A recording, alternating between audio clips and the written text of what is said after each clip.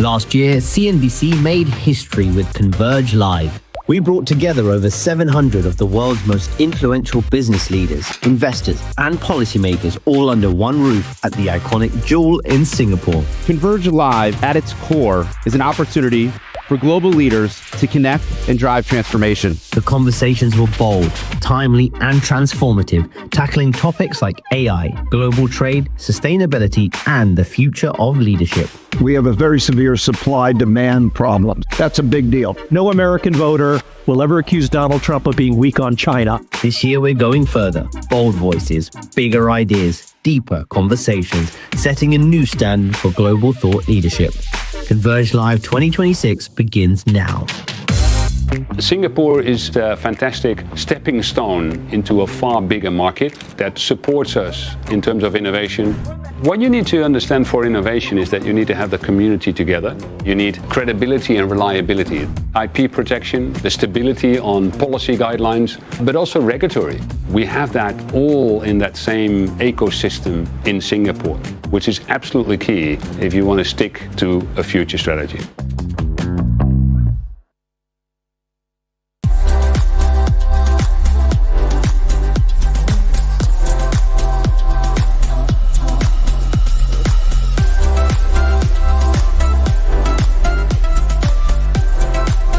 Good morning, everyone. How are we today? Let's try that again. Good morning, everyone. How are we today? Yay! Wonderful, wonderful. Well, I'm excited. I hope you're excited, and we should be excited because we are all here at CNBC's Converge Live. Let's give it a big hurrah. So my name is Mandy Drury, and I'm absolutely delighted to be here once again with you because, indeed, this is our second year doing this gathering at this beautiful and iconic location, Jewel Changi Airport. Indeed, I am not the only one who's going to be up here on stage entertaining you. I would really love to now introduce my co-host for today and tomorrow. Let's give a big warm welcome and put our hands together for CNBC's Scott Wapner.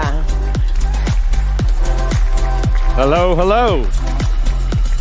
Hey there, Scotty. Hi, Mandy. So great to see you. Now, nice to see you. I'm sure a lot of you already know Scott because he is the anchor of very highly rated CNBC shows, Fast Money, Halftime Report, and Closing Bell. And you interview on a daily basis, Scott, some of the world's most influential investors. I'm lucky in the seat that I get to sit in that I do get to speak with some of the world's biggest capital allocators, strategists, and people who really have the pulse of what's happening in the markets. And I hope to at least impart some of that from my conversations on all of you in my first trip to Singapore. And I have to say, if I told you, Mandy, that if I told you 2 weeks ago that we would show up here and the markets would be at new highs, and I don't mean just the US market, I mean the global markets would have returned to new highs, you would have said, no way. Mm-hmm. But here we are. And that presents itself some interesting questions and answers to be had today. And we do have some very interesting things over the next couple of days because there is so much going on in this world of ours. The war in Iran, Russia, Ukraine obviously has created so much uncertainty for the world's investors, and we will dive into all of that. You're absolutely right, and it would be so easy, wouldn't it, to just climb that wall of worry, considering all the various things that we have out there to digest. For example, supply chain issues, trade flows, US tariff policy, also artificial intelligence, AI, going to be a really big theme today. All of these things mean that investors are facing a lot of uncertainty and unprecedented risks.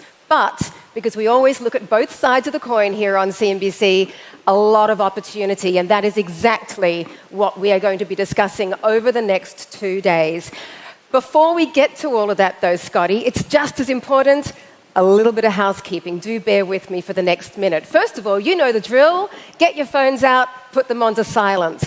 Also, This is going to be streamed live. So if you're chit-chatting away and talking to the person next to you, it's also going to be caught live. So if you're saying something brilliant, then good for you, you're on TV. Also, in the unlikely event of an emergency, I feel like a stewardess on Qantas right now. Of course, look for the exits and please evacuate the building in a nice and calm manner, Scotty. Okay. If there is an urge to speak, you will have the opportunity to do just that, because there will be Q&A sessions after some of the panels, not all. We'll make it obvious when there is an opportunity to ask a question of one of the panelists up here. Someone will roam the room with a microphone, come to you, and then, of course, you can ask that question. We also have the Converge Live app. So please do use the QR code that we're going to put up here on our screen. And that way you'll be able to meet all the other people who have gathered here today. You can see their profiles, you can set up some meetings, because it's really, really important not just to be a spectator, but also to be a participant, right? And that way you can meet and you can network. And of course, if you do have any questions, all you need to do is find one of our friendly Converge Live people or go to the registration desk, which is going to be manned at all times. But wait, there's more. We would like to highlight some of the other zones other than this stage. We have the wellness zone, if you want to beat whatever kind of jet lag you've got walking in the door here. If you'd like to meet some robots. I'll be visiting there. Yeah. Wait, how many days have you been here? You should be over your jet lag by now. Jet lag never dies. The first thing that Scott did when he arrived here in Singapore, he went to Taronga Zoo to see the pandas. I did. I had to take advantage of that, of course, because when in Singapore, you go see the pandas. Absolutely.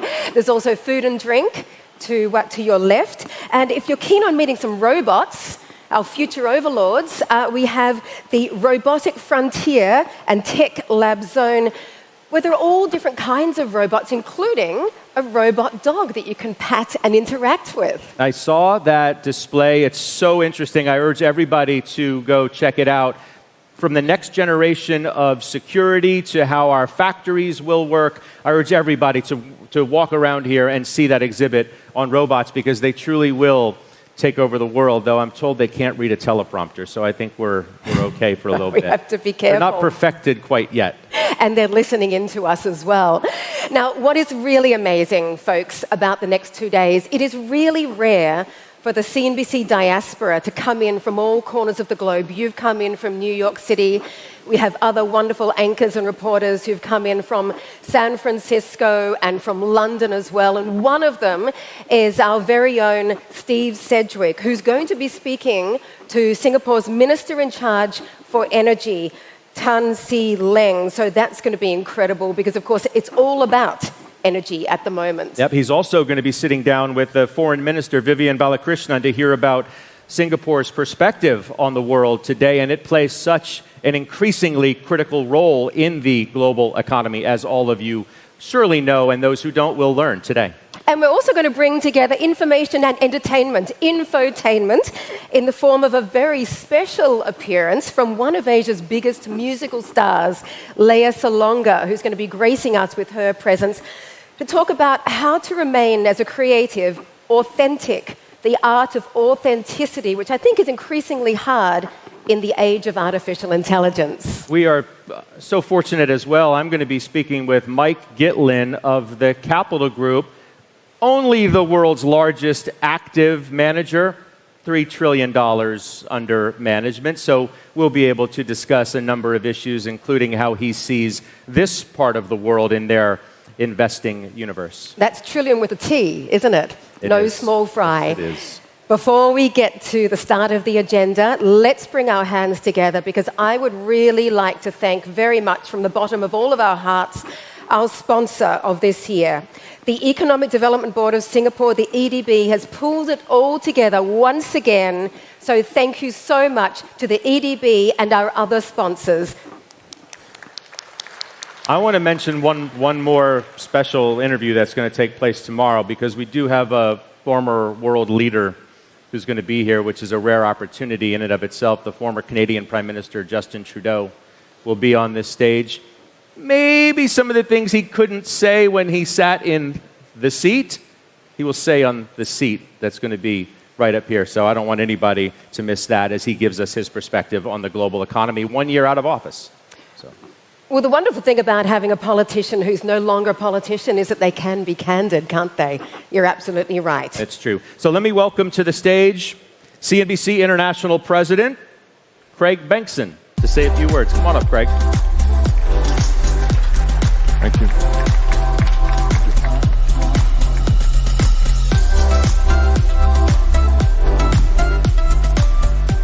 Welcome to Singapore. Thank you. Welcome. Nice to see you. Good morning and welcome. It's my utmost pleasure to be here with you today. It's an exciting day. It's also a very challenging time, which you in this audience, frankly, know better than I.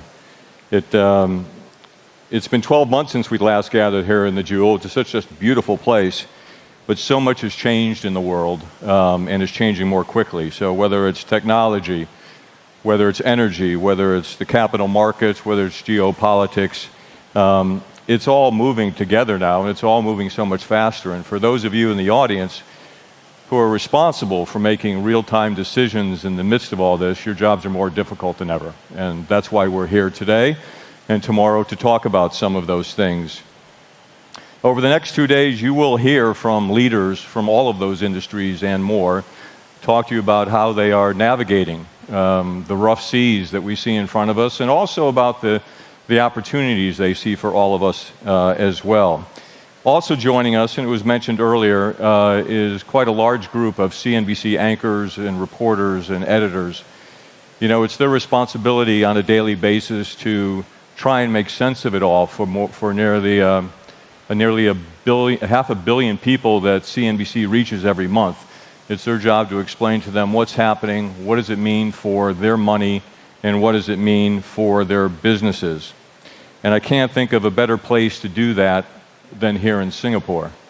It's where capital, it's where innovation, it's where talent all comes together, frankly, in a way that few other places do. So we're super proud to partner with the Singapore Economic Development Board. I want to thank them personally for all the support they provided to me, to CNBC, and to this great event for the past 2 years. I hope you find the next 2 days educating and entertaining. We're going to have some fun along the way as well, and I also think you've got a great opportunity, and I hope you take advantage of it, to really connect and meet others, meet colleagues, meet others that you've not had a chance to spend some time with, and be able to walk away with some information and some ideas that maybe you did not have when you arrived. So, again, thank you for being here. It's my utmost pleasure now to introduce and welcome to the stage the Deputy Prime Minister of Singapore, Mr. Gan Kim Yong.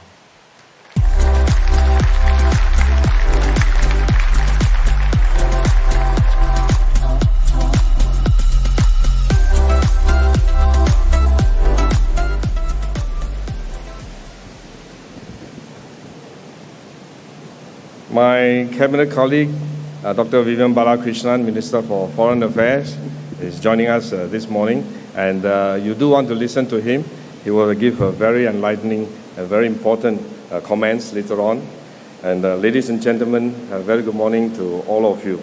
It is indeed my great pleasure to join you this morning, again at Converge Live. When this platform was first launched last year, the world was in turmoil. The world was changing very rapidly, and we always say that this is a new world, it's a changed world that we are entering into.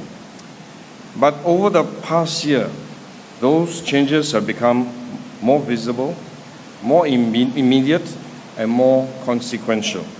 This is especially so in recent weeks.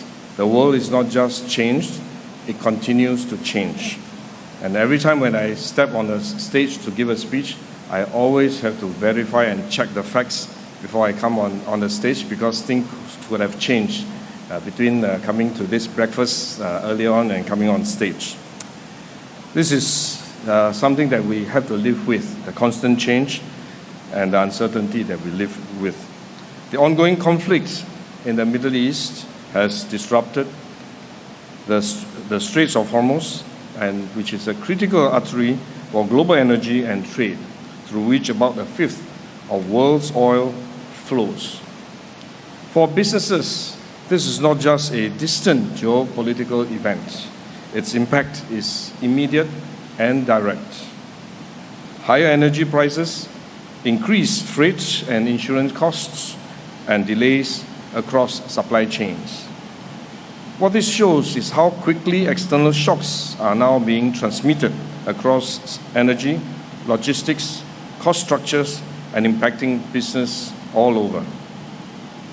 And it points to a broader shift in the environment in which we operate, a world that is more contested, more complex, and more fragmented. At the same time, this is not just a story of disruption, but one of transformation.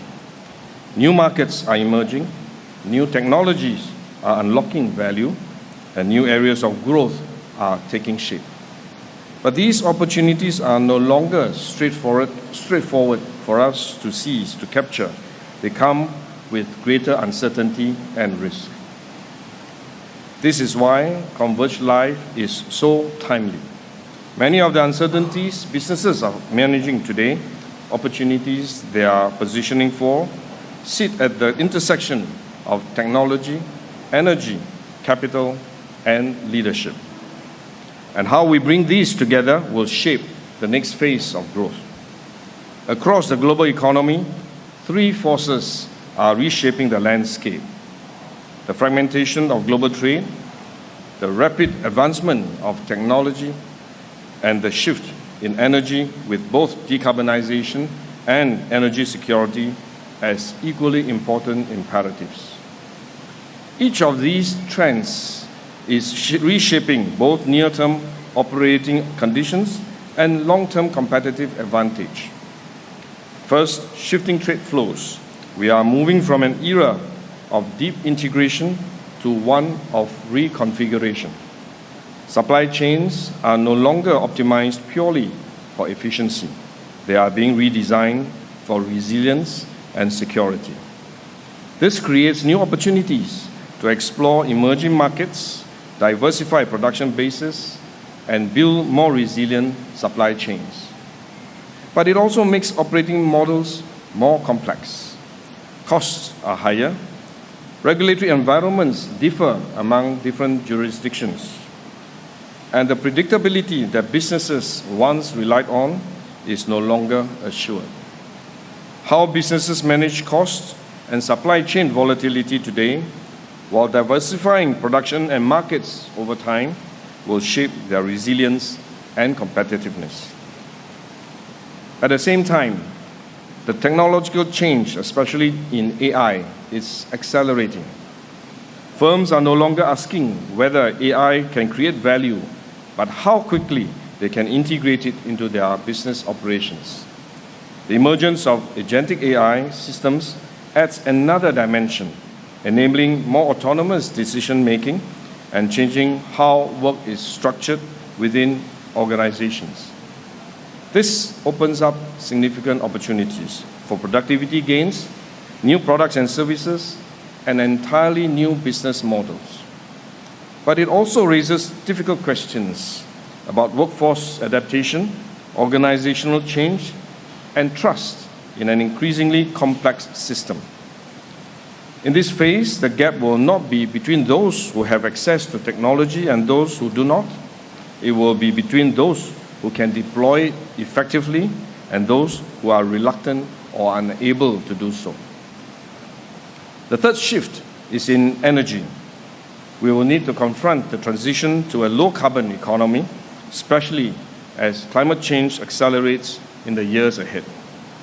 At the same time, recent geopolitical developments have underscored the importance of energy security.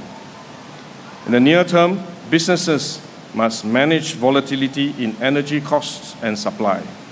Over the long term, they must manage the transition and position themselves in the new growth areas in clean energy, new technologies, and emerging markets. And as systems become more complex, one underlying factor becomes increasingly important, and that is trust. Amidst all these trends, one thing is clear. The environment has become more challenging, and the margin for error has narrowed. In this context, competitive advantage will depend on the ability to make clear strategic decisions and to execute them efficiently and effectively.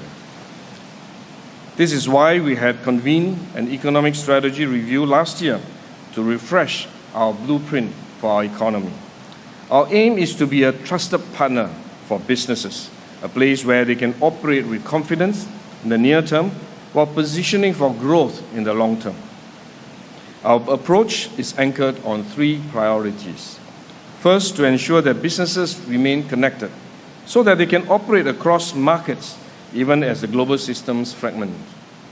Second, to help firms deploy technology effectively so that they can build new capabilities over time. And third, to enable firms to start early in the energy transition so that they can manage current constraints while capturing new areas of growth. Underpinning all this is trust, which allows businesses to operate with confidence across markets, systems, and partners. For a small country like Singapore, staying open is fundamental to our survival. We must also be connected across more markets and across different economic systems. This is why we are building bridges across regions, strengthening linkages between ASEAN and partners like the EU and the CPTPP, and supporting engagement between CPTPP and EU. This will enable businesses to operate across different markets with greater confidence, even as the global systems become more complex. At the same time, we are strengthening Singapore's role as a strategic node in the global flows, investing in the infrastructure, systems, and standards that allow goods, capital, and data to move efficiently and seamlessly across markets. Enterprises will also need to transform to respond to this new reality. We are moving beyond helping companies enter markets. We want to help them operate across multiple systems, building partnerships, diversifying revenue, and managing supply chains across geographies. This allows businesses based in Singapore to grow with greater agility and resilience. The second area is technology, especially AI. Most companies already have access to AI tools, but few have integrated them into their core business operations in a way that delivers real impact. This is why our focus is on deploying at scale. We are launching AI missions in key sectors such as advanced manufacturing, connectivity, financial sector, as well as healthcare, bringing together industry and research efforts to solve real operational problems. We are working with leading firms through the Champions of AI program, supporting them to redesign workflows, integrate AI to core processes, and demonstrate what transformation at scale looks like.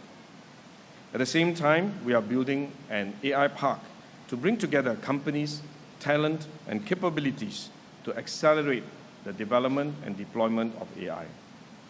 And we are investing in workforce transformation so that employees can work effectively and confidently with AI in their day-to-day use and tasks. Our aim is to make Singapore an AI-powered economy, where companies can not just access AI, but deploy AI effectively. The third area is energy. The energy transition is underway, but concerns around security and resilience are rising. We will help our businesses to embark on this longer-term transition while navigating near-term uncertainties. And at the regional level, initiatives like the ASEAN Power Grid will enable clean energy to be developed and traded across borders. Around this, we are building the supporting ecosystem so that capital can flow, investments can be made, and new markets can be developed. We are also supporting companies to improve energy efficiency, adopt cleaner technologies, and develop new and greener products and services. Singapore will be a place where businesses can tap on opportunities that will emerge through the energy transition process and continue to grow. Beyond trade, technology, and energy, there is fourth dimension that is becoming increasingly important, and that is trust. Trust can no longer be assumed. It has to be built and strengthened. Singapore already has strong foundations in our institutions, our regulatory systems, and our role as a trusted financial center. The next step is to build on this strong foundation and build a broader ecosystem for trust-based services. This includes areas such as risk management, cybersecurity, AI governance, and testing and certification. These services sit at the heart of how modern economies function. As supply chains become more complex, firms need trusted partners to manage risks. As digital systems become more integrated, they need assurance that the systems are secure and reliable. As AI becomes more embedded in decision-making, they need confidence that systems are transparent and accountable. This is why we are growing and anchoring trust-based services here in Singapore.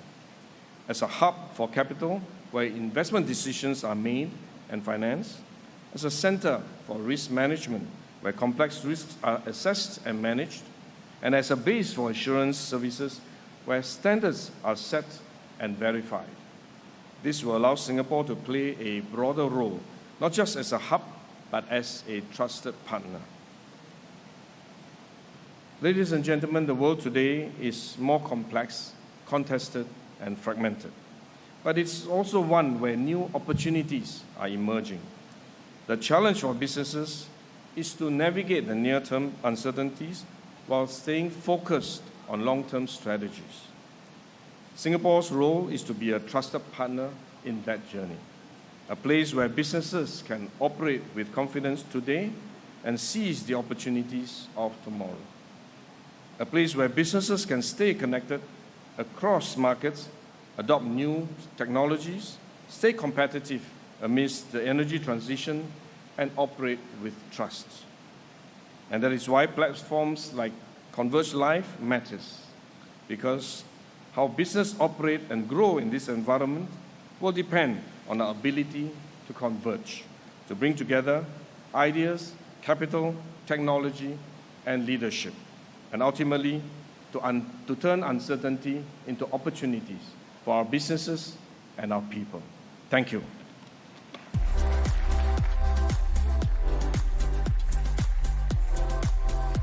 Thank you very much, Mr. Deputy Prime Minister, for that really apt and pertinent opening keynote. It was an absolute honour to have Mr. Deputy Prime Minister here at Converge Live to really set the tone for the event.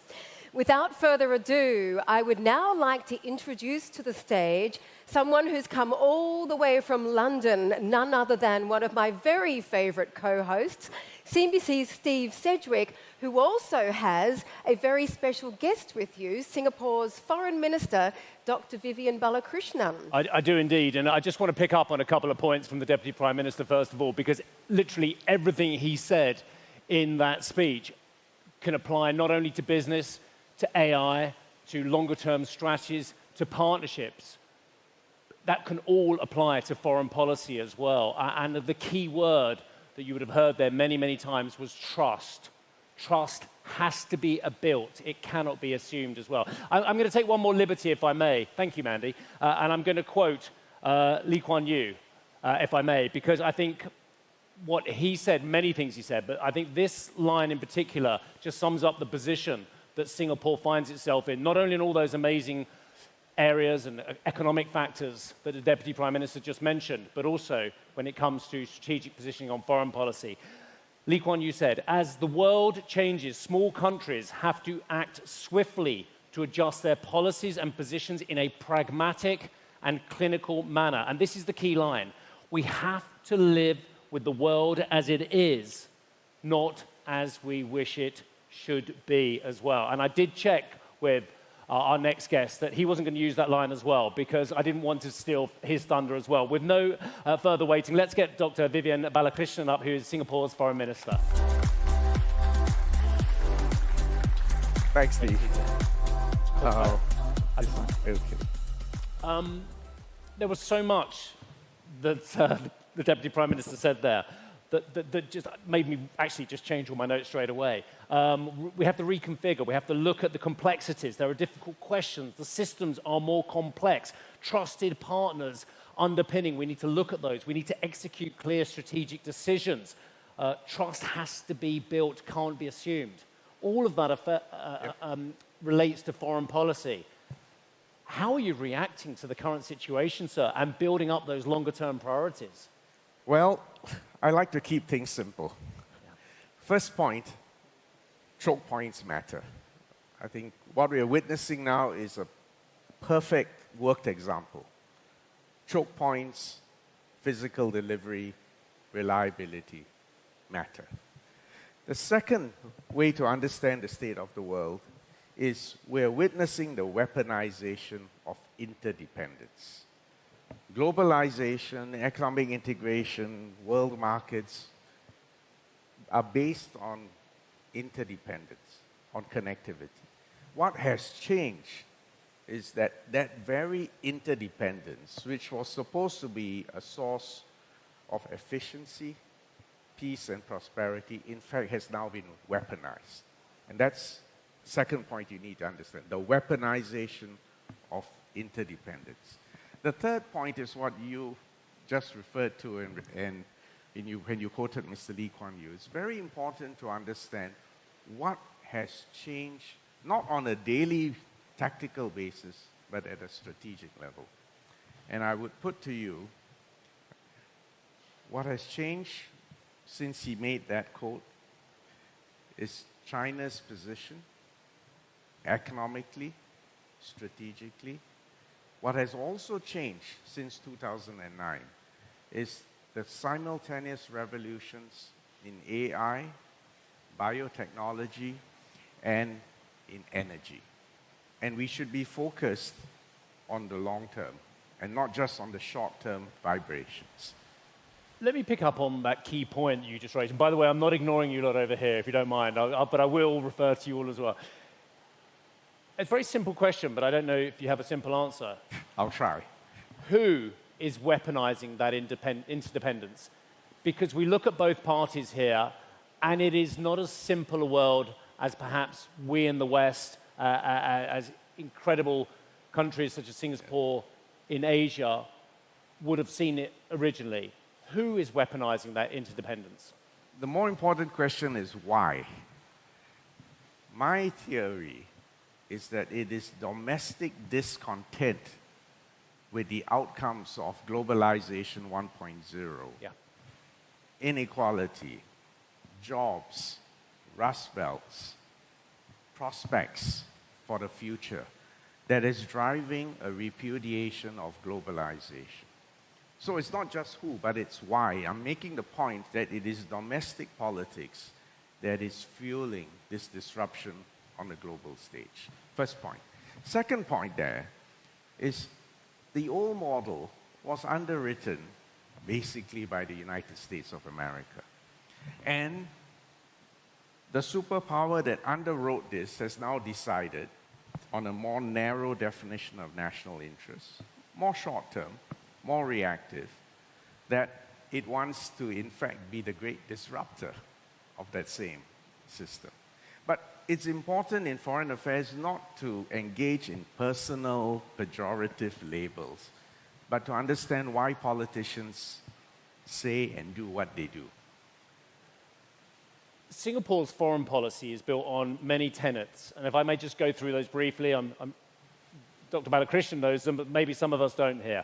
Fundamental objectives: protect independence and sovereignty and territorial integrity, secure access to essential supplies, and keep air and sea lines communication open, expand economic opportunities, and maintain relevance in the world. Yes.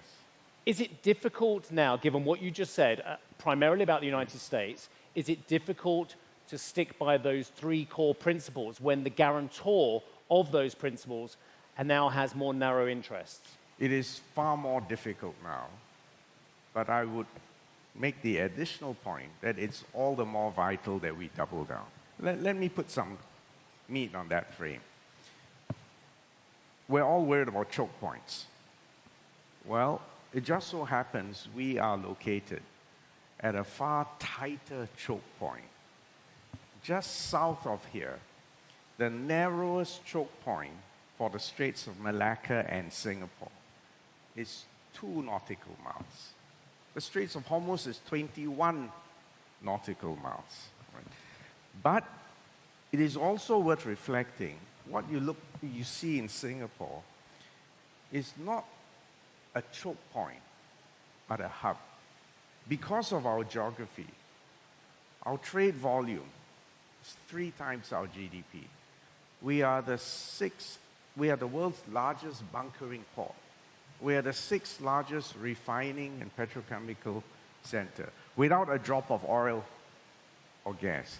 The point I'm trying to make is that, in fact, our status as a hub is profitable, but more than that, it also has positive externalities for us. For instance,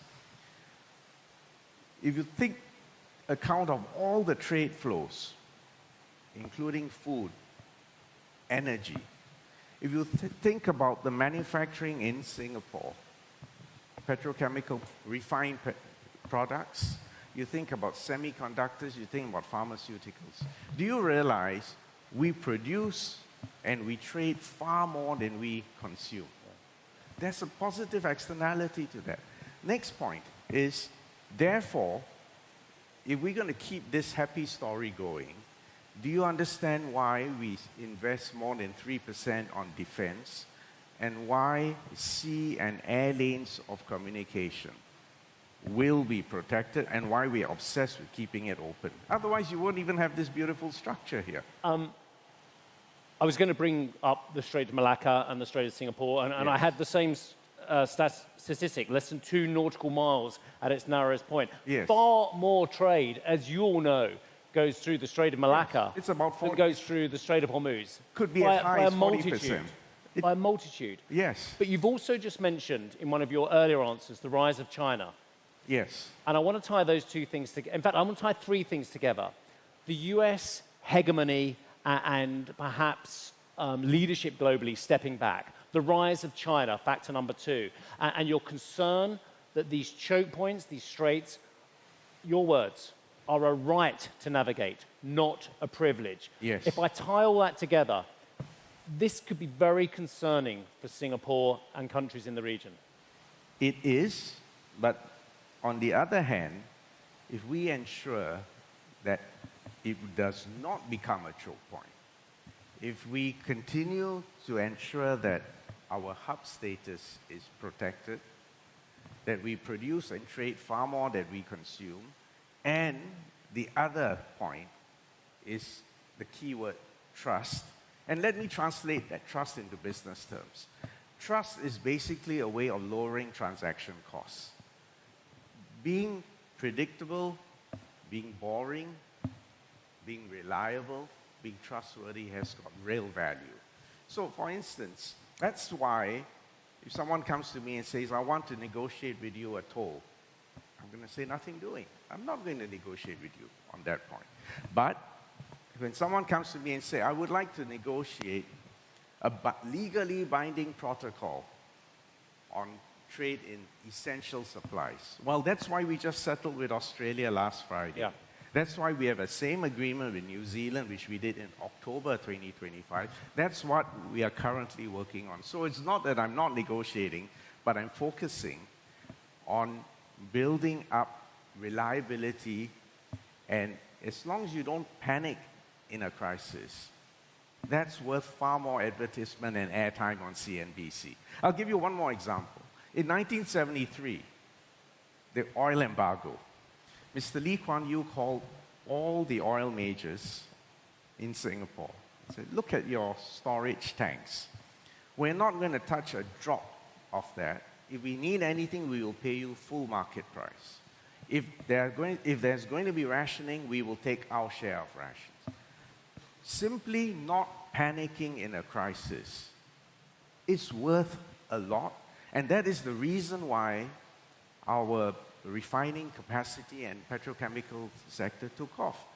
So I'm also focused on establishing that reputation for not panicking and being reliable and trustworthy in a crisis. And if we get through this, we'll be in an even better, stronger position. I don't like the if bit of it, so we will get through it, hopefully. So we will, but I don't want to be too complacent about Singapore emergence. No, and look, we were both, I hope I'm not being indiscreet, we were both talking to our teams and looking at our phones and just making sure what the latest news was before we came on, because as you know, the US president spoke to CNBC yesterday and said there'll be no extension of the ceasefire. Later on, he posted on Truth Social, we do have an extension of the ceasefire. So it is a very quick moving world. But sir, I want to talk about those longer term trends again and just go back to this, the United States pulling out from their superpower role, their global policeman role, and the rise of China. And you have trust with all parties, you have partnerships with all parties, you value your independence here in Singapore, but are you being forced into a world where you need to choose between China or the United States? To quote Mr. Lee Kuan Yew, we will refuse to choose. The way we conduct our affairs is we assess what is in Singapore's long-term national interests. And if I have to say no to Washington or Beijing or anyone else, we don't flinch from that. But they will also know that when we say no, it's not at the behest of the other party. We are acting in our own long-term national interests. We will be useful, but we will not be made use of. If you can figure that out. And that's why I come back to our strategy, to how to conduct ourselves in a crisis. Don't just look at the downside, look at the upside that's also available post-crisis. And make sure we don't do anything crazy. Make sure we maintain trust, reliability, and even saying no is part of maintaining credibility. Sure. And you want to maintain that independence, but you also need to be very robust in the messaging you're sending out, because not only what it means in the Strait of Hormuz in the Middle East and what it means for Singapore and the rest of the world, but what it means for this region. And I'll go back to those key straits here. Are you concerned that the actions of the Iranians in trying to exact a toll on a passage of ships in the Strait of Hormuz is something that you fear other parties, perhaps in this part of the world, will think, hang on a second, these other choke points, maybe we can extract a toll, and actually will make it a privilege rather than a right, to bring your words back to you? It's good to highlight that as a risk. Is it a meaningful risk? It is a meaningful risk if it comes to fruition, but let me tell you what we're trying to do to avoid getting to that situation. First, the littoral states of the Straits of Malacca and Singapore are Malaysia, Indonesia, and Singapore. We don't have tolls. All of us are trade-dependent economies. All of us know it is in our interest to keep it open. Second, between the three of us, we have a cooperative mechanism, not to collect tolls, but to keep it open and to maintain that position. The point here is that all three countries have a strategic interest and are strategically aligned in keeping it open. That's not something which you can take for granted in many other places. That's the first point. Secondly, with respect to both America and China, we've told both of them we operate on the basis of UNCLOS. The right of transit passage is guaranteed for everyone. We will not participate in any attempts to close or interdict or to impose tolls in our neighborhood. You will not choose between those two? We will not participate in any attempt to close or to interdict or to impose tolls of traffic, maritime traffic, and overflight in this area. My final point on this, and I think Yes. it's a very important point as well. Are you under any pressure? And I know you won't choose between those two partners. They are too important to Singapore to choose between. But do you feel there'll be a time when they exert more pressure on the countries you just mentioned, including Singapore? They may very well do so. Are they doing so now? Not yet, for us.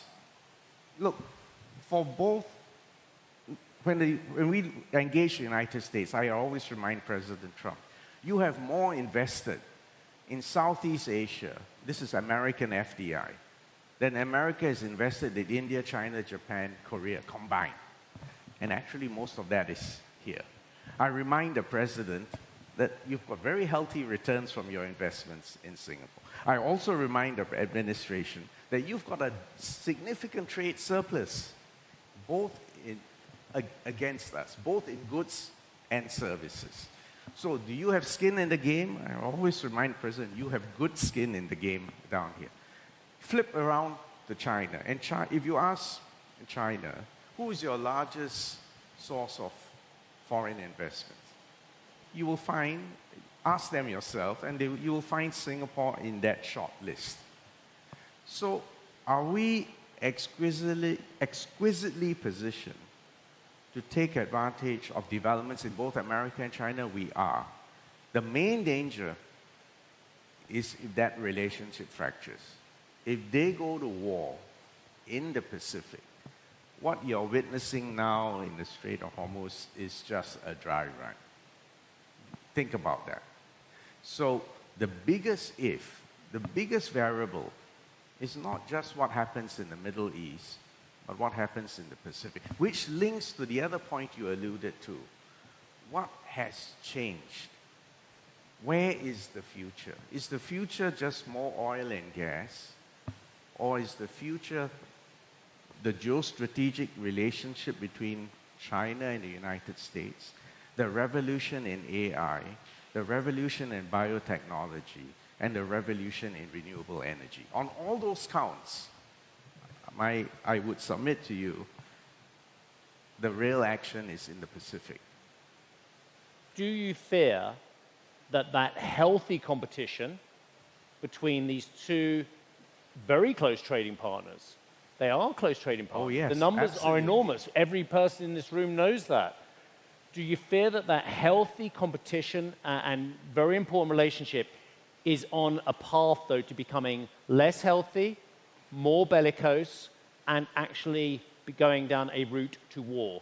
It is a difficult relationship, but having interacted with the senior leadership, the presidents on both sides, they may be risk takers, but they are calculated risk takers. President Trump's actions, you know he pays attention to certain indices. So that's why this morning, as I came here, first thing I asked my chatbot, what's the American stock market doing today compared to the 27th of February? We're very close to record. I've got my US colleagues here, but I don't need them to tell me. You know the answer. Record levels. In fact, you're doing better than the 27th of February before the war broke out. Next thing, the other thing we know he watches is bond yields. So I asked the same question. And he says, well, they've gone up maybe 32 to 40 basis points higher than it was on the 27th of February. Any inversion of the curve? No, the curve has not inverted. I think at that level, you're not going to have a very, you're not having a president who's panicking. I want to emphasize that. Yes, the president may pronounce things for dramatic effect. It's a great reality show. But there's actually a method to the madness. Is the US president looking at the wrong signals then? Given what you just said about his looking at the stock market and the bond yields, which have moved up just modestly since this crisis began, Yes. Is he looking at the wrong signals rather than the damage being done by the actions of Iran and the United States? And the point, again, is to look beyond the current crisis and to say, what does this mean for oil and gas markets? In fact, the other point which my chatbot generated for me, I've got a personalized, curated chatbot, so it knows my biases. As long as it's not hallucinating, sir. As long as it's not hallucinating. So I always make sure my staff check on it. But if you ask yourself, what was the supply and demand situation for oil before the war broke out? And in fact, CNBC, your analysts will tell you, in fact, before the war broke out, people were more worried about supply exceeding demand for oil. The balance between supply and demand for gas was much tighter. But actually, the future isn't just about the price of oil and gas, because, in fact, if you imagine a world at peace, now I know it's hard to imagine, but just imagine that the problems in Ukraine are over and the situation in the Middle East is over. You will have a world with plentiful oil and gas, at least in the short term. Right? So what I'm saying is look beyond that. Look at what Saudi Arabia is focused at. Even in this crisis, they are more focused on Vision 2030, on diversifying the economy, rather than just banking on oil and gas and the short-term perturbations in the price. Look at what my Gulf Arab friends, the United Arab Emirates, Qatar, you must have had events down there. They are all working on a post-oil and gas future. Yeah. That's what Mr. Lee Kuan Yew means when he says you better take a pragmatic and clinical approach to what has changed and the big strategic changes. And that's why I'm saying, get through these crises, don't panic, maintain to the best of your ability to be able to stand on your own 2 feet, maintain reliability, trust, confidence, don't panic, we'll be all right in the long term. Let me ask you a couple of very quick questions, if I may. Yes. Your time is very valuable. Yeah. So make it a difficult question. Are you speaking to your counterpart in Iran at the moment? And what is that conversation looking like? If you could just let us into that. Well, I've asked to speak to him, but he's got more acute, pressing issues to resolve first, so I'm going to give him the time and space to do so. Look, for Singapore, we are boringly predictable. So you know what I'm going to have to tell him. We do not agree to closure of the Strait of Hormuz because we do not agree that that should ever happen, even in our neighborhood, which is in fact even tighter than yours. You know that I will have to tell him. In fact, he already knows. I can't pay you any tolls. So it's not personal, it's a matter of principle. That's just the way Singapore operates. But we have had a good relationship with Iran. In fact, the last time the foreign minister of Iran was in Singapore was in 2018 to sign the Treaty of Amity and Comity with ASEAN. And we had wonderful conversations together. They are a civilizational state. They've been around for thousands of years, and accomplished, proud, and very capable people. Don't count Iran out.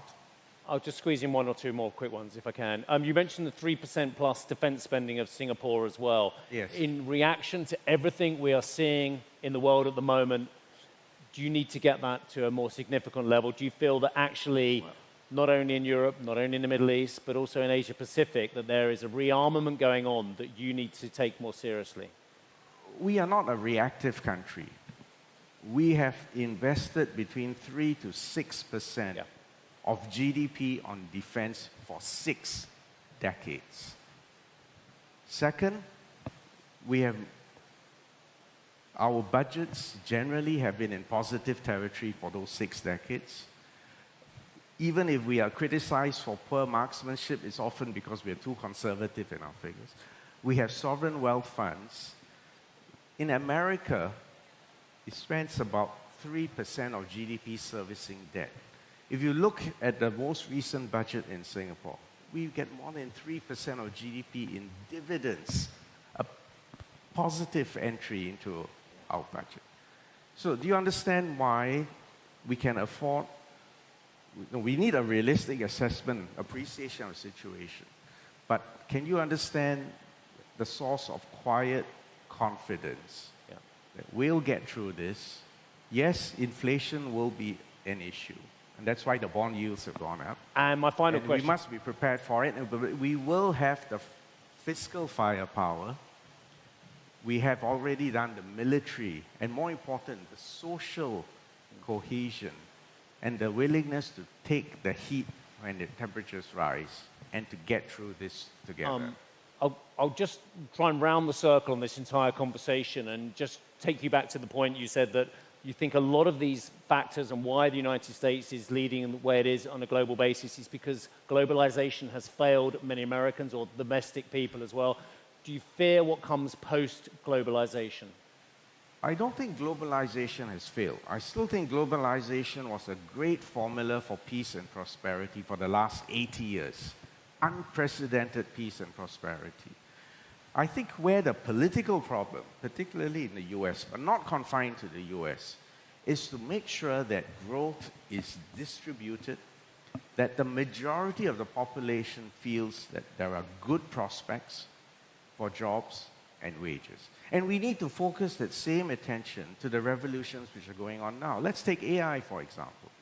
If AI is used to generate a jobless but blustery growth rate, you're going to have a political revolution on your hands. It's the same thing with free trade, you see.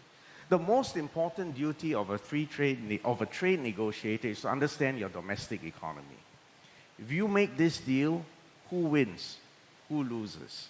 What compensatory mechanisms do you need to have in place? How do you restructure your economy to take advantage of technological changes and geostrategic changes?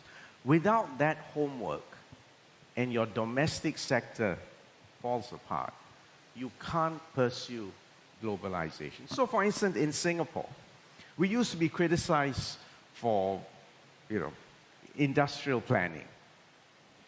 Nobody criticizes us for that anymore, because we do believe in an interventionist state, but this is an interventionist state that operates on market principles. Yeah. We price everything fully, no subsidies. But at the same time, we make sure that everyone, especially the lower income families, have enough fiscal firepower in their wallets, which we will give to them in cash or cash-like instruments. So it's that combination of market discipline, being prepared to intervene where markets fail, preparing for a rainy day, paying your insurance premium, and paying it regularly and paying it over decades. And then maintaining that reputation for honesty, integrity, reliability. I come back to what my Deputy Prime Minister said, trust. Yeah. Trust is the coin of the realm, and trust lowers transaction costs. And if we can create a high trust environment, it's good for society, it's also good for businesses, and I expect to see more of CNBC and your subscribers active and actively engaged and invested in Singapore. So that's my elevator pitch. Also, I trust I'll be here many times in the future as well, and I'm thoroughly enjoying the conversation with you as well. We'll be able to go back to our teams and our phones in a few moments' time, see if the world has changed in the 30 minutes we've been up here, but hopefully not, sir. I'm sure it has. But I'm asking you, take the long view. Take the strategic view. And even if I'm boring in, maintaining a certain posture, that's appropriate for us. Sir. If America is flipping, look beyond the actions and the words, understand why they're doing that, and understand his script. So he does have a script. If you're saying boring, I'm saying stability. I think we could all do with more stability along the lines of which you just mentioned. Dr. Vivian Balakrishnan, thank you very much indeed for your time. Thank you. Well, that was fun.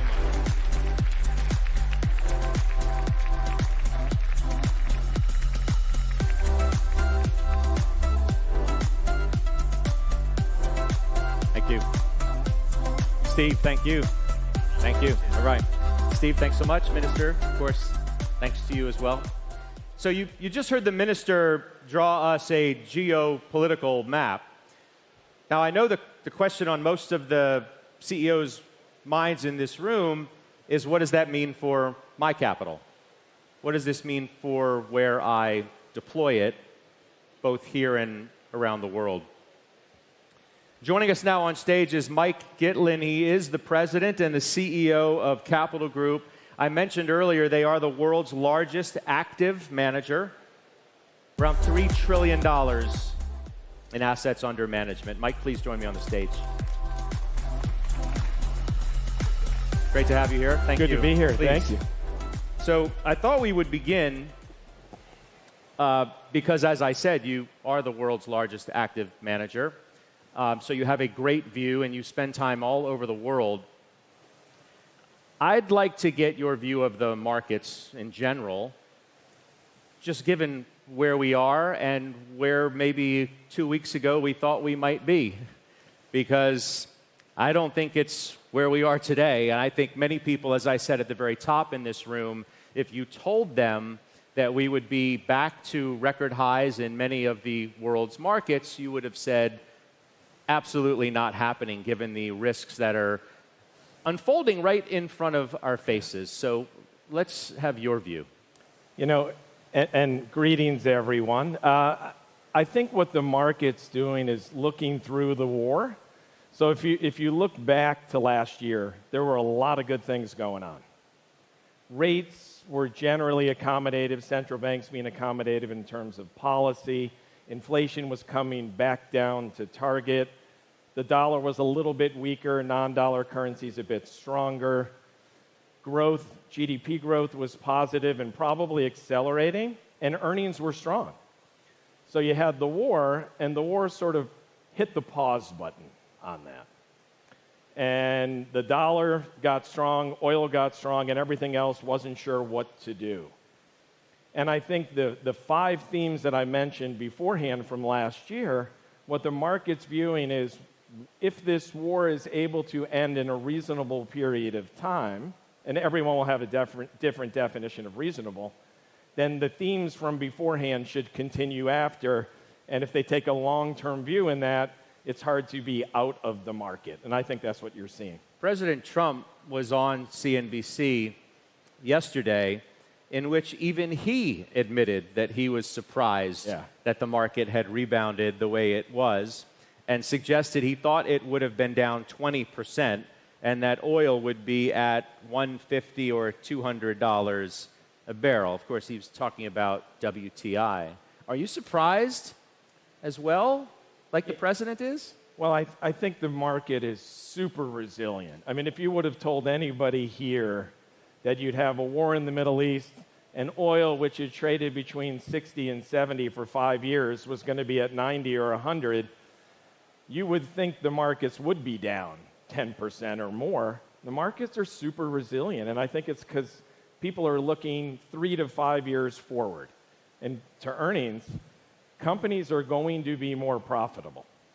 I think AI will be a deflationary force in terms of the broader economy, but for companies, they'll be more productive and more profitable, and you have to look through that for the longer term. But yes, I think we're all surprised at how resilient the markets have been in the short term. I do think most of the people that I speak to every day on the programs that I am privileged to host at CNBC would suggest exactly what Mike was talking about, the ability to look through the war, because at least in the United States, the economy is performing pretty well. Earnings expectations haven't gone down in any way. In fact, they've gone up. And in some ways, too, the multiple in the market has compressed. So it's even more attractive in a universe in which earnings are still accelerating to the degree that they are. And you believe that that's still the story that we should be focused on? Yeah, it is the story. The only if in all of this is how long is oil going to be inflated? I mean, is there a conclusion to the war, and will oil go back down to 60 or 70 from the 80s? I think if that happens, sure. S&P earnings are growing double digits. GDP growth will probably be 2.5%, 3%. And again, you're just seeing a deregulation, business-friendly regulation, a lot of things that are positive. If oil stays elevated for a long period of time, you're going to have a higher inflation and lower growth, and then I think the markets would react accordingly. I think there was a view as well coming into this year that the performance of global markets would go pretty much true to form of last year, in which emerging markets and other developed markets would outperform the United States like they did. I'm curious as to whether you thought that would be the case as well, and then the war sort of changed that story, and now the U.S. is sitting at the top of the stack once again because of all of the issues that have already been addressed in some respects here. Energy prices are more of an issue here than there. Supply chain disruption is more of an issue here than there. Yes, but if you look at some of the best performing markets in the world year to date, they happen to be companies who are actually energy importers. Korea's up 50%, Taiwan's up 30%. So Singapore's up 7 or 8. The S&P's up 3%. So I would say the interest globally in non-dollar, both currency and securities, is still high. It will be high now. It will be high after the war. And so I remind people all the time, there are 53,007 public companies, not 7. And you'll see more and more broadening of the market, I think, as you get through the war and you get on over the next 3 to 5 years. So how are you as a firm navigating this world that we are living in today, which is certainly more uncertain than it's been in a long time? Yeah, I think if you're thinking about the long-term investment landscape and where we are, you have to participate in growth, first and foremost. Earnings are double-digit, GDP growth globally is 2.5%, 3%. You have to participate in some of those large companies that have big moats around their businesses. When you want to defend, you can defend with dividends.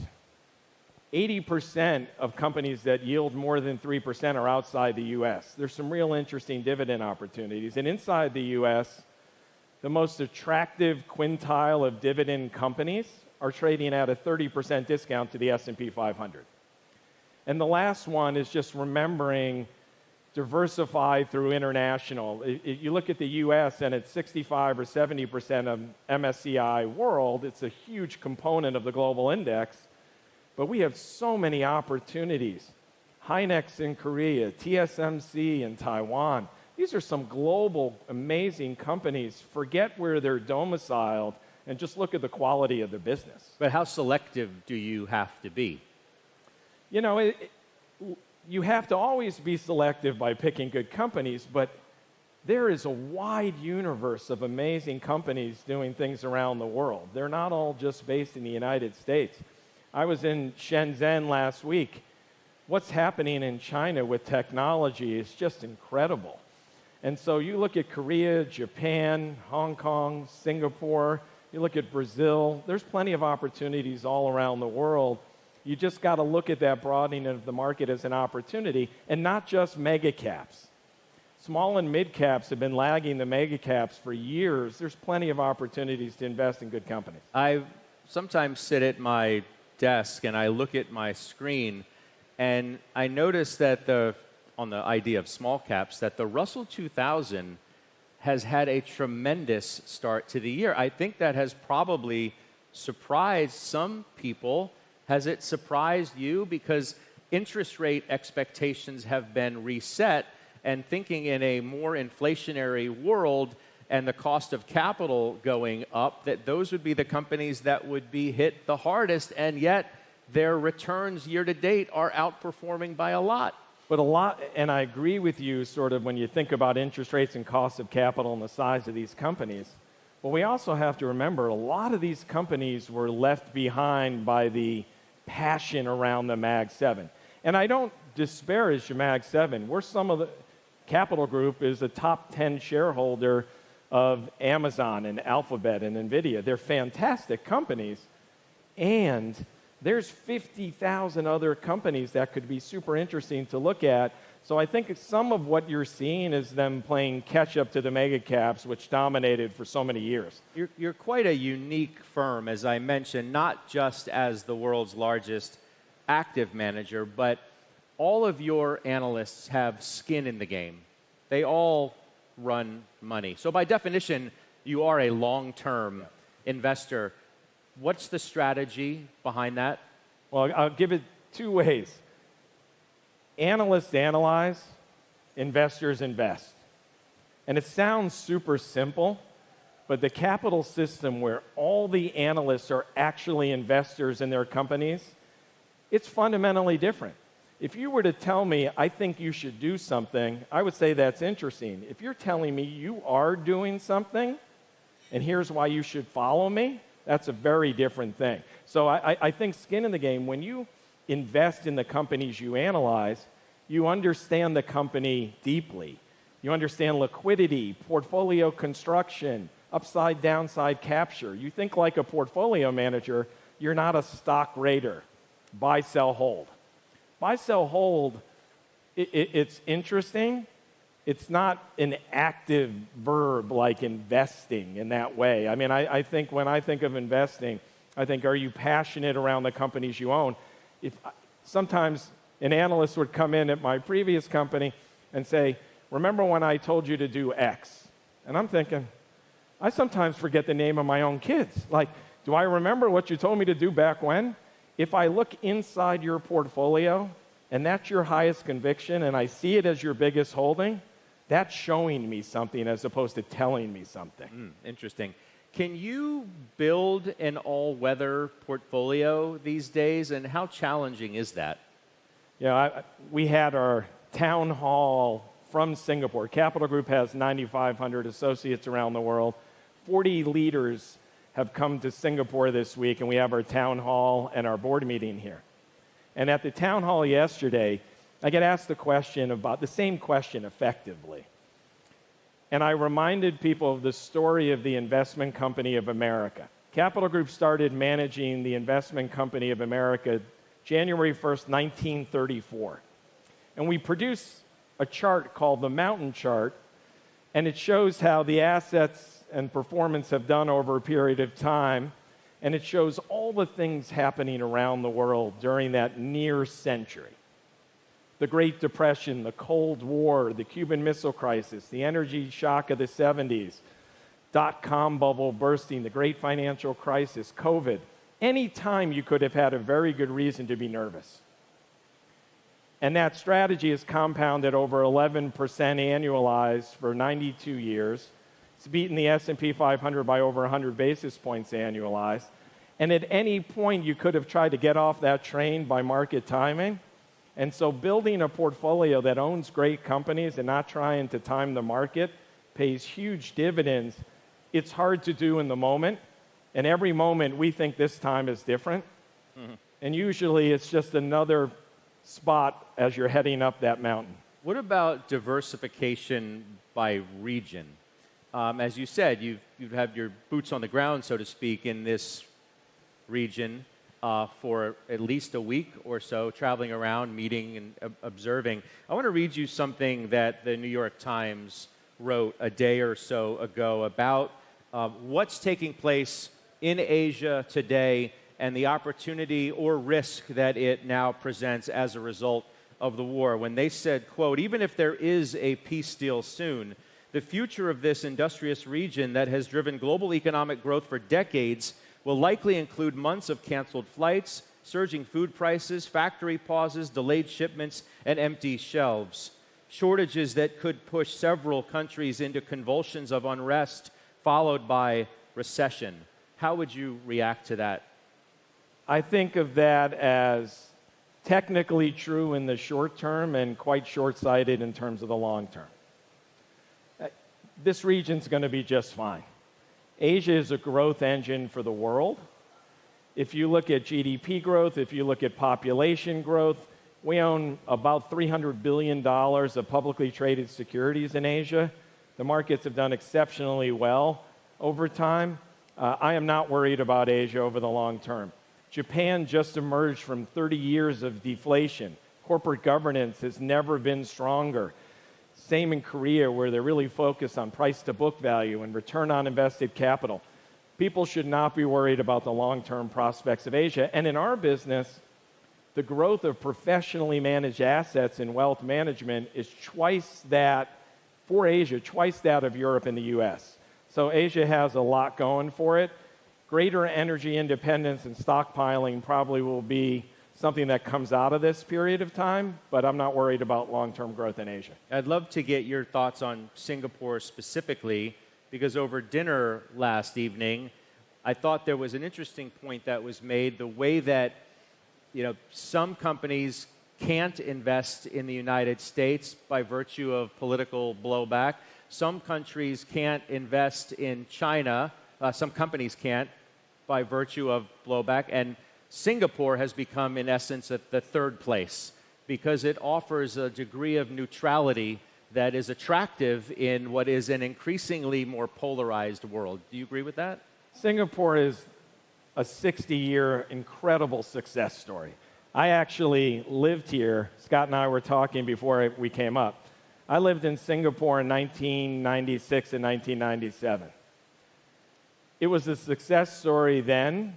30 years later, it's only gotten better. So is it a place of stability, a financial hub for Asia, a place for growth, population growth, GDP growth? Companies can thrive, entrepreneurship, fintech. Everything you said about Singapore is true and more. Interesting. Let's talk private credit, because that is another topic of conversation and concern. There's no question about that. And you're a relatively new entrant into private credit relative to some others through your partnership with KKR. So what is your view about what's currently taking place? Yeah, so we did enter a partnership with KKR, and we provide public-private hybrid solutions. 60% Capital Group, 40% KKR, mainly meant for the world of wealth management, and mainly to tell folks, if you had zero private exposure your whole life and you're just getting involved, start with something that's a bit more liquid, cheaper, and maybe a calmer ride. So that's why we wanted to offer such a strategy. Private credit now, we look in the portfolio we're managing with KKR. They're obviously managing the private credit. Spreads are a bit wider, but we're not seeing material impact in terms of rising defaults. I don't see large systemic risk. One stat that KKR shared with us, and when you're the biggest and have done it for 50 years, you tend to have an advantage. They only fund about 3% of the deals they see. So very picky. They get the first call. They can originate good deals. They're not seeing a material pickup in defaults. Institutions are coming in and trying to find a way to benefit from anyone who's selling now at wider spreads. And that's just corporate lending, direct lending. If you look at asset-based finance, that's looking very healthy. So I'm not super worried. I guess if I were to look at one area, it would be the smallest managers without the diligence resources, unable to structure good covenants, who are funding the worst deals.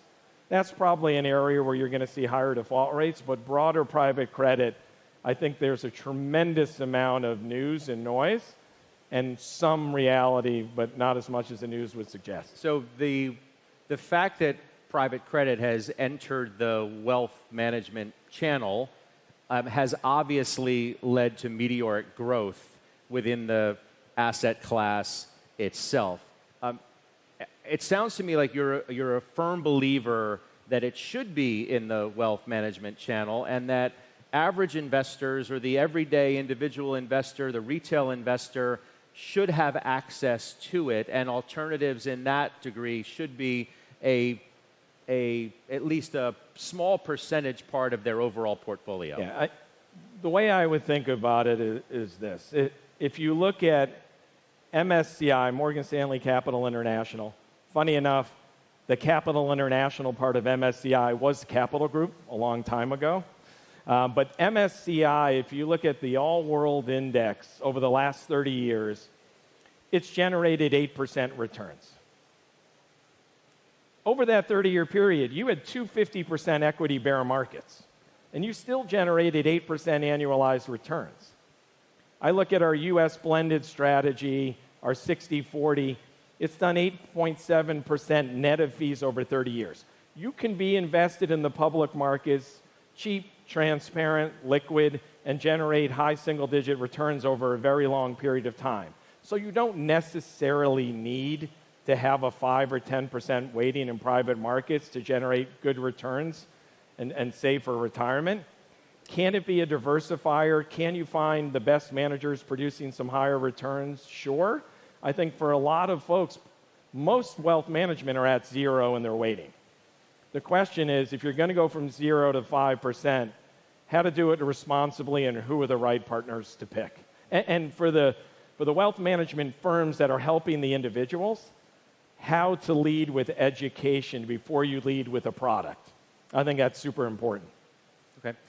Mike's been very generous with his time and allotted the last 5 minutes for some audience Q&A. David over here has the microphone, and he's going to roam the room. And I know we have, obviously, 2 gentlemen here who would like to ask a question, and the microphone is coming. Hi, thank you for your time.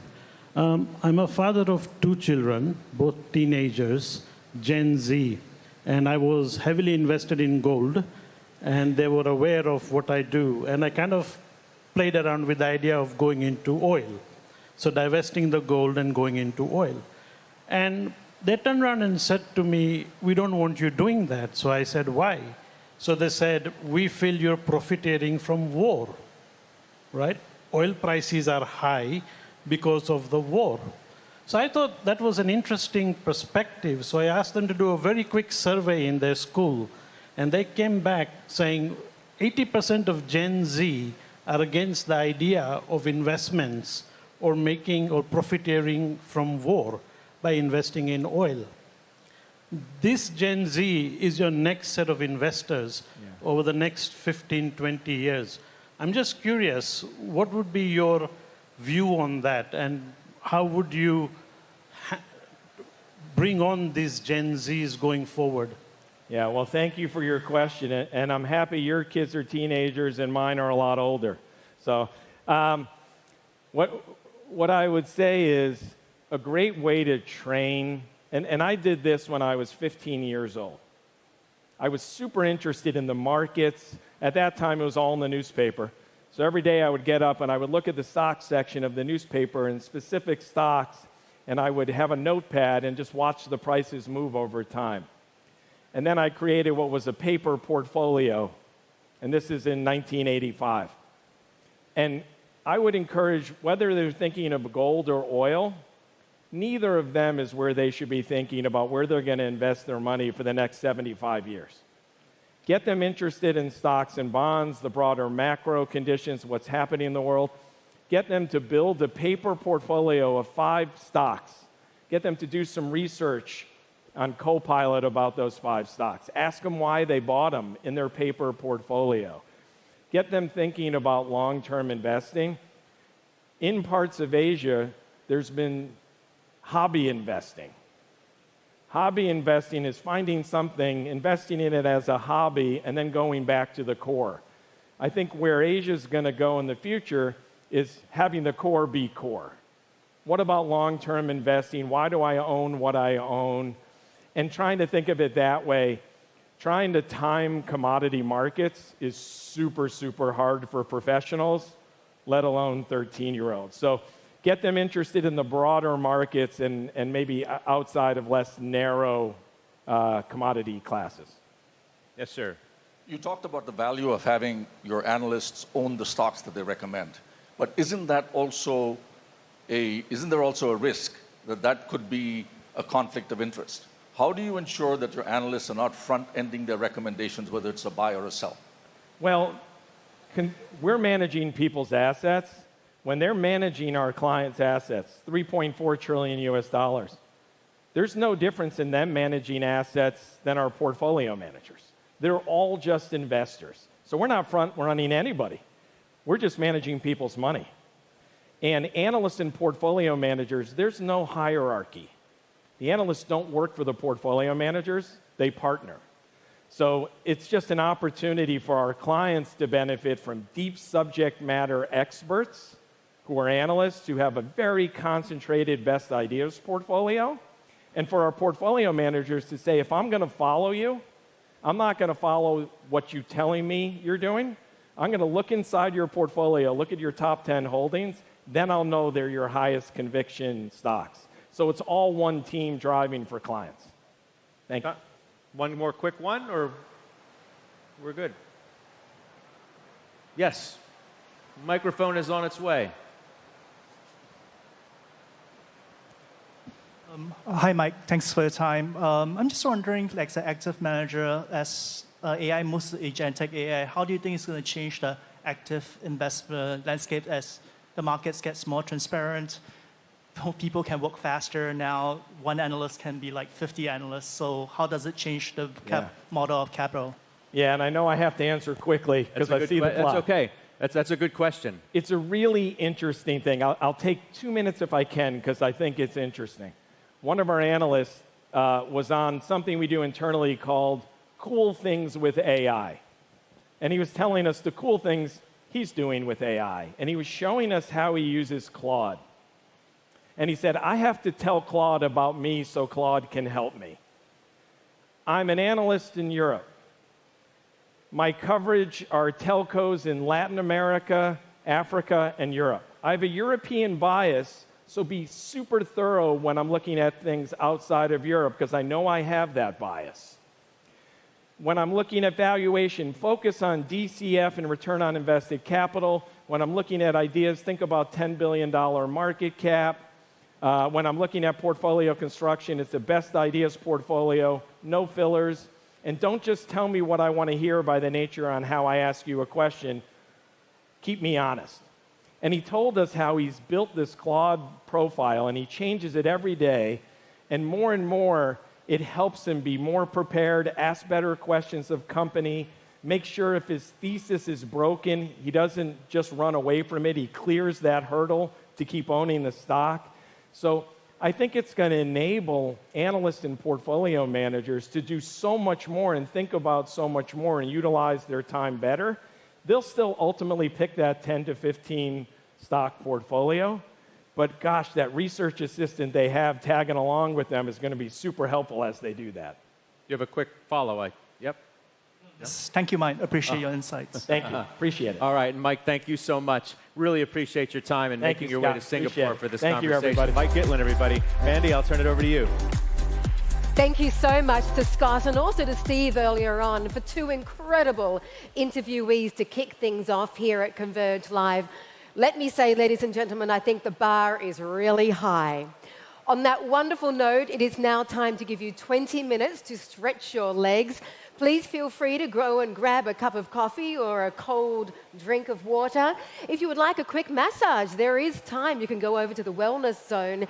And please be back in 20 minutes' time because Managing Asia's Christine Tan is going to be speaking to the CEOs of FWD Group, GoTo, and Mint about the state of the consumer here in Southeast Asia. Then, a little bit later, Steve is going to be back on stage and is going to speak to Singapore's Minister for Energy, Tan See Leng, all about what is happening with energy. Please do enjoy all the experiential zones because our team has been working day and night to create a whole pile of fun stuff for you. We'll see you back here in 20. Enjoy.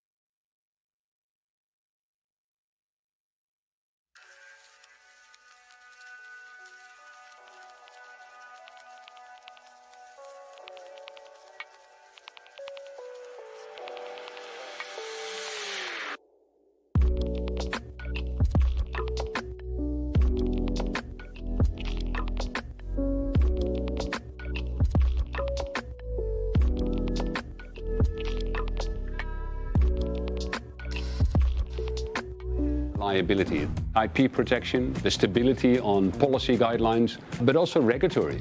We have that all in that same ecosystem in Singapore, which is absolutely key if you want to stick to a future strategy.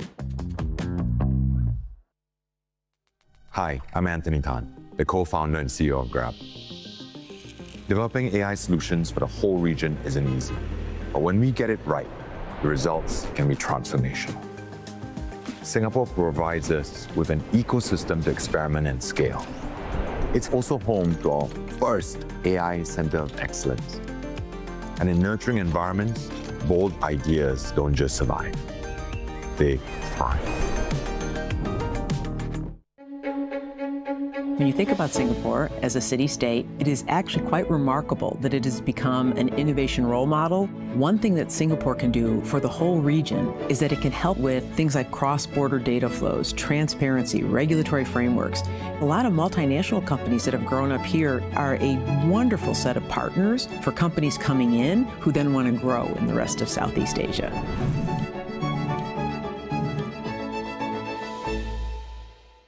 Hi, I'm Kevin Chung, and I'm the Chief Strategy Officer at Ryder. Companies like mine are proof that an AI-powered future is already here. And if you want to experience that future firsthand, there's only one place in the world you need to be.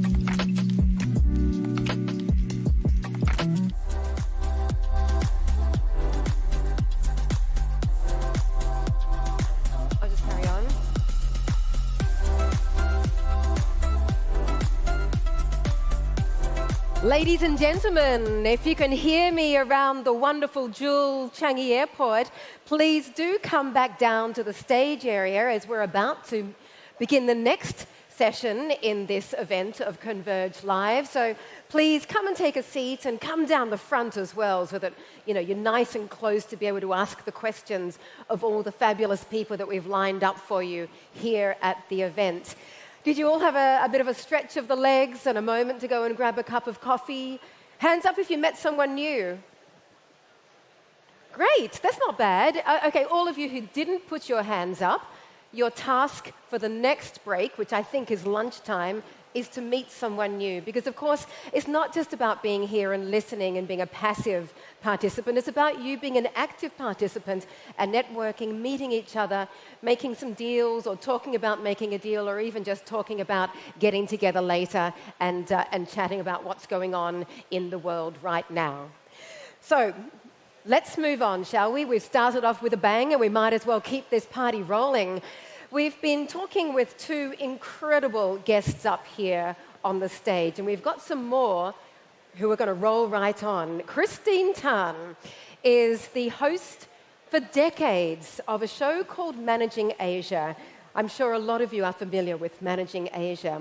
And Christine is going to be talking about the consumer story right here in Southeast Asia. So shall we all put our hands together and welcome Christine to the stage. Chrissy. Good morning, everyone. Good to see you. Hi, Mandy. Great to see here you, in Singapore, Christine. finally. Thank you so much. You know, it's an interesting discussion, but the ASEAN consumer, in particular, not just a consumer, but the ASEAN consumer, are they spent or still standing? And with higher energy prices, that story is being tested. We know for a long time Southeast Asian consumers have been one of the world's biggest, longest, reliable growth stories. You know, because we have rising middle income and not to mention strong domestic demand. But now that is being tested with what's happening in the Middle East. So let's bring on stage our CEOs and companies who are at the forefront of the consumer story. They are Win Tang Fong, CEO of FWD Group. Sir.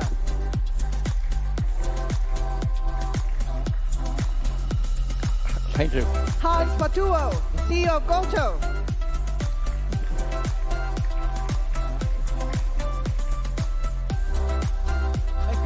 Hello, Hans. And Martha Saison, all the way from the Philippines, CEO of Mint. Please have a seat. So before we begin, I actually like to keep you guys on your toes a little bit. How many of you are feeling the impact of rising prices and thinking, oh, there you go, me included. How many of you are feeling the impact of rising prices? Feeling the pinch? There you go. How many of you are now more selective in what you're spending? So is that story playing out with the ASEAN consumer? Let's get straight to our panel. Martha, let me start with you first, ladies first. As a fintech in the Philippines focused on payments and digital lending, is higher energy prices influencing consumer behavior on your GCash platform? Well, what we're seeing now, of course, in the Philippines, it's one of the hardest hit markets in Asia. Diesel prices actually increased by almost 3 times. But the government also has been at work in terms of subsidizing. And how we've been helping is in the distribution of financial aid or fuel subsidies to drivers, public transport drivers. That's number one. And to encourage more mobility, because some workplaces have gone back to work from home or even have shut down their offices. But we've also helped the government encourage mobility via the subsidy on MRTs or the trains in the metro. So they've subsidized around 50%, and that's actually helping get people more mobile and get out more. As you know, GCash has gone through two crises now: the COVID, where we grew rapidly, and now during this war. I think the big difference now is that unlike the last time where everyone was locked up, here I think people cope differently. So some would opt to still go out. Some actually opted during the big long break during the Holy Week, opted to stay domestic. That actually spurred a bit of consumption, spending the holidays here instead of abroad. So you'd see some like decline in offshore spending, but higher domestic spending. But most of it that we see, there are flows inside GCash in terms of government subsidies. That's the one helping. We've also helped the OFWs, or the overseas foreign workers, in terms of waiving the transaction fees in remitting money. And remittance is one of the main revenue sources of the Philippines. That encouraged a lot of OFWs to remit money, especially the ones in the Middle East. So while we're feeling the pinch and we see consumers really being very selective, we've also helped in the money flow so that people would get more access to money, right? Whether help from the government or from their families abroad. Lastly, we've now pivoted our game plan and our communication so that we offer more help on livelihood, like offering cash in, cash out outlets from GCash that would help repatriated foreign workers to have income, even though they recently just got back to the Philippines. So it's a big pivot from as far as we know, so that we kind of slow down the negative impact where we can. But definitely we see some pinch in spending. And we also heard from our partners that so far companies have been absorbing the cost of the increases from fuel, whether that's FMCG or some airline companies. Well, that's it from us. Okay, Hans, let me go to you. You run Indonesia's largest digital ecosystem, Gojek, GoPay, Tokopedia. You have a real-time pulse of what's happening with the Indonesian consumer on the market. How insulated is the Indonesian consumer? Like the Philippines, fuel is also very heavily subsidized. How are you reading the Indonesian consumer from where you sit? Sure. No, thank you for the question, Christine. I think, as you mentioned, so we have an on-demand service, Gojek, and this is providing a lot of speed and convenience, mostly to the affluent segment. We have a digital wallet, GoPay, and this is mostly for the underbanked or unbanked, which is more mass market. And of course, we have Tokopedia, which is an e-commerce play. So when we look across these different businesses, I think what we see is that Indonesia, like all countries, have different segments of consumers. On one end will be the affluent consumers. Let's call them 10% of the Indonesian population. They value speed, they value convenience, always have, and still do. And we see that this segment, the demand is fairly resilient, and the GTV or the gross transaction value is increasing. On the other extreme, there's a segment like what we call emerging. And this segment tends to be perhaps a bit more rural, significantly less income. And for this segment, they are very vulnerable to price inflation. However, this is also the segment where the government aid and government programs have benefited the most. So the president's free meal program is really targeted at this particular segment. So yes, while they are in some cases most vulnerable, on the flip side, we have seen that their behavior remains somewhat okay, partially because, I'll be honest, they maybe had not had a high consuming power to begin with, plus some of the government programs are helping. That leaves us with the middle. This middle segment, we do see some change in behavior. Previously, we would see that the medium segment would be more aspirational. Their behavior is similar to that of the affluent, but perhaps they buy things less frequently and at lower basket sizes. That has now shifted, where we see that they now value, really it's all about pricing and cheap. And based on their transaction history, we have seen this shift, where in the past they will go for assortment and speed. Now they are willing to sacrifice assortment, they're willing to sacrifice speed for cheap. So those are the three segments of the Indonesian population, and they're really responding slightly differently to the current situation. Okay, let's get to Thong, because you lead FWD, which is the insurance arm that belongs to Pacific Century Group. Yeah. In this cost of living squeeze, insurance, to me, is one of the first areas that consumers would cut, right? Tell us about the impact you're feeling on your end, and how are you helping your customers deal with this financial anxiety? That's a great question, and first, thank you for having me here. I will steal a line from the foreign minister this morning, and I couldn't thank him more when he said, during the time of crisis, paying your insurance premium is really important at the country level, but it's also at the consumer level. So let me dive a little bit deeper on that, but I think that's a key message this morning. I think I couldn't be more proud when the foreign minister say that. But if you look at, in terms of consumer sentiment, even though we are a very young group, but we have almost 40 million customers across 10 markets in Asia, including a very large presence in both the Philippines and Indonesia. We also work with partners, the bank partners in the region, such as Bank Rakyat in Indonesia. They have 160 million customers, and Sam Commercial Bank with almost 20 million, and Vietcom Bank with almost 20 million in Vietnam, in my home country. So we do have regular dialogue and keep a very close tab on the sentiment. I would say that for the affluent and the high net worth, it's actually the opposite.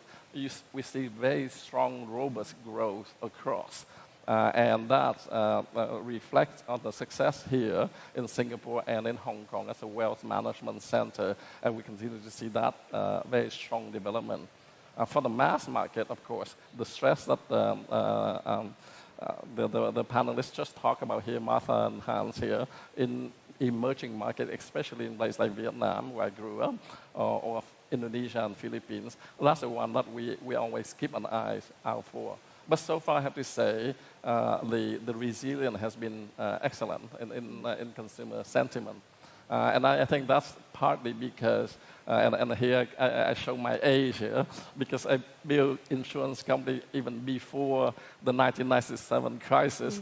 And our consumer, they actually go through a lot of crises before. And they understand that the long-term anxiety that we talk about before we get on stage, about healthcare costs, about long-term saving for retirement, it will be there.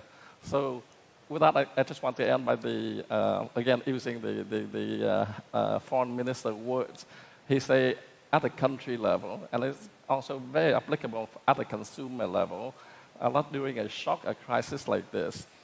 Number one, you have to help our customers not making wrong short-term decision and panic. That's going to harm their long-term financial planning. Number two is maintain that trust with them. And the third thing is post-crisis, look for opportunities. So that's the kind of engagement we continue to do. Okay, so all of you are really painting a rosy picture when it comes to the ASEAN consumer. They're holding up 3 months into this energy shock, rising prices. Yeah. I've been talking to a lot of CEOs. They're saying it's not going to last 3 months. It's going to be 18 months, 24 months. Now, if this continues to drag on, there's going to be some repercussions. In the Philippines, payments, digital lending, very sensitive to the external environment. What is the potential of a credit default risk, and how do you view this risk in this environment? Well, we're monitoring it very closely. What's good is that we have data. Everything is data-based, and any signs of default or repayment, changes in repayment behavior. But then what we're also trying to do is preemptive measures, like helping them with livelihood. We know that with this crisis, what's happening is job opportunities are very much needed, sources of income. So money flow is very important. That's where we're focusing on. Because at least when the credit crunch happens, we cushion it, right? At the same time, it's very hard to do preemptive moves right now because it's going to be very costly, right? So the right timing, so it's judgment call, but a very much informed judgment call, which requires very close monitoring of the data.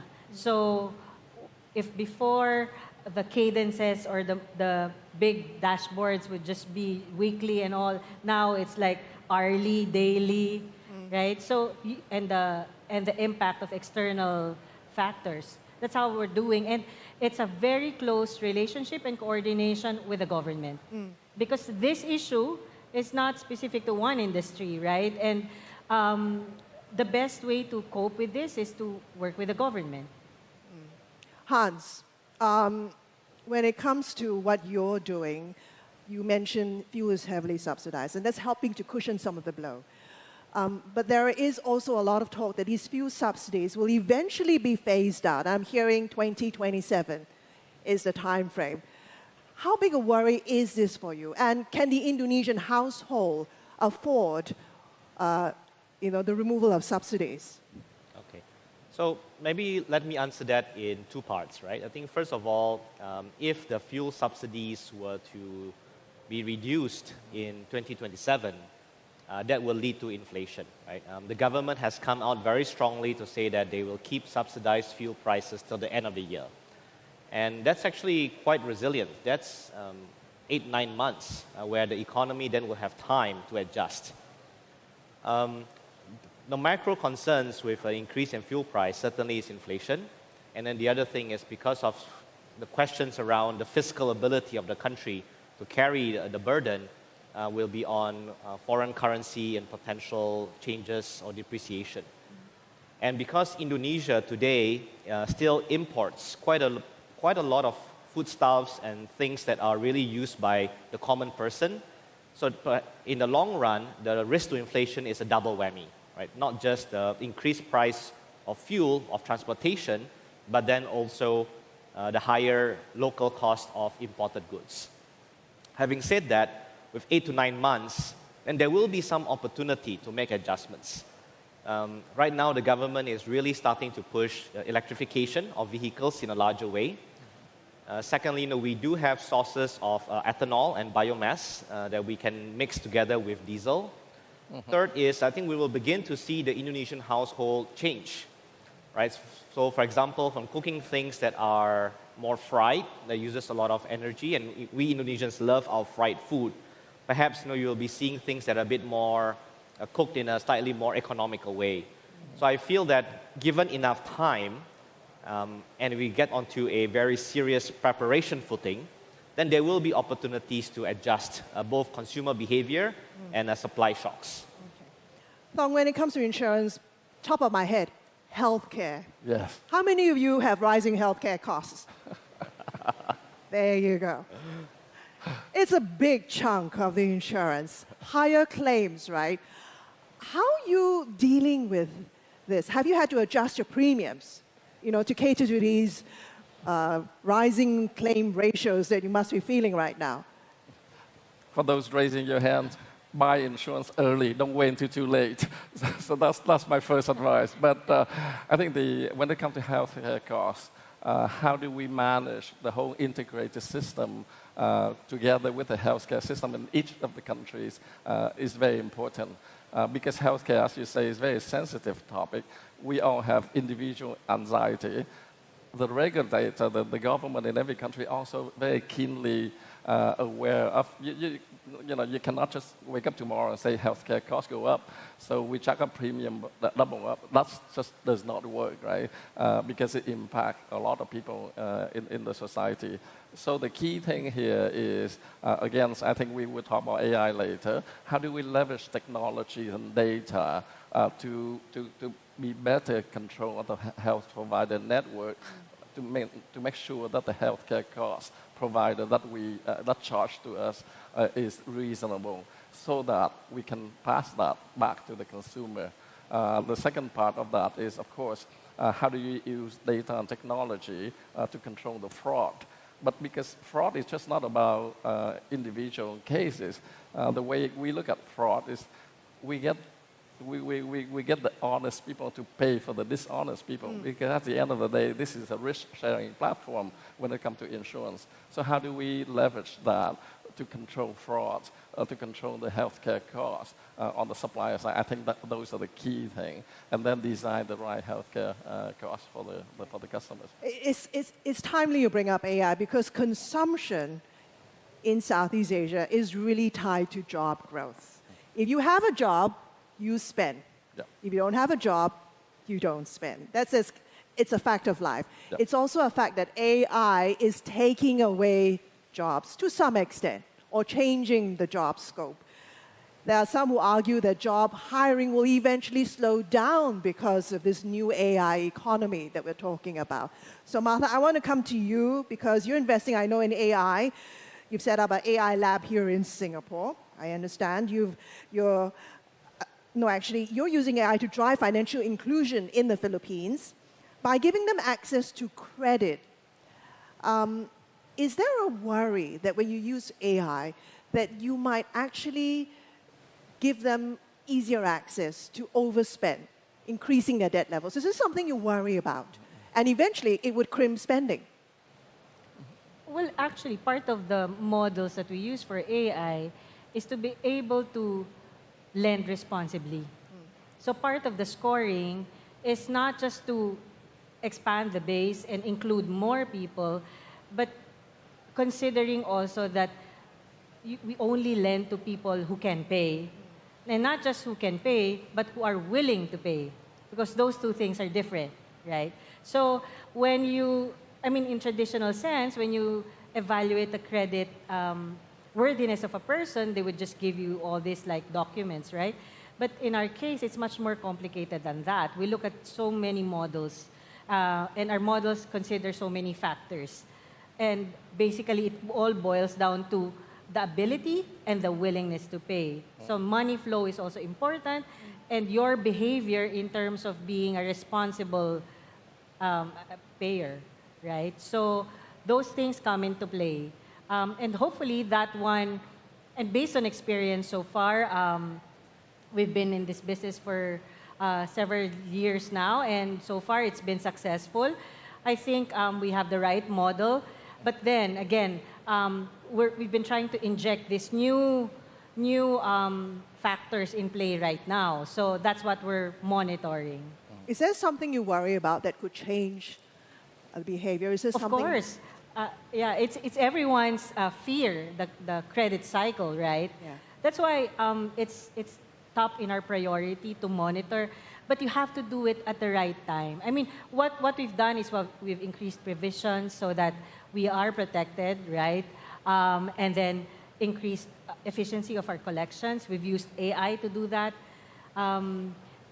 Most of our operations in lending is AI-driven. That's why we're very efficient. We have very few people in our organization on the lending part. Normally, the traditional lending companies would employ 35,000 people, and mostly on the ground, we have 500. Okay, so it doesn't. You are actually doing more with less people. I think we've started with AI in place. Yeah. So. Okay. Yeah. So AI is kind of influencing how you hire people. The numbers matter, right? You're not hiring as much. Yes. Correct? Yes. Okay. Tong, I want to get to you now because I know you're using AI across all your insurance claims. You're doing underwriting, claims processing, and even fraud detection. You're doing a lot of work with AI. Does that mean you're hiring less as well? Or are you still hiring as per normal? How is that changing your hiring patterns? If I look at some of my markets, I have a hard time getting enough people. So I wish I hire a lot less. So a place like Hong Kong, getting the right underwriter, for example, is not easy given the booming business. But you're right in the sense that with AI, of course, when the business grows 50%, you do not need to grow your staff, your headcount to the same degree. So for us, I think, and the Deputy Prime Minister this morning said very nicely, he said the difference between success and not successful company now is not about access to technology, but deploying at scale versus reluctant to deploy. So we're certainly not reluctant. We're certainly trying to deploy at scale. Are you employing people as much, or are you slowing that down? Being more selective? We are not slowing down. You're not slowing down at all? Because the growth in Asia for the financial services is still significant. And if you look at Singapore here and in Hong Kong, the wealth management industry is just booming. And insurance is not just health is important, but also retirement is very important. So people want to manage their wealth. So that segment grows tremendously here in Hong Kong. So in terms of getting people on board to support that AI and support that growth is still tremendous. But insurance is a very traditional business, though. You need your agents out there to really talk to them, to really, it's like a relationship, right? But for platforms like GoTo, you're using AI to personalize your platforms, you're making more efficient. Are you doing a lot more with less now because you have AI? And we are doing things very differently, I would say, Christine, right? Two parts. One is we have a significant part of the business that is still, quote-unquote, conventional. Right? We have hundreds of thousands of GoFood merchants. We have lots and lots of GoPay merchants. We have hundreds of thousands of our driver partners. And oftentimes, this requires the human touch. Right? And as our number of drivers grow, as our number of merchants grow, and these are mostly small and micro enterprises, the human connection, the human touch is still very important, particularly in countries, Indonesia, where it's highly contextual. So that part, I think we will continue to hire. I think when we say that we hire differently, the other thing we think about is we need to think about not just our needs today. We need to think about how the job that we're hiring for is going to be, could be different in the future. So we need to then start to hire or recruit the types of talent and people with what the job will become a few years from now.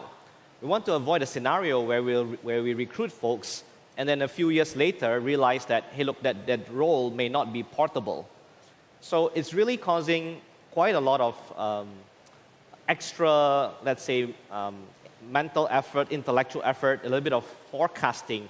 What are the kind of talent we need to bring in now, not just to serve the needs of today, but so that over the years to come, whoever we bring in will have a long-term future in the company. And not all the answers are clear yet. Okay. Does AI throw up any opportunities? I mean, apart from making it more efficient, does it throw up any opportunities where it would help you scale faster in future? Is that something you're looking at? And if that's the case, how does that impact the way you hire? Of course, I think... Martha? I think definitely yes, but before you get there, I believe it would require a big change. I think AI would transform the organization. Eventually, some departments would have to be collapsed. Some roles would have to be collapsed, given everything that's happening now in AI. So the organization that learns how to navigate through it and use it opportunistically would actually be the one that can benefit from it the most. It's scary because you need to relearn, right? I mean, just like I know in our generation before, from no internet to with internet, and then now it's like another pivot, right? From internet, now you need to learn to do everything in AI, and the possibilities are endless, and it keeps evolving. So yes, there are positive things. It will help us scale even more, but before that, we need to learn. Adoption in GCash, within the GCash organization is more than 90% already. But that's like basic level adoption. But it's another thing when you talk about, okay, really transforming the organization, how we are organized, how we do things, to really push the envelope. So, and up to what extent do we want that to be, right? So every day is an evolution for us, but what we're trying to do now is we keep listening and trying to absorb what we can and which one applies to us now, at the same time forward planning. Okay, which one can we experiment on? So experimentation is key for us. Okay. Yes, definitely different. But this is a short answer. And because when we look at AI at FWD, the three big areas that AI will help us a lot, you touch on the back office efficiency. So, of course, our staff have to be trained with the new tools and so on and so forth. But it's also more importantly for the distributor to be more productive with all the AI support. So our distributor profile also have to change. We can no longer have that just traditional, the touchy-feely sort of human touch only. That's still necessary, but how do you leverage the AI tool to be more productive? And last but not least, and let's get back to the point that we talked about the crisis, which is the customer engagement. With our AI, engaging 40 million people and find out their anxiety and how to help them manage the short-term crisis and long-term future. With our AI, that would be very, very difficult to do. Okay, Hans? Yeah, Christine, I think the common wisdom is that AI will come and it will disintermediate and there'll be a lot fewer employment, etc. In my view, I'm still learning, I'm still a student of this, but my view is it's going to be a lot more nuanced. I think 2 points, right? What we have realized in the past year is that as certain roles could be, quote-unquote, AI away, it actually generates a need for different types of roles, right? Tagging, looking into like security, trust issues, making sure there's no hallucination. So what I'm seeing in the organization is that, yes, certain parts maybe we do not need to hire as aggressively, but other parts, new skill sets that we need to kind of recruit more of. So I see that nuance playing out. I think the second thing on my mind is that the way we view AI is that how can it increase the pie? So for example, if you can use AI to increase user conversion rates, then there's just more for everyone. And how can we use it to think about reducing the cost to serve, i.e., if we can do better personalization, then maybe I can afford to spend less in discounts. When we start to think of it in that way, then we start to feel that we need to hire even more people, but perhaps in different areas and different skill sets than what we had initially planned in the past. It's still very dynamic. I don't claim to have all the answers, but I do feel that some of the nuances is going to be quite interesting as they develop. Okay, we're running out of time, but before we wrap, I want you to reflect on this quote that the IMF gave. The IMF says, Asia's resilience is about to be tested by energy shocks and rising inflation. Now, all three of you are on the front lines dealing with the consumers in ASEAN. On a scale of 1 to 10, how resilient is the ASEAN consumer? Martha? Scale of 1 to 10. I don't know how to score it. I don't want to get in trouble. Positive attitude would be 10.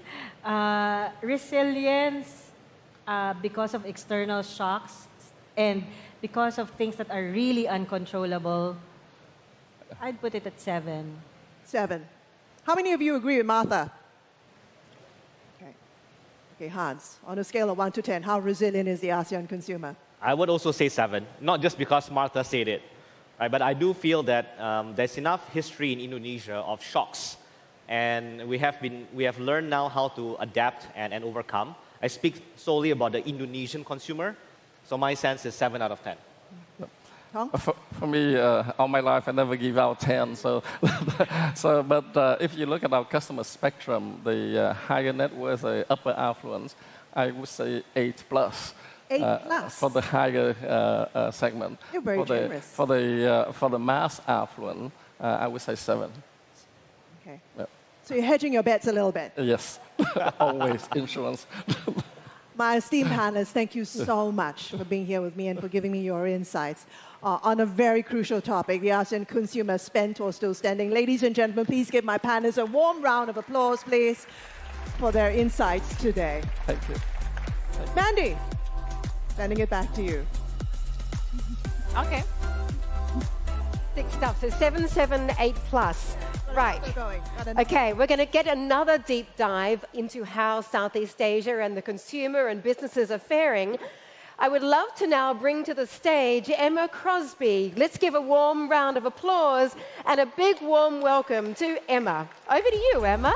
The floor is yours. Lovely to be back. How are you? Wonderful. Nice to see you. Welcome, everyone. Thank you so much for joining us here at Converge Live. Now, we're going to continue the conversation on the Asian consumer now, because as you know, it's still a very exciting picture. But what we want to talk about now is whether the region is moving into a different area from a place of digital demand, where that's to a place where of digital infrastructure is being built and where the hub is centrally. Now, a big number for you.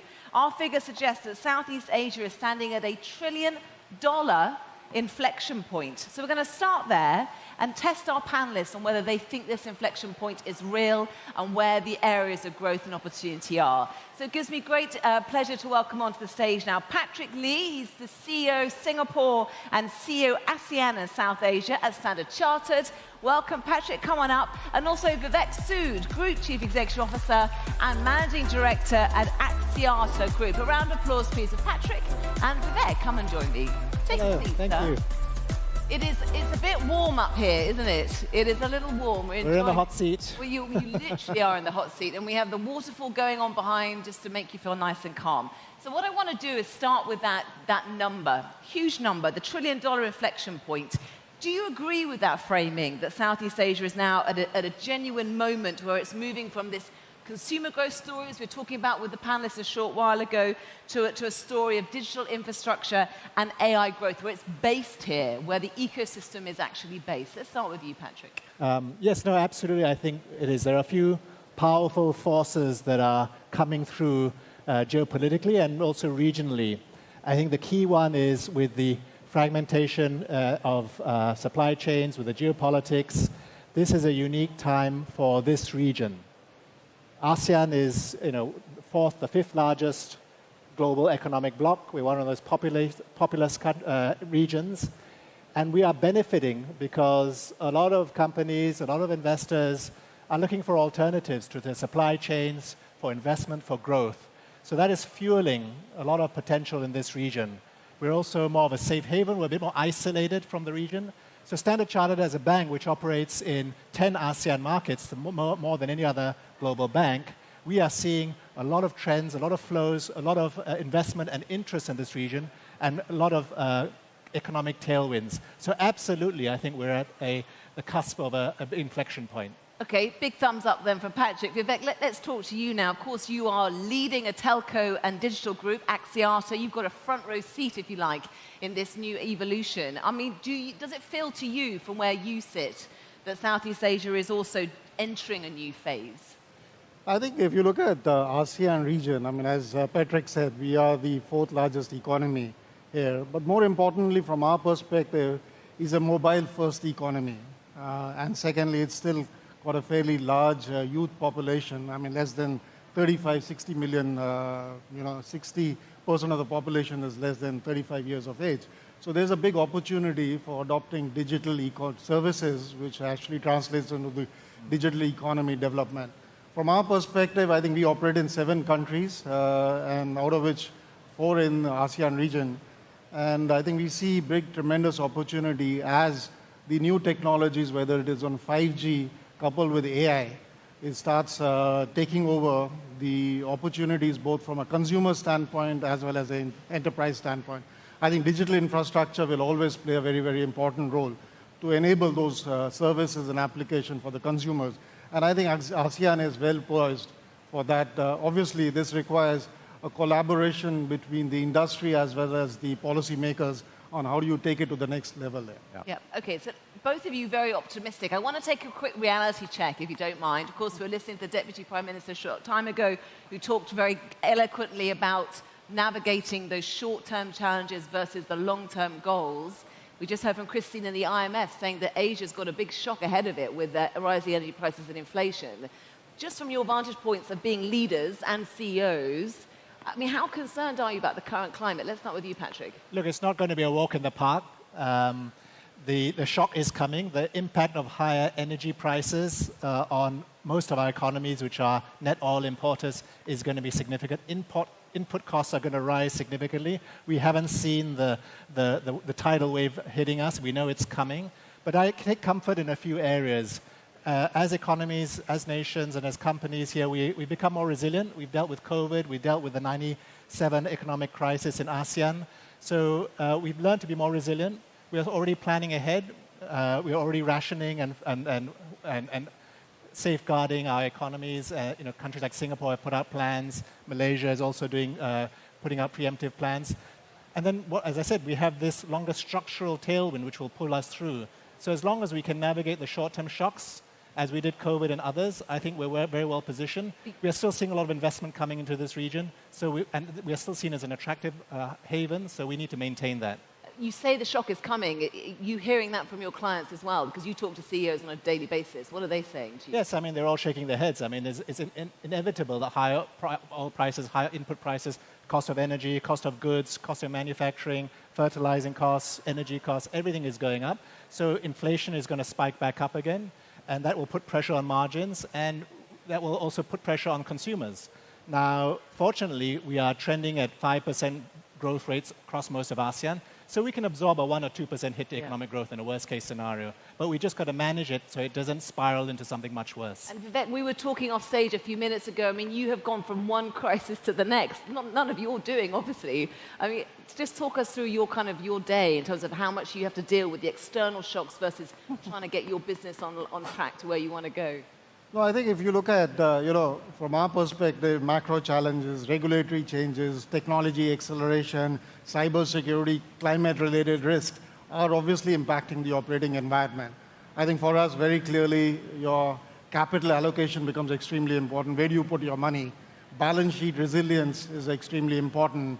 How do you adopt technologies to make yourself efficient is very important. How do you manage crisis? I mean, I have operations in Sri Lanka where every April there's some crisis or the other. So I think the leadership becomes very, very critical in this kind of an environment. How does the leaders look at the other thing is portfolio. I think we can't be investing in everything. We have to simplify our portfolio. We have to simplify our narrative to the market.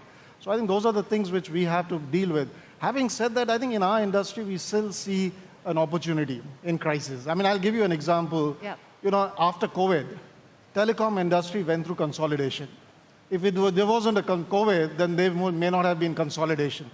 Now, there's a drive towards scale, because the moment you have a scale, you have a much better clarity of competing in an environment which is dealing with crisis. So I think for us, being number one or a strong number two player in each of the markets is extremely important. Then we can have cash flows to support the management of those crises. So I think there is this whole thing about being agile. Having said that, I think we heard the Deputy Prime Minister saying in the morning, you can't leave focus of long term. You can't leave focus of the strategy which is put in place. I think that's something which we have to consistently enforce. These crises will have to be managed through resilience, but our focus on long-term strategy has to stay. Okay, let's get back to the big picture and this $1 trillion number and the vision for Southeast Asia to become a hub for AI and for integrated digital services. I mean, I know you work a lot with supply chains, both of you, particularly Standard Chartered, looking at digitalizing supply chains for your clients and, of course, supply chain finance.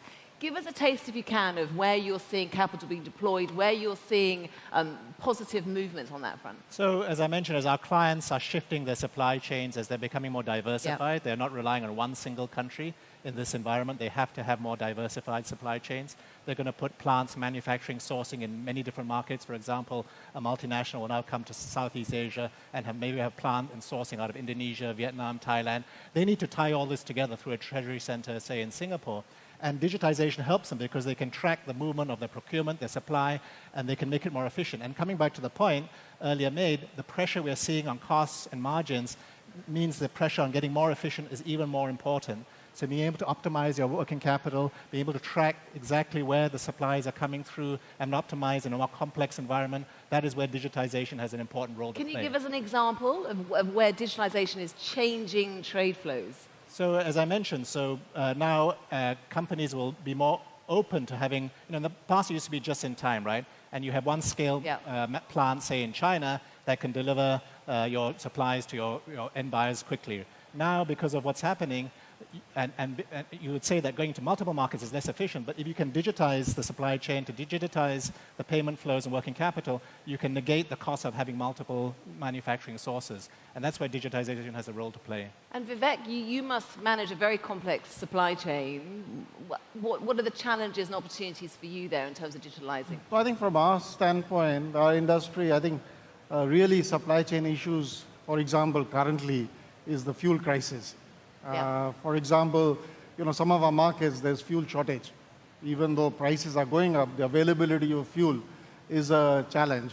And then when you have to run your networks, which are highly dependent on the availability of energy, becomes a bit of a, how do you handle that particular situation? So that crisis management is extremely important for us.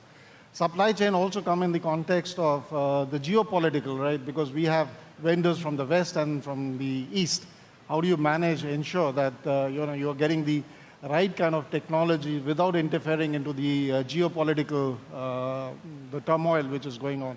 So that again becomes a very important. For our tower business, for example, now we are seeing steel prices going up.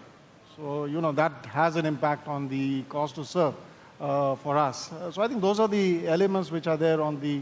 But coming back to your point on AI, I think our view on AI is twofold. One is, how do you make yourself efficient? And then how do you bring AI to consumers as a source of revenue? I think the first step, which is how do you make yourself efficient, specifically in an environment where cost to serve is becoming higher, is becoming very first priority for all of us. I think we are still trying to solve problems which we were solving, let's say, 10 years back, but we have now new tools, we have new technologies available to accelerate that particular piece. For example, from our standpoint, customer experience becomes very important. How do you use AI to bring customer experience? How do you make your networks more autonomous, where you are able to, self-heal networks through agentics without people actually going on the field and trying to fix networks? Customers, how do you personalize the offers which you give to the customers? So there's a lot which is on the internal side, internal productivity, efficiency. That's, I think, something to be done. I think where we still need to figure out how do you bring AI to enterprise customers, small and medium enterprise, by developing applications, computing capabilities, for able to provide the right kind of products and services to them. I think that's an area we still have to work on. Yeah. Okay, it's an area that you've still got to work on. With AI comes data centers, a big focus on this region for hosting data centers. So let's talk about that in a bit more detail. I mean, do you believe that this is going to be a trend where we go from just consuming to computing, having compute power in the region? And what are you seeing in that front? Well, I think they both have to go hand to hand, right? Yep. We know on the demand side, demand for digital and consumption has really gone up very strongly. It's one of the fastest growing segments globally in terms of the growth of e-commerce in this region. We're $300 billion GMV in ASEAN. We think it will double in the next 5 years. And I think, as you say, it may even hit $1 trillion. But you need the computing power to support that, the rapid digitization of ecosystems, the emergence of digital players across the value chain. So the building of the rollout of the data centers, the supply side has to keep pace with infrastructure, but we need to make sure it's balanced, because if one side goes too fast, we will have a problem. We'll be out of equilibrium. Which side is going too fast right now? No, I think the pace is right. In fact, there's a bit of a catch-up on the infrastructure side, and so long as it's at pace, I think that's good. If it grows too fast, then you have oversupply, then you have a problem. On the other hand, if there's too much consumption, not enough supply, then prices go the other way. We also have an issue. So we've got to get that balance right. And it is a virtuous circle. And I think the key thing for us is how do we get ASEAN economies out of the middle income trap? Digitization can unleash a lot of efficiencies, unleash demand. If the capacity is keeping up to pace using renewable energy in a sustained way, that can also help us. So the two go hand in hand. I think there's a very powerful combination. Would you agree? Yeah. So I think the point is, you got one side, the data centers, which is the digital infrastructure, which is there. Second side to me is also about the applications. How do you use that particular to provide services to your customers, to the society in general. So I think that part is something very important, because there is the whole ecosystem which is being developed to build applications, and there's an infrastructure which has been built. How do you partner with each other to take things to the market? I mean, we work with, for example, StanChart. I mean, the good thing is both of us have this common footprint where we operate. And I think leveraging financing, for example, to be able to take it to the consumers, to be able to take it to, for example, on financial services, I think is something which is an important area for us. There's a whole lot of convergence which is happening. I think to me that's a very, very critical thing. Convergence not in the area of, for example, for us, when we say communication services, whether it is terrestrial, satellite, whether it's fixed broadband, mobile, convergence is happening. Convergence is happening between the infrastructure and the application layer. Convergence is happening between telecommunication and financial services. So that part, I think, is something which, in my view, is going to drive the future growth. And just to add, it's also convergence across the borders, right? Across ASEAN. ASEAN is becoming more integrated. Exactly. And there's economic convergence driven largely by the private sector, and that's driving a lot of growth. A lot of the cooperation we do with companies such as Axiata across our different markets. With capital deployment comes the pressure to see ROI, and that is a big pressure, isn't it? I mean, from a CEO perspective, what is that like? It's interesting. This is a debate we are having on AI investment. I mean, what is the ROI on AI investment? I think our position is twofold. One is you have to democratize AI, because your employees need to start learning how to use AI. That's an investment which has to be made irrespective of the ROI. Second one is you have to ensure your data architecture, your governance process around AI are streamlined. So you have to ensure those investments are done, because those are, in my view, necessary for setting the baseline for. Then comes the issue of how do you get the value out of the use cases you implement on AI. And I think the cost of tools is going to go up. Cost of tokens is going to go up. We know that. So the question really my board asked me is, when are you going to get return for all the investments you're going to make on AI? I think we're still in the process of trying to see where the returns are going to come. But that's going to be, to me, a key question all of us will have to deal with going forward. And it becomes even tougher when you're managing crisis, when you're managing situation which is today's problem, and then simultaneously investing for the future. I think that's where the dilemma, and I think that's the question the board, the shareholders have been asking. Where are the ROIs for the investment we make? And they're probably asking already, are they? What are you hearing? Those questions being asked. Absolutely. And as I mentioned, there's also linked back to our earlier point on the energy shock. That's putting more pressure on prices, on the cost of AI, and the cost of technology, the cost of the data centers, the infrastructure, the energy to power that. And therefore, there's more pressure to get the value from the AI, from the technology. Now, on the other hand, we're all investing, and there's, it's huge costs. All of us are investing in AI for our people, for our consumers. When do we see the return from that? When are the benefits going to come? And the benefits will come through, I guess, the digitalization, through the efficiencies that we can get. People can be more productive, but there's going to be a lag, right? So, and there's more pressure now on that. So, on the one hand, the pressure is going up. On the other hand, people are being more focused to really deliver on that because we have to. Otherwise, we won't survive. And I'm sure it's a pertinent question for boardrooms for months and months to come. We're coming towards the end of our chat, but as we do, I just want to bring us back to that original thought of this $1 trillion inflection point. The ASEAN region, as wonderful it is, it's a very diverse region. I know as business leaders, you have to work across many different markets, and that can be a challenge. How important is it to get inclusivity and to stop it being such a fragmented market? And what progress are you seeing on that front? Yeah. So you first, Patrick. Yeah, it's super important because if we don't build an inclusive society, and as I mentioned, quite a lot of the economies here are at the lower end of the, what we are in the middle income trap, right? They're trying to break through to become higher value economies. If we don't make it inclusive, we won't bring those economies along, and that will be to the detriment of the whole region. So the people who are most vulnerable, the MSMEs with this energy shock, some of the obviously consumers at the low end of the value chain, we need to make sure they're included. They get the benefits of the digitization era. If they don't, then we will not survive. Yeah. And as a CEO, Vivek, what do you need from policymakers, from governments, from industry bodies in order to help your plans roll out? Well, I think, first of all, I think we are at a phase where the policymakers have to look at this transition from a long-term perspective, not a short-term fixes. For example, a trade-off between monetizing the resources which they give it to us, for example, spectrum, versus the long-term benefit of that to provide for the consumers, to provide internet and the connectivity for them. Second is, I think, the policy framework around the technology evolution, right? The policy framework around how do you deal with the OTT players in our markets, right? So I think there's a long, and convergence. For example, a telecom regulator cannot ignore financial services regulator. Vice versa, because there is that now commonality. You're still serving the same set of consumers with bringing wallets on top of the telecom services. So I think it has to be a very holistic dimension around. But I'm happy that ASEAN actually, because of the ASEAN Forum, I think they've been working very well and sharing a lot of stuff across footprint to get those policy, which is more long-term focused than very short-term monetization. So in closing, if I could ask gentlemen to give us one tangible piece of evidence which will make you satisfied that ASEAN is on its way to being a genuine hub for AI and for digital future, what would it be? I think it's going to be the GDP per capita cross threshold, right? We've got to get all of ASEAN across 10, 11, 12,000 through the use of digitization. And in a world where the customer experience will be there, the productivity will come through, people are really reaping the benefits of digitization. But I think one threshold will be the GDP per capita. So you're looking at GDP per capita. How about you, Vivek?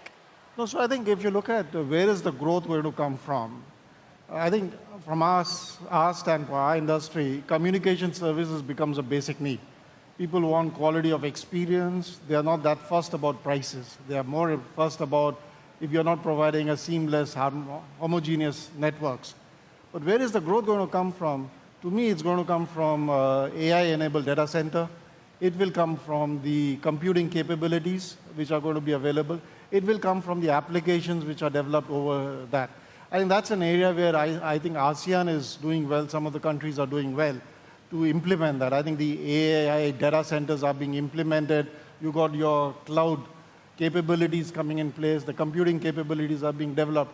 I think that's an area where I think ASEAN could possibly lead and actually get a strong impact coming to the societies here. Vivek, Patrick, it's been wonderful. Thank you so much for joining us. Vivek Sood from Axiata Group and Patrick Lee from Standard Chartered. A round of applause, please. Thank you so much. Thank you, Emma. Thank you. Let's go. We'll see you later. Right then. Oh, no, thank you. Thank you.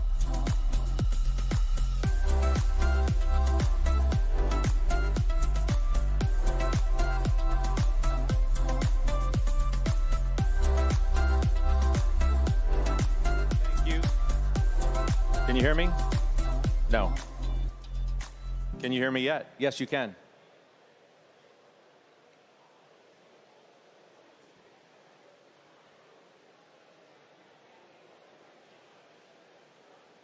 Nice to be back with you. So, in case you haven't noticed, global trade rules are being literally rewritten in real time. And if you follow the story close enough, you know that they can be ripped up and rewritten multiple times a day. Certainly, that's how policy has been. You like that one? You like that? Okay. So Morgan Brennan, my colleague from CNBC in the US, brings a really unique perspective, both of the US and globally, and she joins us now on stage. Hi, Morgan. Scott. Thank you. Well, Scott, first of all, it's great to be with you this morning. Scott just touched on it, but we'll say a little over a year ago, global trade had rules. Now they're fractured. You've got Trump's tariffs that have fueled uncertainty. China's reshaping global trade flows. Southeast Asia is at the center of the shift. And so joining me on stage for what is sure to be a really great and dynamic conversation, Tengku Zafrul Aziz, the chairman of MIDA, Malaysia's principal investment development authority. And also joining us on stage is Carol Fong, CEO of CGS International, which is one of Asia's leading brokerage and investment banking platforms. It's great to welcome you both. Thank you. Thank you. Thank you. Yeah, hot drink. and I should mention, they're old friends and colleagues, too. Yes. He's my boss. Excellent. All right. So I'll start with a big, broad question here. And Zafrul, I'll start with you. And that is, we just talked about it, all of the uncertainty or change that we're seeing around trade rules globally. What does it mean for Malaysia, especially since you are the person who negotiated the trade deal we saw come to fruition last year with the US?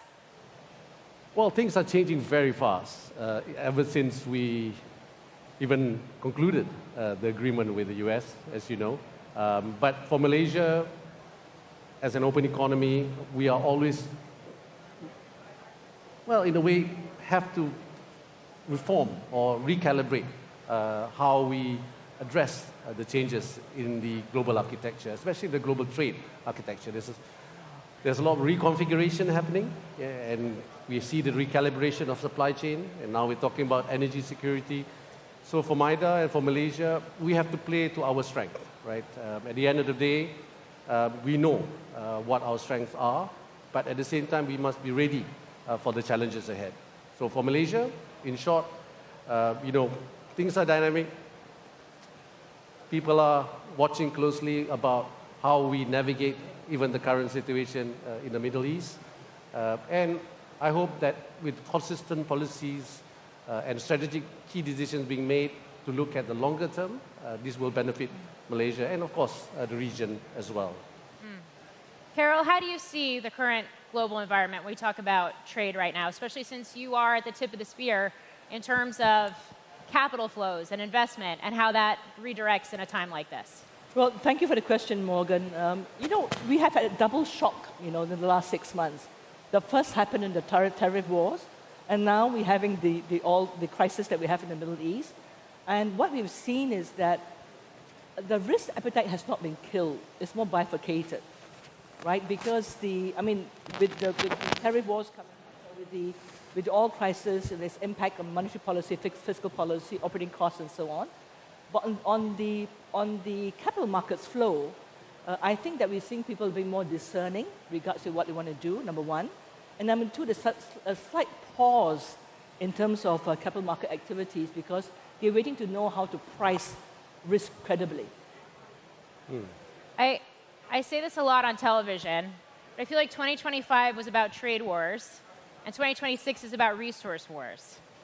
And so if you think about it within that context, what does it mean for a country like Malaysia? What does it mean for the ASEAN countries in general right now, which are sort of caught in the middle? Yeah.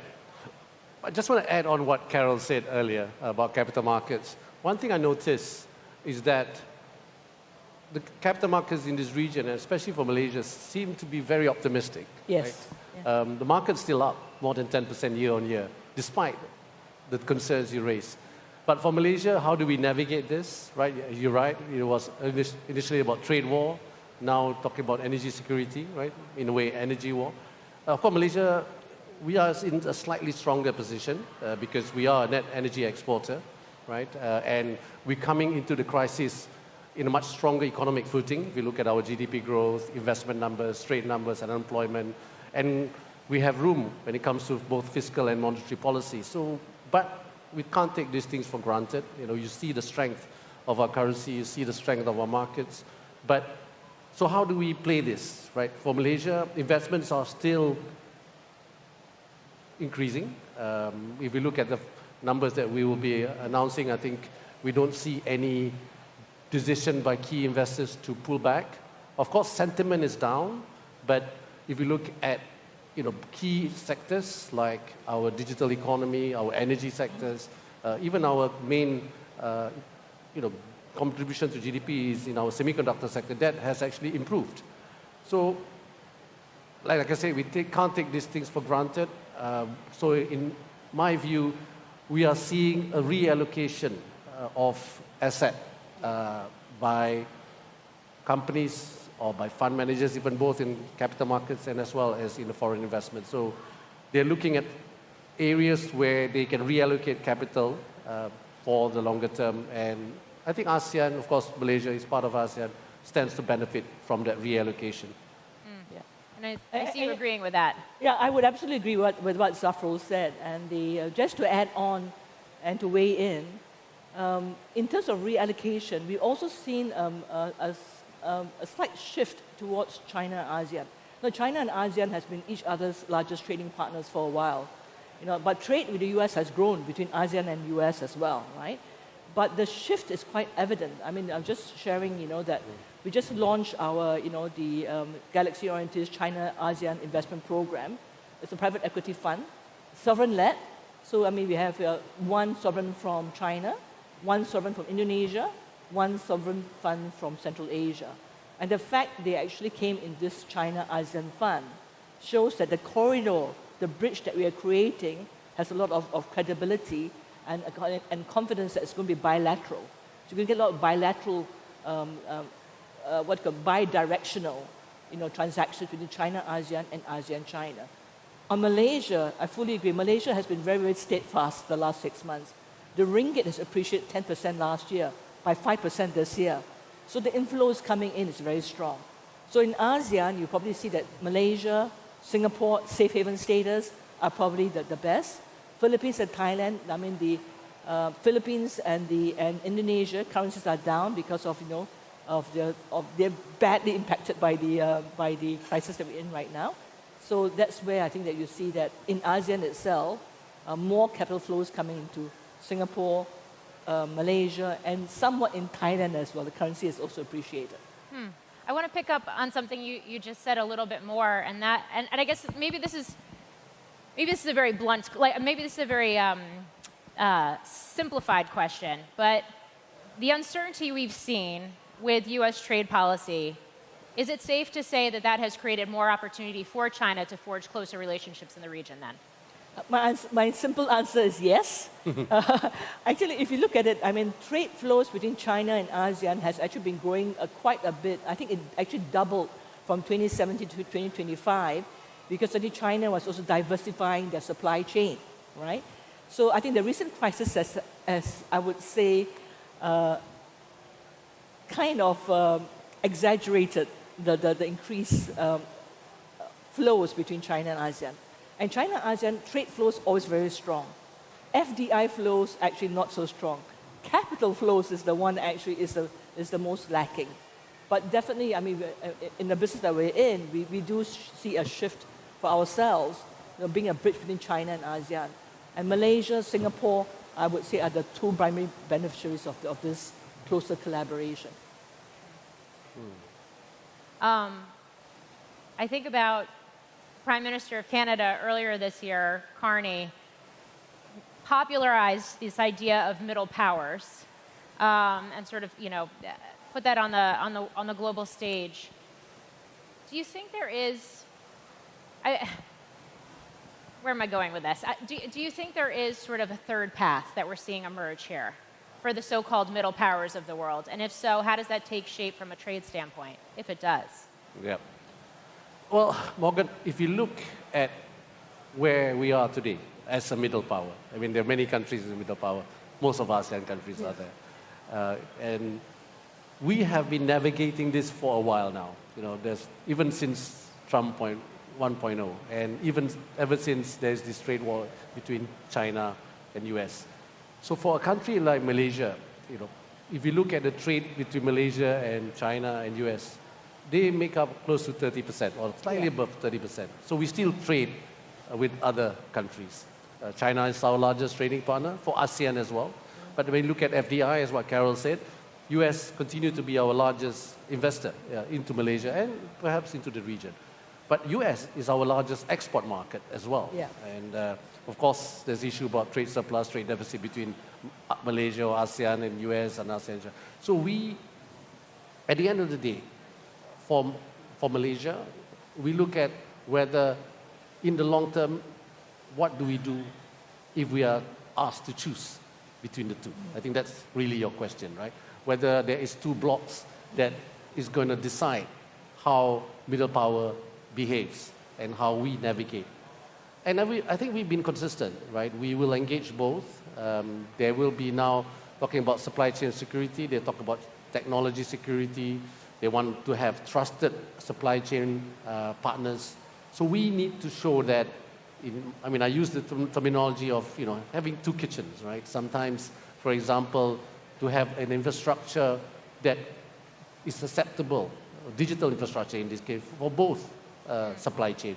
So Malaysia and ASEAN can play that role, given our position when we talk about strategic neutrality. So we need to focus on this, but at the same time be mindful of spillovers that can be negative as well, right? Because we do not want to be left behind in this. As a middle power, if you don't play the game right, it means use your strength. For example, you can be part of that ecosystem, part of that supply chain of the companies or technology in US, but you can also be part of that supply chain of technology in China. So as long as we show that the concerns are addressed when it comes to security of technology, security of supply chain, resilience of supply chain, and now, of course, even about energy. Yes. So this is something that we need to continue. Of course, we have to recalibrate as we go along. There need to be reassurances. There will be sectors that may be affected, but it is a new world order, right? It's a new.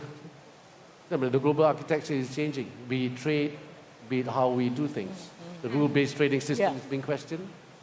Even WTO has always been questioned. Even the United Nations being questioned. So we need to see how middle power can continue to ensure that things that can be things change, right? So you need to adapt. So this is I think, what my view is. We should continue with what we do best and engage all parties. If I may just weigh in on what Zafrul has just said, China, US, but don't forget there's ASEAN. The intra-ASEAN trade itself I think is quite important. ASEAN, 700 million people, 4 trillion economy, the optics are very, very bright. And I think if you've also seen that if within ASEAN, I think Zafrul in your previous job, I think the ASEAN ministers came out with a scheme whereby you actually use payments. You want to use ASEAN currency actually as kind of a middle way. And that has actually increased from 70% to 25% in just 1 year. So I think that you can probably see that intra-ASEAN trade will also improve. And of course, trades with US and China will continue.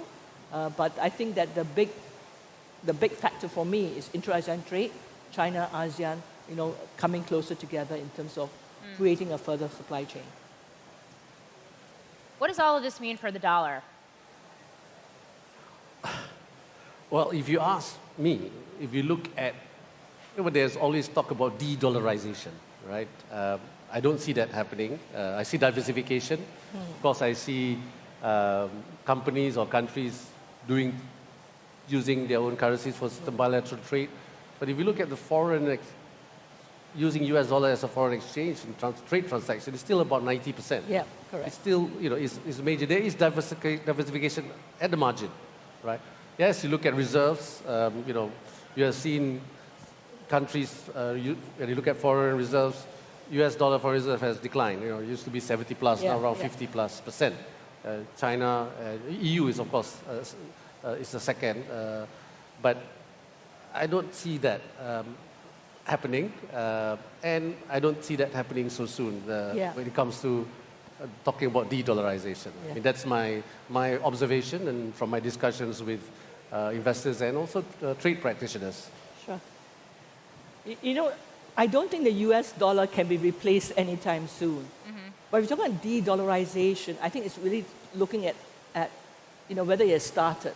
My personal view, it has started because if we look back in the year 2000, dollar reserves was about more than 80% of global foreign reserves. Today, it's dropped to 57%. Wow. Okay. But if you look at the ASEAN plus 3 economies, guess what? 80% of their payments are still US dollars. Yeah. Okay, so I would agree with Christopher that I don't see the US dollar being replaced anytime soon because it's first of all very liquid. The bond market is very deep in the US, and the infrastructure around the currency payments is still very much a dollar-based economy. But you do see other currencies coming up, being a little bit more in use.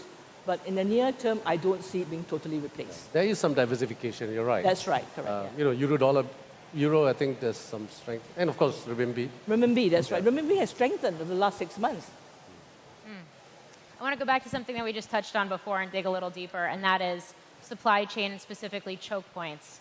Where you see those emerging as we have this broader conversation, and given the fact that we are talking about geopolitical landscape, coming out of a pandemic a couple of years ago, obviously all the trade dynamics, it's all of these different crises or situations, for lack of a better word, in recent years have really highlighted those flows and where investment is perhaps needed. So how do you see that? Actually, supply chain diversification has started as early as 2017, 2018. Because if you track the exports, right, it's interesting. China exports to US dropped quite a bit, by about 20% in the last 5 years. ASEAN exports to US increased by about the same percentage. Why? It's because China diversified the supply chain into Vietnam, into Malaysia, and so on. And these countries exported to the US. So supply chain diversification has actually happened the last 5 years, but it has intensified the last 2 years. And that's the reason why Trump decided that, okay, they spotted the gap that was being utilized by China and using the intermediaries to export to the US. And that's why he came up with this Liberation Day.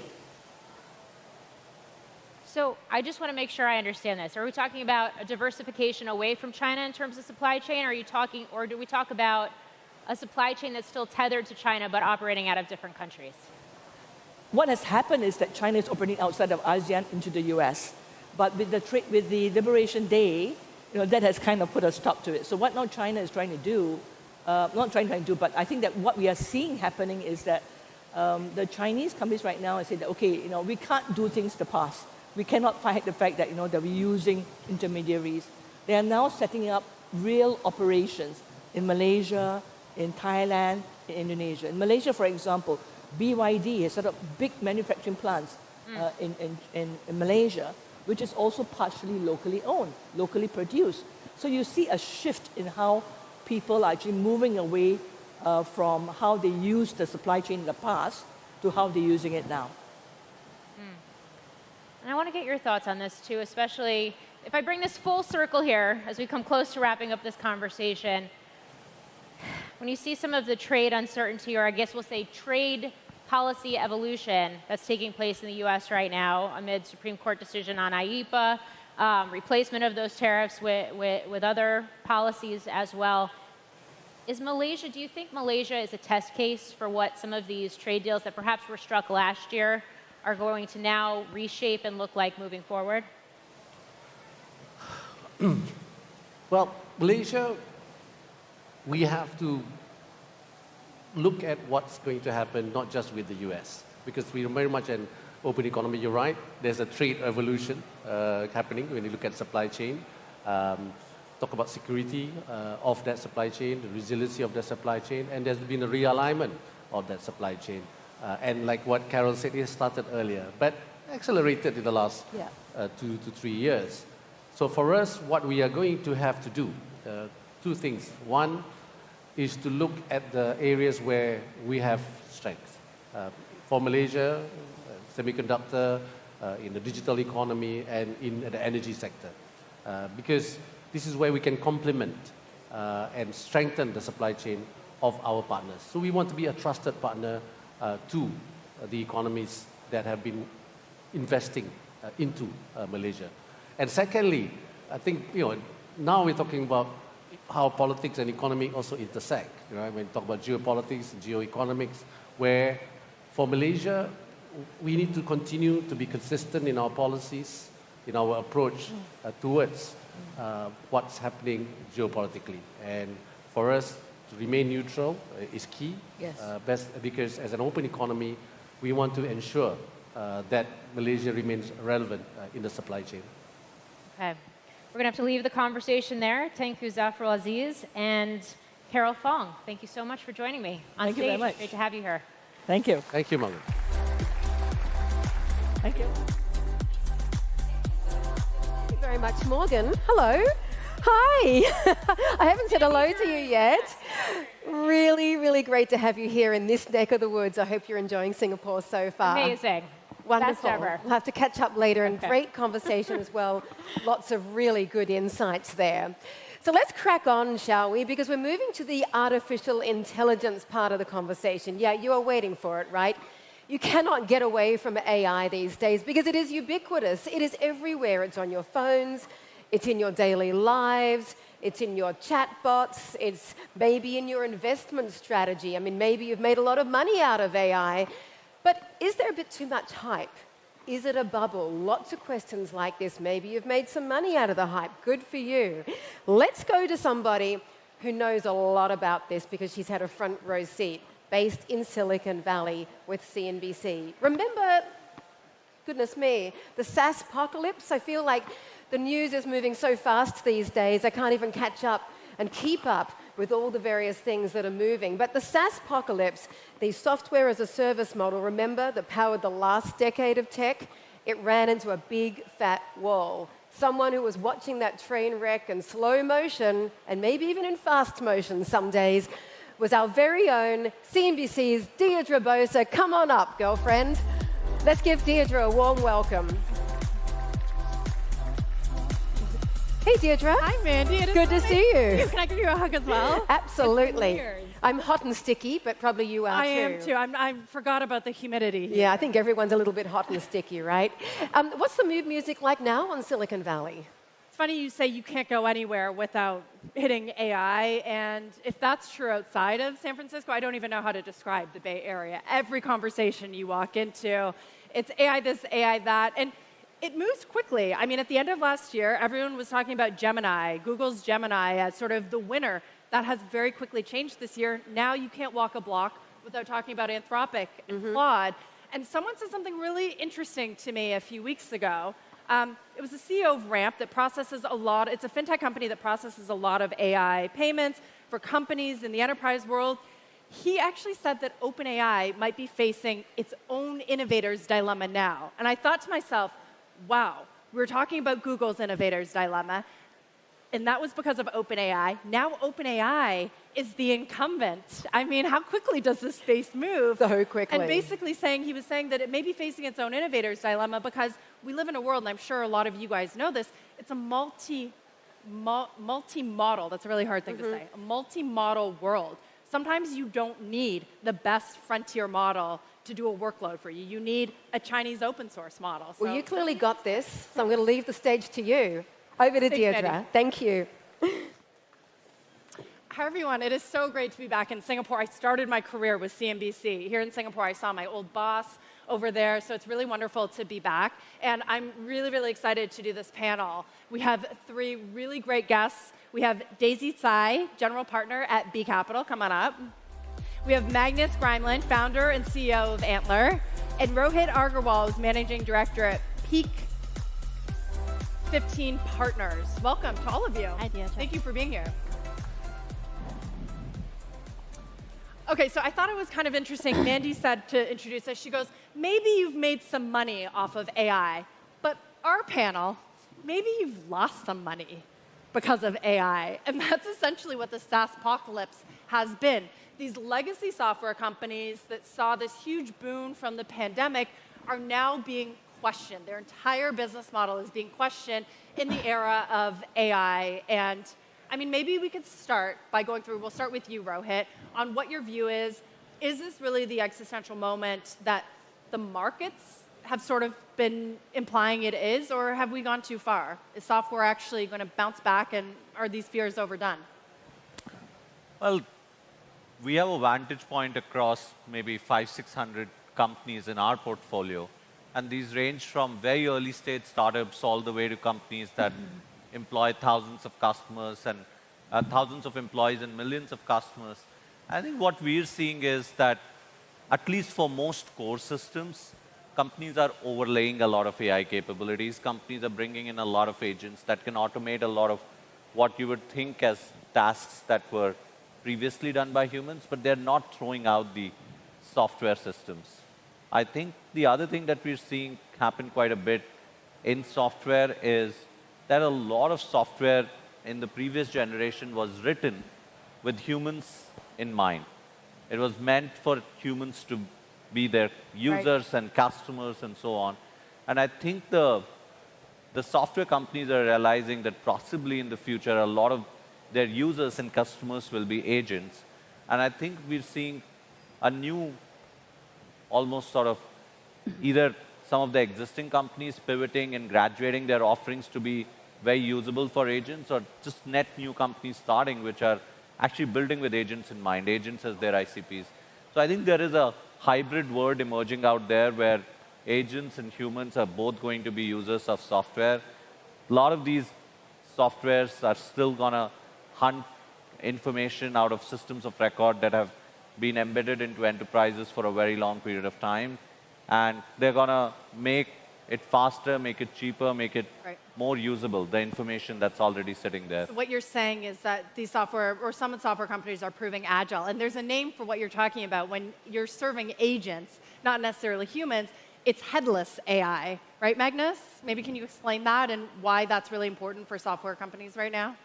Yeah, I think it's very interesting. But there's a whole new economy and a whole new workflow being developed, which is agents talking to agents, machines talking to machines, which are workflows happening without any human input. And that as an economy will grow very drastically going forward. So that's exciting. I think kind of back to what we see in the ecosystem. So we are now the most active AI investor in the world. We back about 500 new companies a year. We have a portfolio of about 2,000 companies all over the globe. And the disruption is massive, right? We have companies like Lovable in our portfolio that grew from $0 to $100 million in revenue in 10 months. And some of that revenue being generated by these platforms is obviously going to replace existing spend by businesses. So for sure, that's happening. Now, I think what's going to happen going forward is that distribution is going to be more and more important because product is becoming less of a moat. So the B2B SaaS companies that can leverage their distribution and combine that with implementing AI, building AI, launching new products, they will thrive in this new ecosystem. The people who don't have that distribution mode and cannot reinvent themselves will really, really struggle. And the other thing that I think is very exciting about what we're seeing is that like B2B SaaS has been a really great and profitable business because the stickiness has been so high, people have been paying for seats, the gross margins have been super high. But it's just a super inefficient business model, right? Like all of you who are running businesses have some B2B SaaS tools sitting there where you're paying for like 40 or 50 seats. And the delivery of, and the impact and the value of that is very hard to track. I think with AI pricing models, you're moving towards a world where the products will be priced based on outcomes, right? So you'll pay for delivery, for outcomes, and not the annual subscription fee based on how many people are using the tool.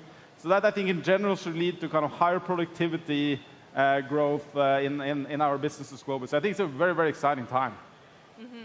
And Daisy, talk a little bit about that, the new business model that SaaS companies have to look at, right? The ones, my understanding, that are most at risk, as Magnus was saying, are the ones that charge per seat. And as we've seen, token usage just explode. There's a lot of waste that goes along with that as well. How do enterprise software companies operate? How do they charge in that kind of environment? Yeah, thank you. I just add on what you described. I think the traditional SaaS business model has been one of the most beautiful business model in the past 2 decades that these software company built for enterprises and keep charging a recurring revenue with upsell every year to more seats and more features. That is one of our venture capitalists' most favored sector and the most easily predictable business model. But what has changed since AI agents come about, right? So as you point out that now is the token economy, and I was at the GTC in March in Silicon Valley. Jensen mentioned that he's measuring his engineering team's productivity by how much token usage that you're using. So basically, AI agents becoming coworkers in enterprises, that's unavoidable, and that's not the future. It's already happening. So Jensen said that how much an engineer using token is actually extending your capability of good engineers if you can utilize the AI coworker. Traditional SaaS is based on per seat model. Once a feature gets sold to enterprise customers, you add seats to get more revenue. But AI agents can build it so much cheaper and faster. So in enterprise customers' head, before they're thinking buy versus build. And in the past 20 years, it's been always buy because it's cheaper to be built by the startup software company, and it's cheaper to maintain, and they just charge a maintenance fee. So that model has been working and proven, and that's why it deserves so much high sales multiple. But with agents coming in, it sells at a business model charged by outcome, charged by effects, no longer charged by seats. So if you take a look at the recent stats comparing the retention rate, 2021 versus 2025, the average public SaaS company retention rate came down from 117% to 108%. What does that number show? That means enterprise less repurchasing or less being upsold. So those are data showing the world is changing. And you guys are on the front line, so you see this disruption happening firsthand. You also have to think about your portfolio companies.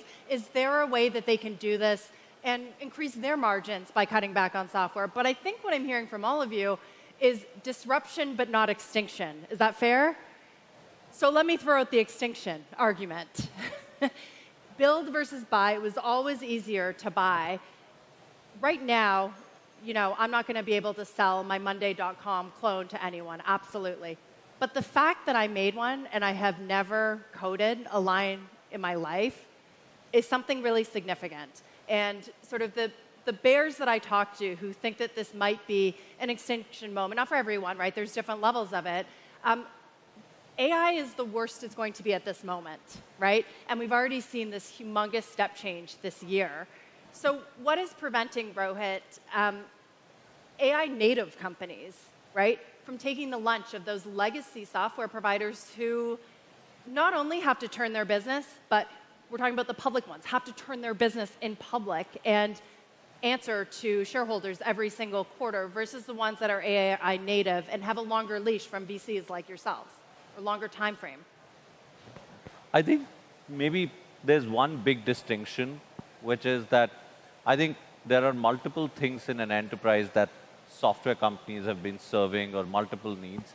Some of those are extremely mission critical, and some of them are perhaps a little bit more on the fringe, and some of them require a lot of customization, whereas some just run in the background. So I think the Monday.com example that you took, if you're building a personal task manager, actually, everyone's always probably felt some degree of dissatisfaction with whatever task manager they've used. And now you have the ability to customize it all by yourself. Similarly, if you were building a SaaS tool, or will you be building a CRM tool, I think there is a lot of dimensions of product which now people can customize with AI. But, will you be ripping out, in a 1,000-person company, will you be ripping out a full HRMS system or a ERP system which processes payrolls or, collects payments, millions of dollars from customers every month? Somewhat unlikely. And that's where I think we're seeing a lot of sort of coexistence come into play, where, perhaps agents are automating a lot of what humans were doing around these systems. They are able to, let's say, if you talk of revenue systems, agents are able to do a lot of reconciliation, etc., wherever the humans layer was sitting around the software, but they're not necessarily fully replacing the systems of record. And I think the more mission-critical software will perhaps survive more unscathed, and software systems which are essentially built around picking layers of data from systems of record and presenting it back to the users, I think they're perhaps more at risk. By the way, I forgot to mention at the start of this panel, we are going to have 5 minutes for Q&A. So please save your questions and comments for the last few minutes. OK, let's talk about this sort of. There are thought to be these industries or companies that have systems of records or AI-proof industries. Let's talk about one of them, cybersecurity. When we saw this massive sell-off at the beginning of the year, I talked to a lot of people who said, "What, you really think that a company's going to rip out or stop, buying from Palo Alto or CrowdStrike?" They don't want to deal with any of that. That is sort of zero tolerance. It's an AI-proof industry. What we've seen, Magnus, over the last few weeks has made us question that. The market is certainly questioning it with Mythos Preview, which is Anthropic's new model. For those that may not be aware, this is supposed to be the most powerful AI model that we have ever seen, so powerful that they cannot release it to the public, except that a few people got a hold of it, and that's what's always going to happen. So, but the whole idea is that it's so powerful that it makes you reconsider sort of what cybersecurity even is. So Magnus, what do you say? We're only a few months into this sort of real agentic world, and even cybersecurity and AI-proof industry is being doubted. I think 2 points. First, what you were talking about earlier, I think on if you look at the kind of SaaS space, I wouldn't think about it as kind of extinction versus non-extinction, right? There will actually be selective extinction, like a lot of SaaS companies will die, but some will actually continue to thrive. But their growth rate will be much lower than it was in the past, and they will be lower than the best AI companies, the AI native companies being built. So as an investor, I wouldn't think about like which companies are going to die and which are not going to die. I would think about like where do you have the most growth potential, and it's definitely not in legacy SaaS, right? So that's not where I would put my money. So in that sense, I back up your argument. Now, if you look at industries, I think no industry is AI safe per se, depending on how you define it. I think almost any industry you look at, there are risks associated with AI as a legacy business, and there are tremendous opportunities to improve your product suite with AI. So in cybersecurity, for example, we backed a number of new AI-native cybersecurity companies that are, one we just backed now. They're building digital twins of government infrastructure. They're attacking them with all the latest AI models. They're finding weaknesses, and then they're going back and fixing it in the legacy systems. So lots of new great companies being built. And at the same time, as Mythos and these new models come out, like the first thing you do as a CEO is you call the experts in the industry that you're already paying, and you're going to pay them more to protect you even further. So I think, sure, it means that the existing cybersecurity industry just becomes more relevant than it was before, right? And if you go industry by industry, I think you can see this opportunity space developing. Like think about healthcare, for example. Sure, like AI for sure should disrupt healthcare bottom up, right? Like I find it extremely annoying, and many of you probably do as well. I go to the doctor now, and I just want ChatGPT or one of the best AI models to sit there and listen to our conversation and come with input. I'm sure your doctor loves that. Huh? The doctors, some people have implemented it, some have not. And then you look at the entire healthcare system, and there are AI models that are better at reading images. If you do a laser operation now on your eye, you're not going to have a surgeon physically do that. You're going to have a robot because you don't want the surgeon with a laser in your eye. So if you look at the entire hospital value chain, we're developing methods that are now more effective than they were in the past, safer than in the past. You're also developing new medicines and new treatments. 92% of healthcare spend is spent on treatment. 80% of that spend could have been avoided by early detection and simple changes in lifestyle. And AI is going to enable all of that. Now, the issue is, who's going to capture that value, right?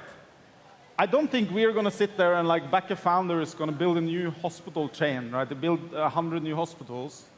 I think that value is going to be captured by existing businesses adapting. And that's why you see now actually a lot of VCs entering this space. Right? You just throw Thrive Capital in partnership with Temasek has launched a business that it's buying legacy companies that are going to AI enable. General Catalyst bought a big hospital chain in the US. They're doing something similar in India right now. And the whole idea is that, hey, there's some of these industries that you can't disrupt by building new companies. Right. You need to take legacy businesses that are leaders within that space, AI enable them, and through that generate a lot of value. I think you see that across industries. Your healthcare doctor example reminds me of this, I think it's a New Yorker cartoon that I think about all the time these days. And I don't know if you've seen it. There's a guy in a hospital on his hospital bed, and he said, no, my kidney's on the right side. And the doctor goes, you're absolutely right. Let me try that again. And it gets to the idea of AI being very sycophantic and telling you what you want to hear. And so I have a little bit more caution. Actually, we're going to have a panel on AI in healthcare later, which I'm really excited for. But you bring up this important idea, and AI works better the more information that you give it. And right now, we're seeing with agentic AI, you need to feed it the data. You need to connect it to your processes within an enterprise. And Daisy, is there reason that companies should slow down? I mean, it's always so difficult, right? Because you slow down, you miss out upskilling your employee base potentially or some cost savings. But the threats and the dangers are still very real. Hallucination, security, privacy. Yeah. Well, we can look at the evolvement of the AI native companies in the past couple of years. Just throw a couple of numbers. In 24, there are $200 billion investing in AI native companies. 2025, there's another, more than 200 billion into this space. So the foundation model layer keep progressing and can do more and more. And if you look at the latest model capability, it's quite impressive. It's growing at this kind of speed. And if you look at the agent company, your question, how do we make sure it's not much hallucination and all these critical enterprise use can trust them and adopt them? So we have been looking at companies like doing the AI model interpretation, make it more precise interpret, and AI for science, like the accurate model can do math, can do AI drug discovery. I saw one of our portfolio CEO, Alex, sitting in the audience, and he built a very cool AI drug discovery company in Silico, right now listed on Hong Kong Nasdaq Exchange. So these are all solving serious problems, healthcare, drug discovery, math problem, and scientifically interpreted this. So the AI agents company, with the facilitation of the better tools, will keep evolving. And so that's why not only the basic functions, we're looking at real enterprise use, and also, for example, the creator suites. Like AI is not only coming to the coding agents to come to Silicon Valley for programmers, also going to Hollywood for production, all the creative tools. If you look at companies like Figma, Canva, and the recent Midjourney, these are all companies that get to hundreds, millions ARRs in a couple of years. And these cool tools will be at a fraction of cost and produce similar kind of contents as the current very expensive productions. In the physical AI, where AI is embedded in robots and physical system, it's also making a lot of progress. Like the world model right now, you don't need to teach the robots by teleoperate and train on specific tasks, but they can be learning on what imagined to happen. You just mentioned a few companies by name. Figma, one of them, is really at the center. Will they even exist? And Anthropic has been coming hard for them. Do they make it out of this? Yeah, so I would say this round of AI native companies always deliver the kind of growth much faster. Is Figma AI native?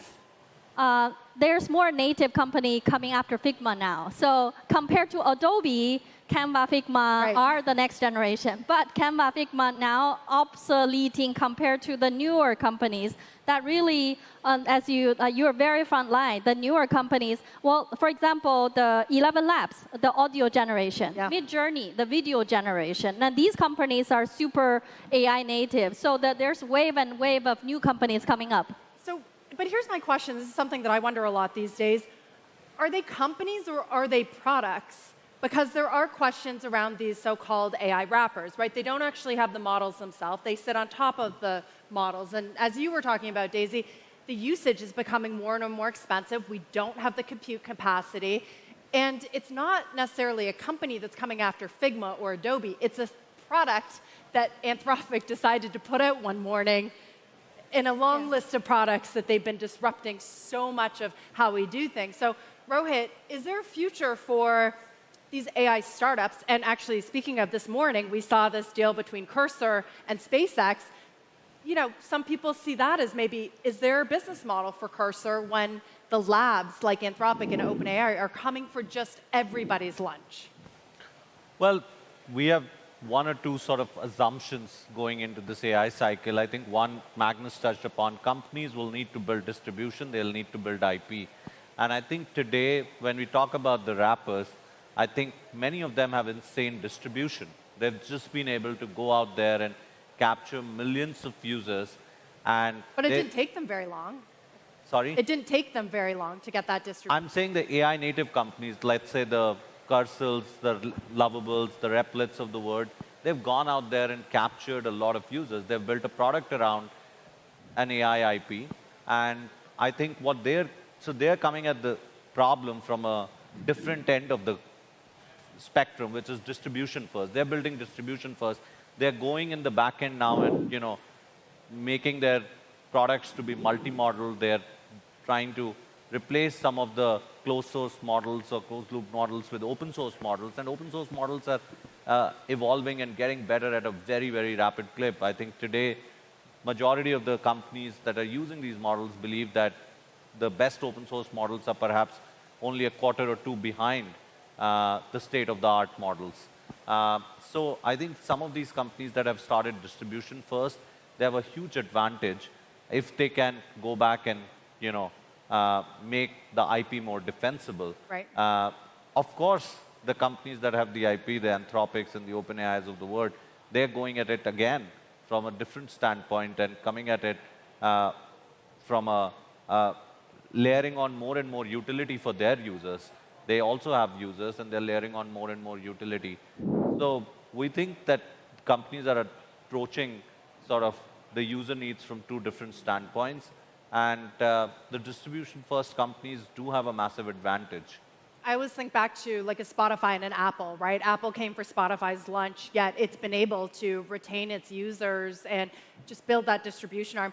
Magnus, we started this conversation about talking about the disruption in software, which sort of take as a given. But something maybe less talked about at this moment is the AI bubble. Reached a fever pitch last year, but right now there's this assumption that we just cannot get enough compute, and there's so much demand we cannot satisfy it. Yet, as we were talking about, we don't actually know what demand is. There's token maxing. There's Jensen Huang saying that an engineer being paid $500,000 should be spending $250,000 on token usage. Selling tokens, so he's biased. Exactly.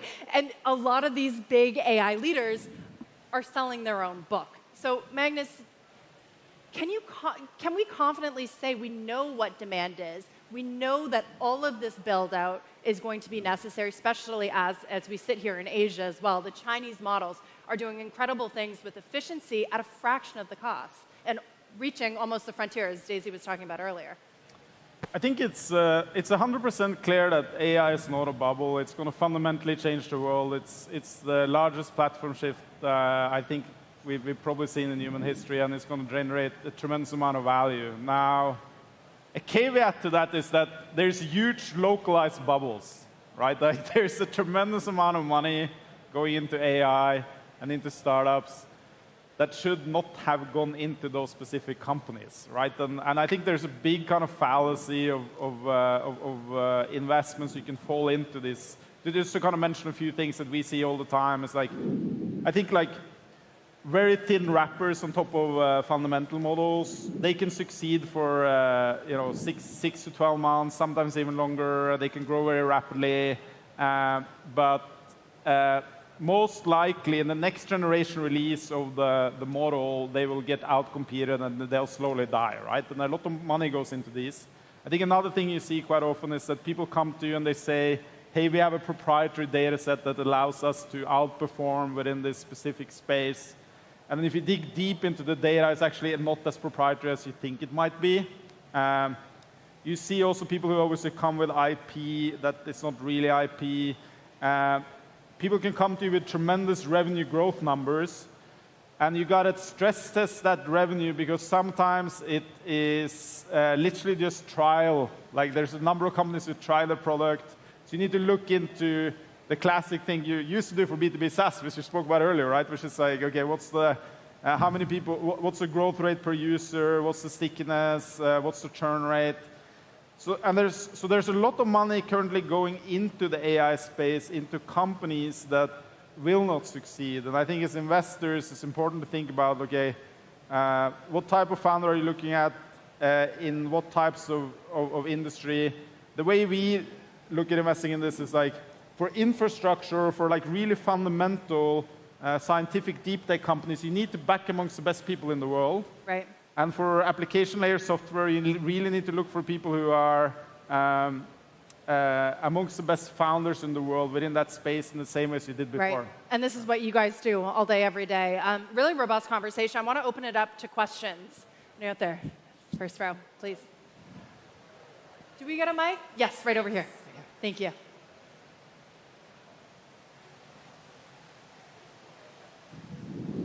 Well, thanks for the discussion. Very, very enlightening. I have two questions. The first relates to the fact that all three of you, to various degrees, believe that customers will suddenly change how they start paying for AI-based product. You talked about sharing the savings or sharing the upside that customers benefit from AI. Well, this has been the holy grail for software companies for 30 years now. Whether it's the ERP guys who came in and said, we're going to save you a bunch of money, share that with us, or the SaaS guys who did the same. And in SaaS, the only guys who might have succeeded in a few instances were the CRM players, because they could actually somehow identify the incremental revenue that these companies derive. But suddenly you think that everything's changed now with AI and people are going to move to this new model. Tell me what has changed in the mindset of the buyer. That's the first question. The second question is cybersecurity.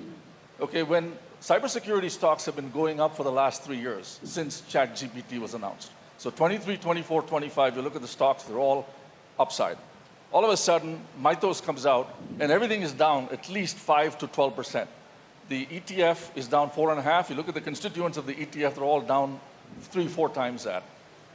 So when you look at these sectors, you almost have to go individually by sector and see how it's being affected by AI. So can each of you identify one sector that will benefit and one sector that will lose a lot over the next 5 years? Great question. Rohit, do you want to start? Yeah, maybe I'll start with the sector that we think is probably most poised for disruption with AI, and that is possibly all the productivity and collaboration tools, because they essentially are moving information around, and that is now getting a lot more automated with all the agentic workflows that we are seeing.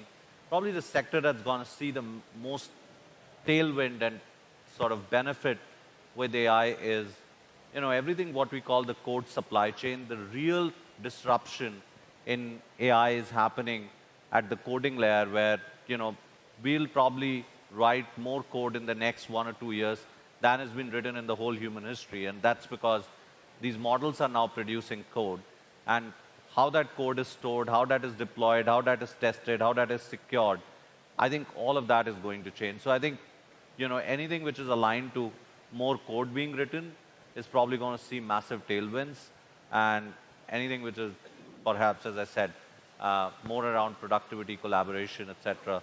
And we're going to move fairly quickly, so I can hopefully get one more question in. But Magnus, why don't you answer the question on one industry that's going to benefit and one industry that won't?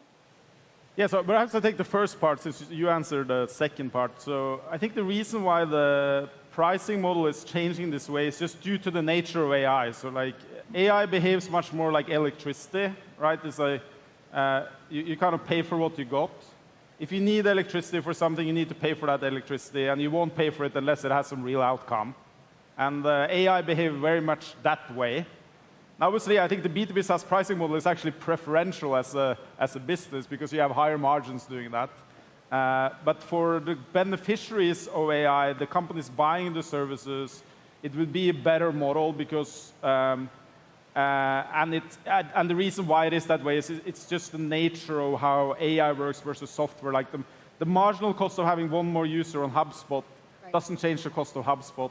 One more user on Cloud Workspace is directly correlated to more compute, and therefore you need to charge much more like electricity. Do we have time for one more question? Powers that be? Yes. Elliot, over here.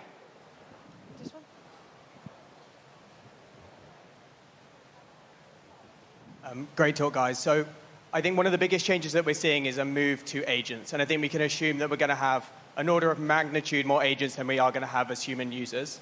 And I think we're going to have companies that are already moving to headless, right? API first, CLI first, MCP first. In that world, how are you thinking about it as an investor in terms of where the value is going to accrue? Which companies are going to actually have an increasing amount of value and usage over time, and they're going to have an increased sort of pricing power, and then other companies that are just going to fold into sort of a simplified database? Daisy, why don't you take this one?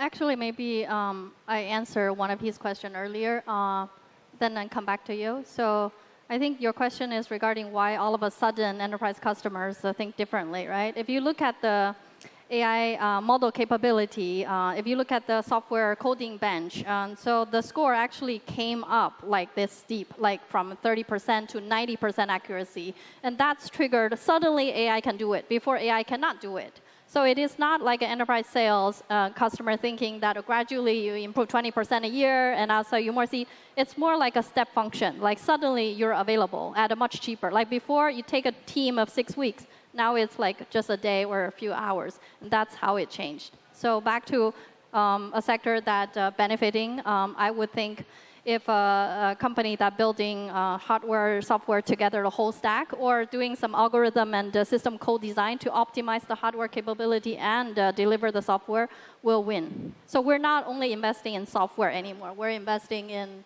automation, intelligence, the full stack. Right. That's all the time we have. I wish we could have gotten to many, many more questions. Great conversation.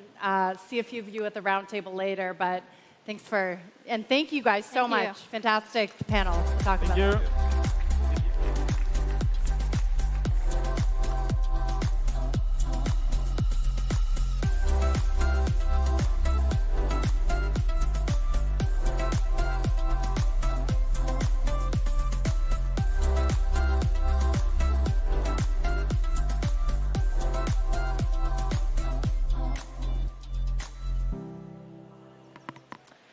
Ladies and gentlemen, thank you so much for staying with us. We're going to continue our conversation now on Asia and tech. Now, as you know, Asia is already becoming one of the most important markets when it comes to the AI race. We've got financial hubs such as Singapore, manufacturing powerhouses such as China, and of course, the innovation still coming out of South Korea. What we're going to do now is talk about the term AI first. We hear that a lot in the conference, don't we? What does it mean for a business to be becoming AI first? And what businesses do they need to do with their operating models in order to compete in a particularly competitive AI market? We have two gentlemen joining me now on stage who will give us an awful lot more information about this. It's my great pleasure to welcome onto the stage now a very familiar face for CNBC, Guy Diedrich. He's the SVP and Global Innovation Officer at Cisco. We're also joined by Li-Meng Lee, Chief Strategy Officer at the gaming group Razer. A big round of applause, please. Guy, come on up. Thank you very much. Li-Meng, thank you so much. Thank you. It's lovely to see you. Come and take a seat. Thank you. It is literally the hot seat. We keep saying that all the time, but it's warm up here, isn't it? Yeah, Anyway, a little bit. 20 minutes. We won't keep you too long. Right. I want to start by talking about that term, AI first. You both know exactly what it means. Some people won't. So I'd be interested to find out what your connotation, what your interpretation of AI first actually means. Let's start with you, Greg. AI first means effectively that the first thing that you think about within the context of running your business is how AI can impact it. And it's almost a default that companies are going to have moving forward, because AI is going to be such a profound influence on the corporate environment. And then you're going to see very quickly it being embedded in everything. And we're going to be moving on to quantum. And then beyond quantum, we're going to be doing neuromorphic compute. It's all happening so fast that AI first to me represents a default to where AI can take the business, and every single person in that company thinks about that every single day. Every single person. It's a big ask, isn't it? Li-Meng, what does it mean for you at Razer? What is AI first for you? Well, I mean, we at Razer, we started as a hardware company. We've invested over the last decade into software. So it became natural for us to think about how do we evolve our business in the current changing landscape, right? How do we stay relevant? So to Guy's point, right, at the end of the day, when you look at a business, it's not about how do I use AI to bolt on to existing processes. You actually need to think about tearing it down and rebuilding, because, you know, you will eventually be held back at some point in time because of legacy systems or whatnot. So for us, every new business, every new direction we go to, we are thinking, how does AI get us there better, faster, winning the game? We're gamers at the end of the day, and make sure that we dominate. So that's how we look at it from Razer. And where are you on your journey? And do you feel like you've had a head start because you're already in the tech industry? I think we were lucky. Again, we could have stayed as a hardware company, but 10 years ago, we decided to invest into software. We've built a lot of data around how much game time guys play, what games they play. And I would just say that with AI models coming out, it actually just helps us build that and make sense of the data much faster. And that pivot is very similar to what you've seen at Cisco. I'm sorry? That pivot is very similar to what you've seen at Cisco. Absolutely. I mean, Cisco's fortunate because we've had AI embedded in our networks and in our security for over a decade. So the motion to go from Cisco 10 years ago to Cisco today was not a great pivot. It wasn't very difficult. Now what you're seeing is the AI being not just embedded in networks and security, but because of agentic, it's being embedded in everything. It's very quickly becoming invisible. And we're going to be quickly moving on to the next evolution of technology. So you both are at the forefront, which is great for us because we can learn from you. And there are plenty of other businesses where there is a gap, isn't there? There is a big gap between AI ambition and AI readiness. So when you look at this region in particular, massive region, Southeast Asia, where do you see companies that are getting there, and where do you see the biggest gaps? I'll start with you, Guy. So we just conducted our latest Cisco AI Readiness Index, where we surveyed thousands of leaders in companies across 36 countries. And what we found is that over 80% of them are reporting that they're going to have to show productivity and profitability gains from AI over the next 2 years. Yet only 13% have confidence that they're going to be able to, because they don't have the infrastructure. Their infrastructure isn't sufficiently agile to scale. They're worried about security, because keep in mind, AI doesn't just expand the cybersecurity landscape, it industrializes cyber threats. And then really, it's about talent. And it's making sure that their people are skilled and they actually know how to utilize AI within their jobs. So the point with that 13% saying that they're actually ready, that's been flat for 3 years. And so we're not seeing a lot of movement towards closing that gap. What do you think about that? I mean, you're obviously in that camp, aren't you? I clearly in that camp. But just adding on to what Guy has said, right? So there's talent, there's infrastructure. But one fundamental thing that we found is also culture, right? You really need to have a culture where everyone from top down believes that AI will actually help you in your business. Because the last thing you want is top down says, I think AI will add, and then people are afraid of losing their jobs. They're like, how do I fit this inside my existing processes? It's going to be too much of a hassle, it's not going to work, questioning ROI. And that's really where things then don't move. So it goes down to execution, we believe. And clearly, again, today, you know, whether you are trying to fundraise as a startup, you're trying to get yourself listed, if there is no element of AI, that really impedes your ability to compete because there's no capital. So I think people just need to make sure that understanding how things have come and evolved in the last, call it 12, 24 months, and every week something new comes up, you just really need to make sure everyone in the company embraces this and really figures this out. I mean, is there a real direction today? We probably don't know because things are just, again, moving so fast. But as long as everyone believes it, they're learning and trying to incorporate. That's what we call execution. So at Razer, how have you managed to get everybody on board? They're probably already digital natives, but how do you get them to believe, and how do you think other companies should get their workforces to believe? So at Razer, we've started looking at machine learning, we've been looking at AI, because these were actually embedded in games for a long time. So it's not new. We've obviously invested into building software. We have the data. We've always been figuring out what's going on. Like I said, with the onset of all these new gen AIs and all that, it is about trying to figure out which one works for our particular product the best and making sure we build the product around it.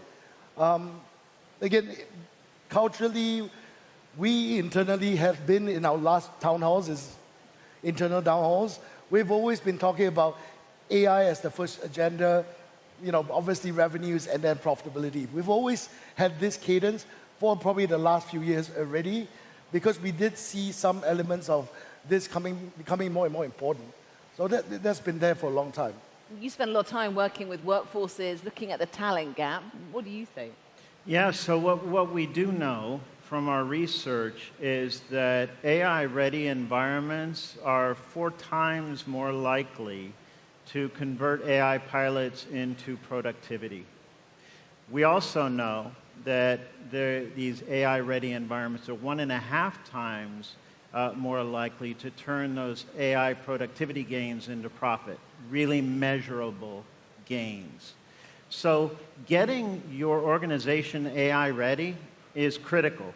And I would suggest that organizations that don't make that transition are on a slow march to obsolescence because technology is not going to slow. It's going to continue to evolve. Is it really as binary as that? You have AI first, AI native companies, and then the rest? Yeah, I think in time it is going to be binary. That is right now it's not. Right now it's much more fluid because we're in the transition. But I think down the road, as we transition from AI to agentic AI to quantum to neuromorphic, that if you're not riding the crest of those waves, you'll get churned right under. And you're nodding your head, you agree? Yeah, I mean, again, I have two young girls thinking about college. They ask me all the time, so Dad, what do you think I should do next time? I literally sit there and think for a long time, because there is this view that if you don't find a certain skill, or at least live with being able to embrace AI, you may be obsolete.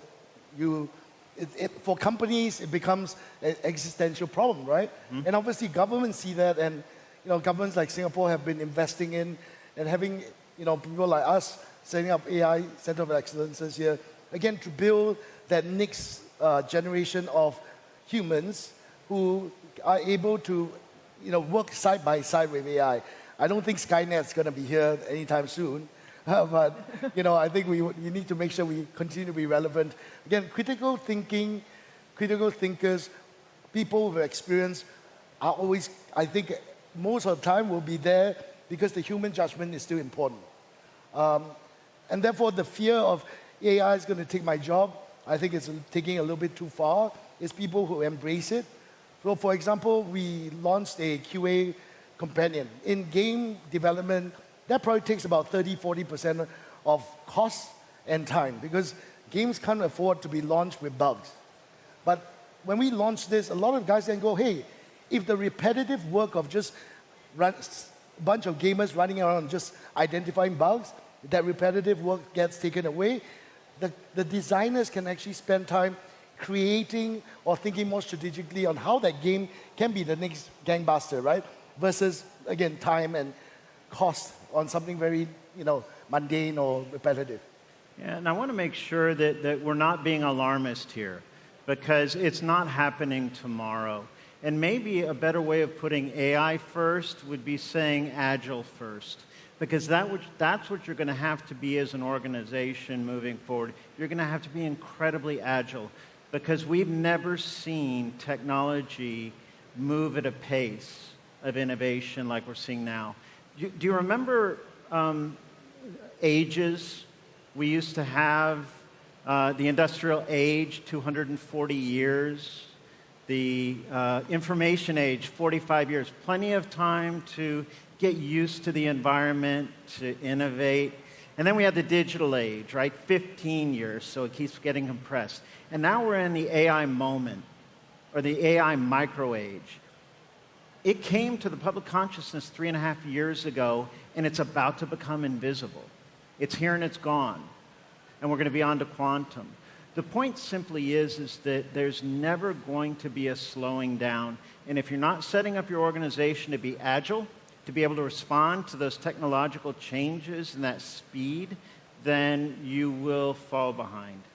Where's the balance, though? Because it's an expensive business, isn't it? And you talked about ROI. We talked about ROI in the previous panel. Your CEO, I'm sure, is on board, but also asking to see returns. So how do you square that circle? Well, I mean, again, the good thing we have a core business. We've always had a core business that actually still continues to do well. We've started investing a long time ago, and that really gives us that ability to probably lose a little bit of money and invest money over time. And we have very supportive shareholders, who basically has spent a lot of time with us and look forward and say, if we don't innovate, are we going to be just a mouse company? Are we just going to be a hardware company? And we spent too much time building this whole ecosystem around gamers, for gamers, by gamers, and we want to just live by that motto. Obviously, building trust is important, especially for us, which is a consumer-facing business. There are, certain, I would say, lashback from gamers. They talk about generative AI slop and all that. Those are things that we don't support. What we support is how does AI, with the right guardrails, with the right governance, is able to make people enjoy games better, allow more content to be actually created. Again, I've said this at a few conferences, if everything that we talked about really comes through, humans are going to have a lot of time on their hands, and what are they going to do? They're going to entertain themselves, which means you need more content. Content needs to be created bigger, faster, and iterative. And all these will be helped by AI. So why don't we start building towards that future, knowing that that future is going to come at some point in time? So that's really how we look at it from... And I know you wanted to talk about trust. Trust is the coin of the realm, which is what the foreign minister said earlier on. How important is that for you? Nothing is more important because, people talk about data being the currency of the digital age, and that may be partially true, but the real currency is trust because you don't get access to that data without trust. The Deputy Prime Minister referred to trust as the lubricant of efficient markets, and that's absolutely true. But it's also a buffer in the hard times. And it's also something that I think that is directly linked to a sea change that's going to be happening in how we educate our next generation technologists. And that is, I refer to it as the revenge of the humanities. I think the humanities are going to be more important moving forward than ever. That's the original prompt engineering, right? The humanities. When you have access to all of the information in the world at your fingertips, what's the most important skill? Asking the right questions, the domain of the humanities. And I'm not suggesting that electrical engineering majors are going to be changing their major to philosophy or psychology or any of the social sciences. What I am suggesting is that the technologists of the future are going to have a foundation in ethical reasoning, in problem solving, in critical thinking, things that are going to be necessary moving forward. I would suggest that they're higher order skills that are going to be required because it's not going to be just about answering the question, can we? Because the answer to that is probably going to be yes. Right. Okay. The harder question to answer is should we? And we're going to be asking that a lot moving forward. Very interesting. In our last few minutes of conversation, I want to bring it back to this region, Singapore, the ASEAN region, very much positioning itself as being a leader when it comes to AI first. As a business leader, for both of you, what do you need for your company to excel in this region? What is the infrastructure and support, the policies that you need? Start with you. Sure. I think, being a global company, we're always on the lookout on where we should grow our business next. In fact, when we announced our Center of Excellence here in Singapore, there's a few good reasons. One, we're actually a Singaporean born-bred company. We would like to actually be part of the whole ecosystem here to build the next generation of tech. Number two, there is a very supportive government here with that's supporting. I think there are incentives, there are national level, whether it's Institute of Higher Learnings or even primary school students being asked to start learning AI. That whole ecosystem is very helpful for what we're trying to build here. Obviously, the next question is whether are we able to be within at least our own space, be able to create the next leader, global leader in what we call AI gaming, but eventually it will probably just be gaming anyways. Right here from Singapore, just like how we built Razer. So again, choosing where we start off is important. Obviously, the infrastructure here and the talent pool is something important as well. I think we're trying to make sure we get the best minds, the most creative guys coming in. And again, the next generation, really, we want to make sure we start building it right here from Singapore. And you've been talking to lots of official people here. What would you say about Singapore and the wider ASEAN hub? So I'll go back to the comments made this morning by the Deputy Prime Minister talking about trust. Yeah. So I operate in 57 countries around the world. And I would suggest that Singapore is one of the most trustworthy countries in the world. And it's born out of a lot of different things, but it is because they're a little bit boring. And boring is good because boring is stable, boring is predictable, and boring is not a bad thing in our world.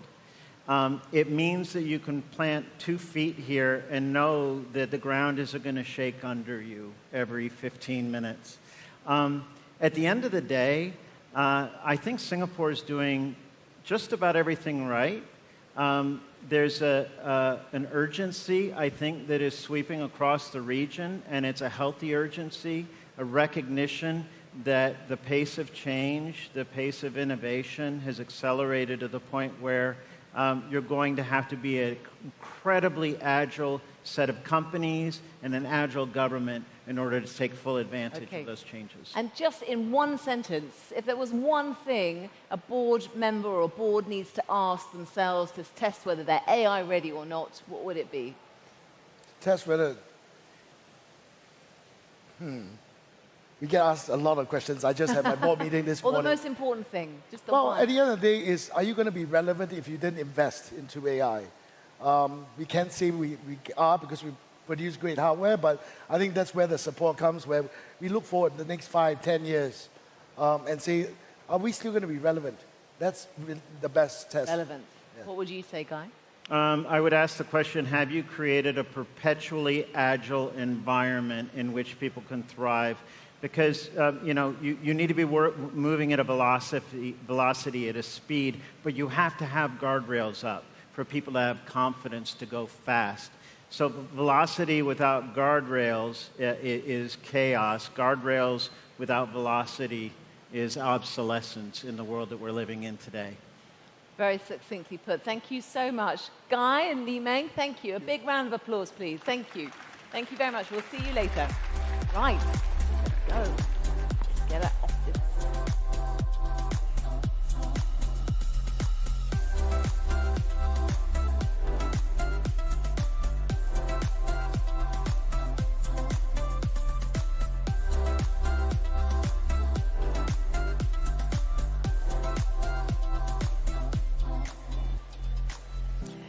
Ladies and gentlemen, we are taking a lunch break right now. We're back in 30 minutes, so please do go and enjoy some of the lovely delights and delicacies that we have prepared for you. And we'll see you back here at Main Stage in 30 minutes' time. Enjoy and relax. Thank you.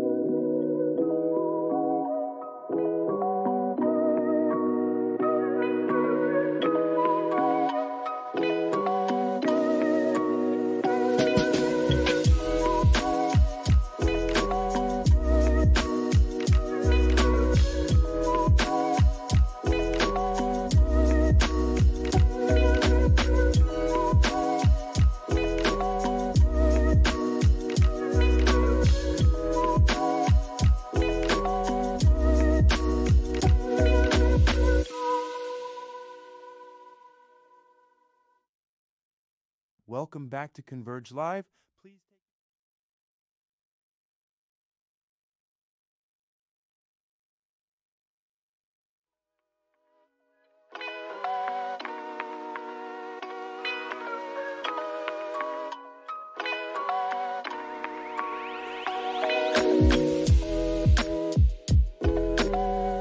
Innovation is that you need to have the community together. You need credibility and reliability, IP protection, the stability on policy guidelines, but also regulatory. We have that all in that same ecosystem in Singapore, which is absolutely key if you want to stick to a future strategy. Hi, I'm Anthony Tan, the co-founder and CEO of Grab. Developing AI solutions for the whole region isn't easy, but when we get it right, the results can be transformational. Singapore provides us with an ecosystem to experiment and scale. It's also home to our first AI Center of Excellence. And in nurturing environments, bold ideas don't just survive, they thrive. When you think about Singapore as a city-state, it is actually quite remarkable that it has become an innovation role model. One thing that Singapore can do for the whole region is that it can help with things like cross-border data flows, transparency, regulatory frameworks. A lot of multinational companies that have grown up here are a wonderful set of partners for companies coming in who then want to grow in the rest of Southeast Asia.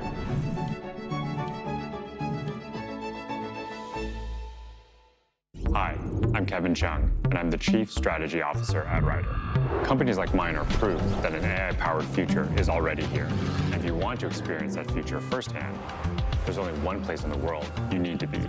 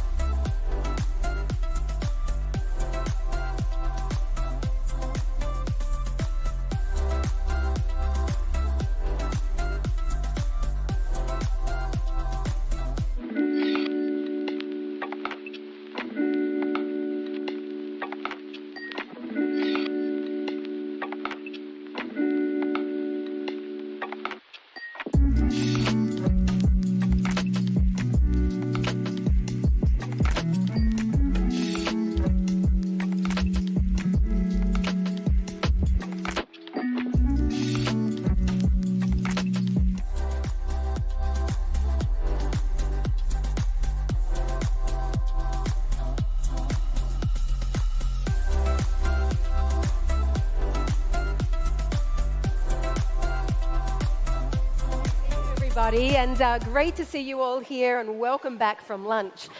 You know, Scotty, after morning tea, I asked everybody here in the room, hands up if you had met someone new over morning tea. And for all the people who had not put their hand up, I said, right, your task at lunch is to go and meet someone new. Introduce yourself, make a new friend, because we want it to be really productive and, you know, very ecumenical and like, you know, we're all getting along and we're all networking and getting something out of today. That's part of what today is truly about. That's why we have the networking stations around Joule as well. So there is time to meet new people. I see a lot of people sitting in the same seats that they were sitting in before as well. So make sure you get around. I see you. Make sure you get around and meet and talk to new people. Okay, we keep on talking about energy, right? And when we talk about energy, it might seem a little bit far away. Oh, over there in another part of the world, there's an energy crisis going on. But actually, it's here and now. We're all feeling it, right? I mean, for example, back home in Australia, you know, supply chains are really crashing. Truckers and farmers are doing it tough. You know, if you can't get fertilizer, then you can't get diesel. And if you can't get diesel, you can't get from A to B or get the plants out of the ground with the harvester. So there's a lot of pain being felt in Australia and other parts of the world. I think, Scotty, what's happening is the tide has gone out, right? And now we're seeing the fish that are left flapping in the sand, the ones that hadn't prepared for this. Or as Warren Buffett would say, when the tide goes out, you see whose bathing suit is in the ocean. I was trying to keep it as PG as I possibly yes, could. Yes, of course. You know, but it is what it is. We obviously have our own issues in the United States. I'm not naive to that. But one thing we do have is energy independence. The Asia-Pacific region, though, as all of you undoubtedly know, is a different story. Singapore imports virtually everything, including energy. Yeah, that's absolutely right. So we've actually got someone who's going to come back on the stage who you met earlier on today. Someone who's covered global markets and also the energy space for literally decades, which is weird because he doesn't look a day over 31. Who am I talking about? Yes, none other than CNBC's Steve Sedgwick. Come on down, sir. Steve. 31-ish. Ish. It's the ish that counts, right? Over to you, Steve. It's true. I traded my first oil option contract 1988. Okay, boss. My boss is laughing away furiously. It's true. And then when I became a journalist, I had the privilege of covering the madness of OPEC for over a decade. And I don't know if any of you ever saw how OPEC used to be with the ministers and just lining up for the journalists. It was utter chaos. But it gave me a good education. And it's given me an amazing grounding about supply of product and about how product is traded and about how product is consumed as well. And there are so many important features about what is going on in the short term in your markets, which are having maybe an effect on the longer term plans. And one thing I know, and our next guest is going to really talk about this as well, is that Singapore has a plan. It doesn't have a short term plan. Singapore plans, as a lot of you know, up to 50 years out, whether it be on the net zero aspirations, whether it be on how to create more storage, more solar, more hydrogen, more products generally. So yes, this is disruption, but my goodness me, this country is prepared. But let's find out more about it. I'm delighted to say Dr. Tan See Leng, the Minister in charge of Energy and Science and Technology in the Ministry of Trade and Industry, is going to tell me more about it. Let's have a big round of applause.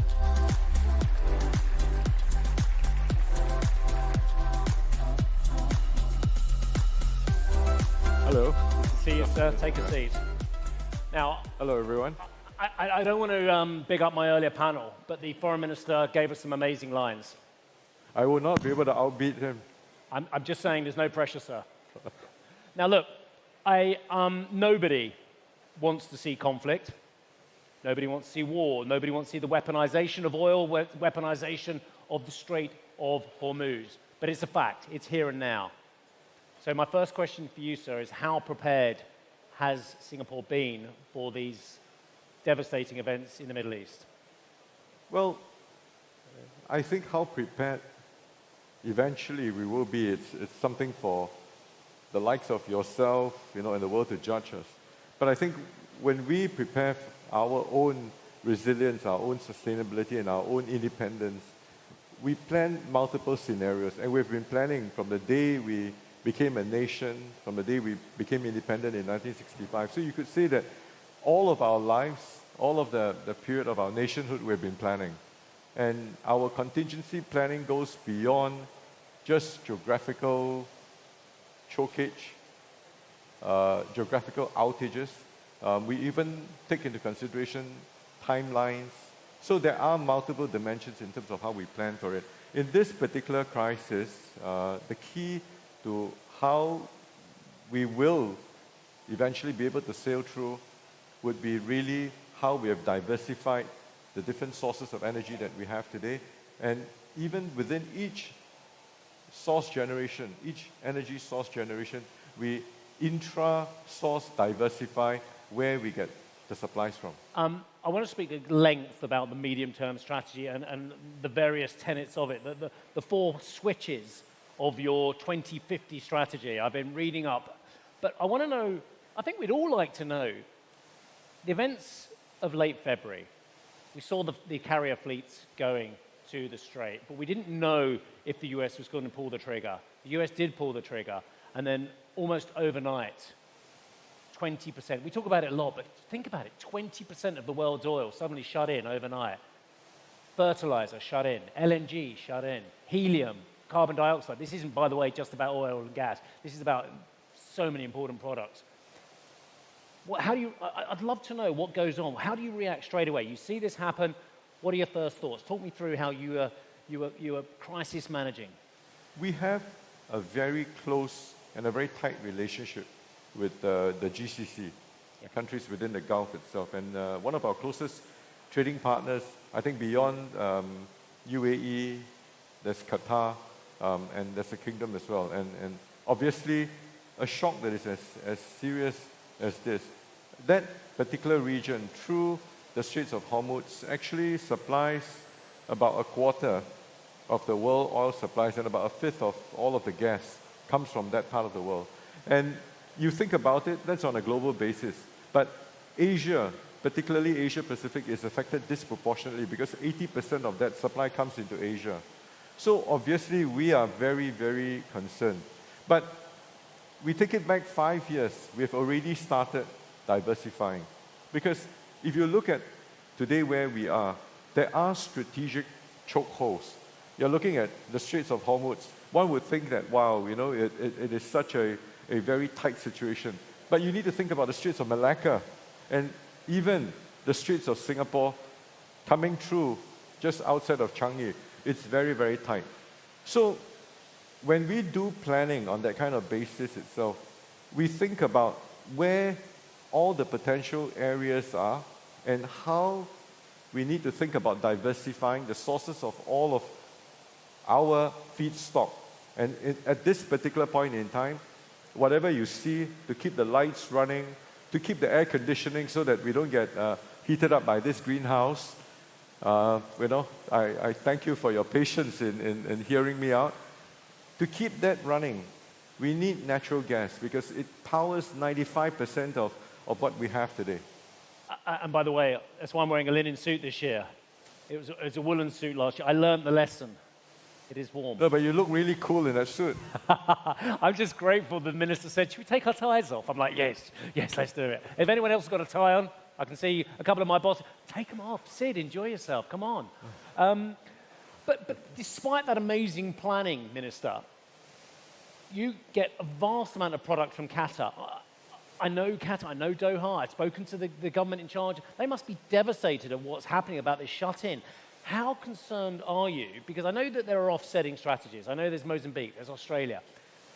But how concerned are you and how concerned is Qatar about the length of the shut-in of what is the greatest natural pool of gas on the planet?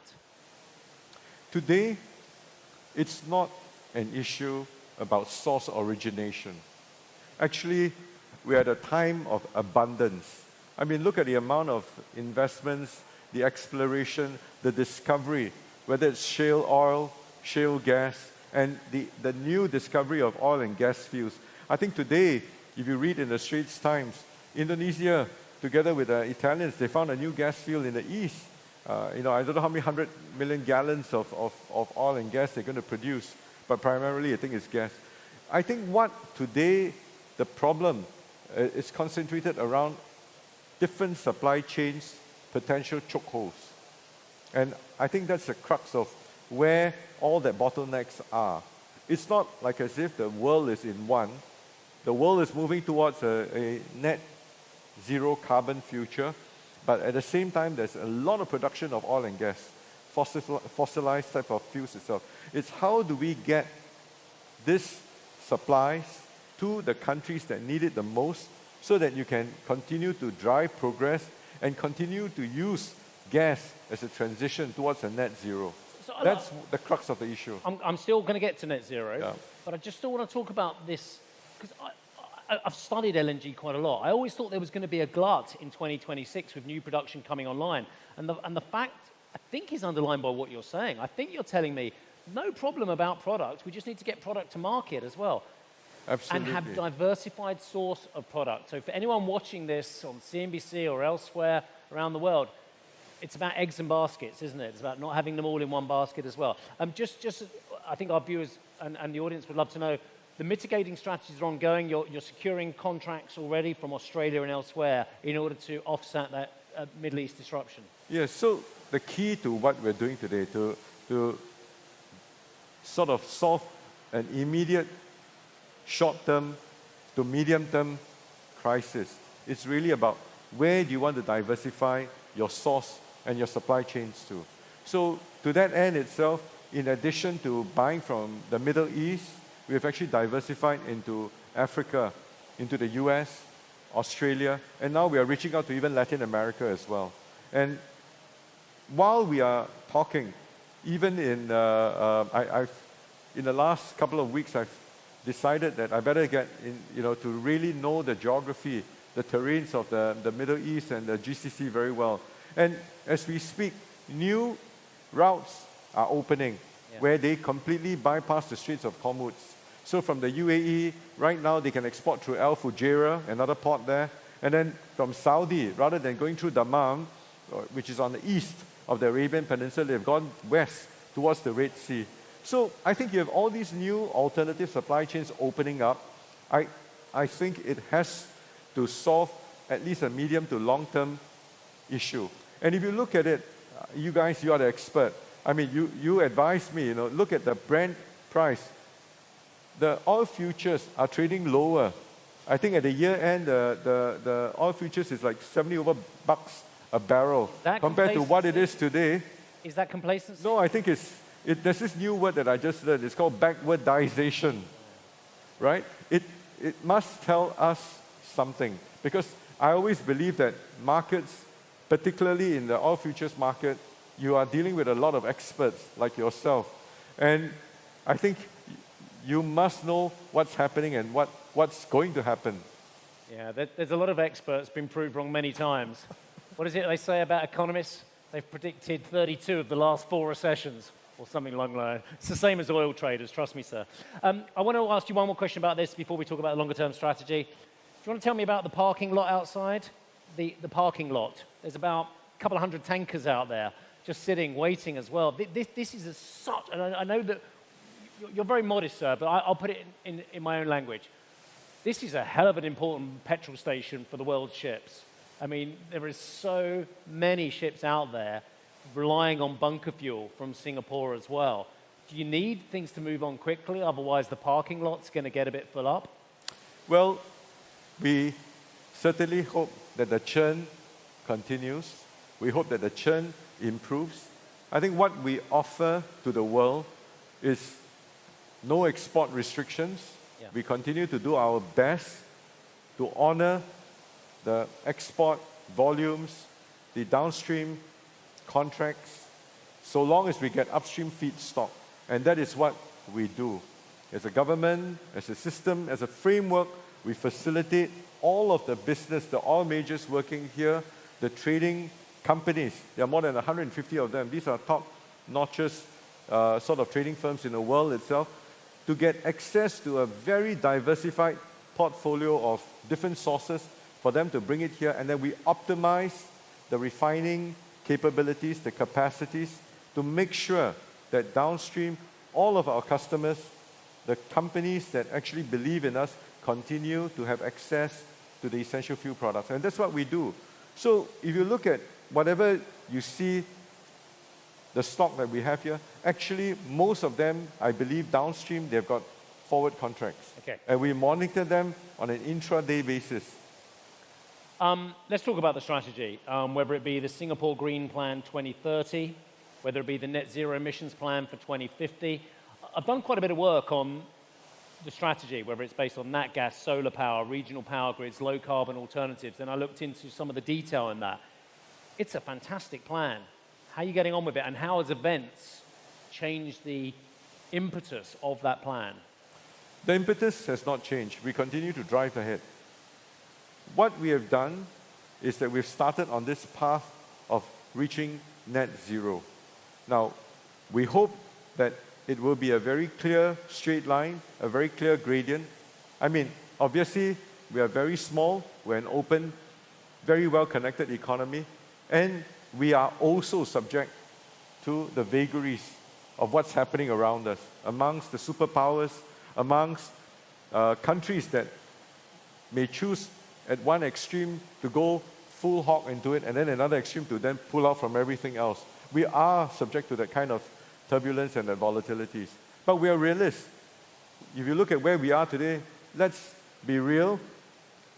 You know, I think no one in this particular arena, and I think, you know, your viewers watching online will deny the fact that climate change, global warming is happening.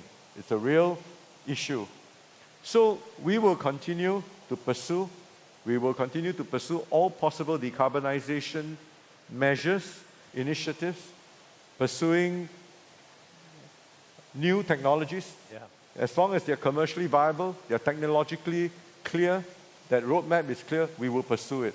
And to that end itself, in addition to investing in research, we've set aside 800 million in this year's budget for the Decarbonization Grand Challenge.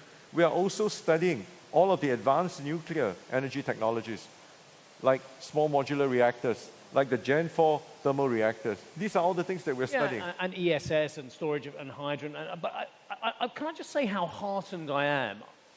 I don't know what you just heard from the minister, but I heard a very important global minister saying, actually, climate change is still happening. It is real. Because I'm a veteran of 21, COP21, that is, 26, 28, and the change in attitude that I've seen over the last decade plus since I've been covering the energy transition, since I've been covering climate change, I've seen from incredible enthusiasm. You couldn't move for guests on CNBC about ESG, about climate change, to, oh, should we stick a question in at the end because they're not really interested or it's not really happening or we're all more pragmatic. So thank you, sir, for saying it's still an impetus.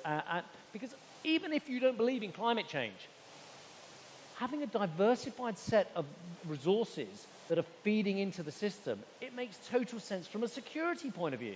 Absolutely. And for us, if we continue to depend on imports, fossilized fuels, we will never achieve any measure of independence. Because obviously, you can cover Singapore within 2 days. And you know that regardless of how much I stockpile, I would not be able to stockpile enough crude, enough gas, and I've got to keep this airport running. We've got Terminal 5 opening. We want to be centers of excellence in AI. We want to do cutting-edge advanced manufacturing. We want to be the best in healthcare. Healthcare was my favorite topic. It still is. Always will be. Do that on another panel. Yeah, I've got some healthcare colleagues here. And that is really the basis of what we stand for. We want to always maintain our credibility, our reputation, and our dependability as a hub. What I love about the Singapore plan, I sound like a fan, I am a bit of a fan, is it's pragmatic and it's willing to take some risks as well. You mentioned SMRs. Technology's still unproven on a bigger basis. Carbon capture, which the minister hasn't mentioned yet. But again, you're willing to take some risks on carbon capture as well. Hydrogen, proving to have green hydrogen at scale, it's still at a very young age. You're willing to take risks on that. So as well as having a solid, pragmatic plan that involves natural gas, that involves aspects of nuclear, that involves solar plus working out how to store it, ESS, you're actually willing to take some risks as well. We are. So let me sort of clear up the advanced nuclear technology first. So you're indeed right. Today, the SMRs, the Gen 4 thermal reactors, they haven't reached that scale where they're ready to be commercialized. But we're watching that space very, very closely. We're sending our teams all over to study from many of the countries who have gone out for RFPs, the request for proposals, and we are going to work with them closely to learn from their planting. We will never compromise our citizens' safety for an unproven technology. So we will never be a first-of-a-kind implementer for the nuclear reactors. But we hope to be a fast adopter. If possible, even the fastest adopter. The moment it works, it's safe, and it's commercially viable, we want to be first in line. So that's where we are. With regards to hydrogen, we have done a lot of these sandboxes. We are using hydrogen carriers because today, to transport liquefied hydrogen is very, very expensive. The amount of energy that's needed to keep it liquefied is very, very phenomenal. So what we do is that we look at alternatives. We look at sandboxes. We use biomethane, for instance. And we look at even green ammonia. And there are those sandboxes that we've gone on ahead.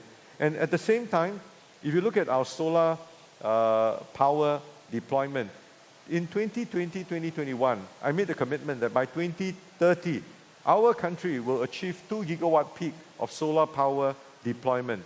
We have done that 5 years ahead of time. So last year, we hit that 2 gigawatt peak. Now my Prime Minister has set a new KPI on myself to raise that from 2 gigawatt peak to 3 gigawatt peak and increase by 50% by the end of this decade. And we have said that sometime in the second half of 2030, we will double what we achieved last year. So, but we think that regardless of what we do, solar power, domestic solar power, we will only hit about probably 9, perhaps 10% of the total consumption of what our country needs.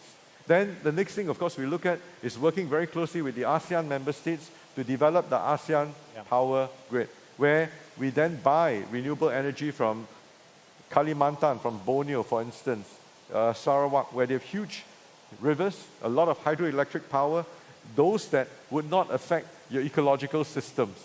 You've got to make sure that the green environmental studies are done appropriately before we can even think about importing. Solar power from Indonesia, solar power from Malaysia, wind from Vietnam. We're very close to working with the Vietnamese because the entire coastal region, central Vietnam, Hue down to Da Nang and all that, they've one of the highest wind power in this part of the world. And beyond that, of course, if you look at where we are, we will continue to need some form of fossil fuel in the form of natural gas. So our future energy mix by 2050 will be a combination of all of those things that I've talked about. And at the same time, while we diversify the sources of energy, we also diversify each one of the supply chains. Just digging into the micro in one area, which I think we're all fascinated is, actually, I'm going to do a question. Who has got an EV? Hands up. Who's got an EV? Keep the hand up a second. Who intends to get an EV? Who is never going to buy an EV? Amanda, I know you've just bought a muscle car. Not good. It's a beautiful muscle car, but it is a muscle car. This crisis has made me think, yeah, I kind of think I've got to do it. And the next car my wife and I buy will be an EV. There is no doubt about it. I'm not going to go hybrid. I'm going to go full in as well. I just wanted to mention EVs because you kind of got a good plan on EVs as well. And I've seen the number of chargers you want to put in this country. Wow. At a time when the US auto manufacturers are writing off billions and billions and billions of dollars because the EV plan hasn't worked, because apparently people don't want a Ford F-150 electric, et cetera, you're going for it, aren't you? We are investing significantly in upgrading the grid as well to make sure that the EVs would have access to the charging that is needed. And I believe that by 2040 in Singapore, you will not be able to buy an ICE car. Have you gone ahead with the end of the new registrations already? No, I mean, they're still buying. I think some of the car enthusiasts, they believe that the EVs don't give them that oomph. But we're going to prove them wrong because this year's F1, you're going to have EV vehicles in our F1 as well. Amazing. Yeah. I want to have a shout out. If you can, please join us for this year's F1. Absolutely. Let's just go back to where we started as well. And we don't know whether the crisis... Well, we've got a ceasefire. I looked 4 minutes before we came on air. We still had a ceasefire. But we don't know because I haven't seen the latest Truth Social tweet. So I don't know if we're on or off. But at the moment, we still have a ceasefire. And we believe that there are Sherpa talks going on, even if we don't know if J.D. Vance and the top-level Iranians are going to Islamabad. Your plan is unchanged. But in the short term, how will the elongation of this conflict affect Singapore? Longer term, you've said it hasn't changed our impetus. Short term, does it really matter to you then if it's 1 week or 4 weeks or whatever it may well be? And you mentioned the experts in the oil market. I don't believe a word they'd say. I want to know what you think. I think that even if this ceasefire ends up in the peace that we hope for, there are some parts of the supply chain that would have been scarred. Maybe not permanently, but put out of action for at least a couple of years. So we're going to be in... A couple of years. Not 5 years, a couple of years. And I'll tell you why. One of our very close partners, and this is the Qatar Energy Minister, when the Ras Laffan facility was taken out, I mean, wasn't really completely taken out, but 2 of the trains got taken out and got damaged quite badly. This, ladies and gentlemen, is the largest LNG liquefaction facility in the world. Yeah, I think 14 trains. So 2 of the 14 trains got taken out. Initially, when I had a call with him to offer support and to see how, this was in the aftermath of that damage, the view, the pervasive view at that particular point in time was that it could take anything from 3 to 5 years. It could be potentially 5 years before they could get that facility repaired and back up again.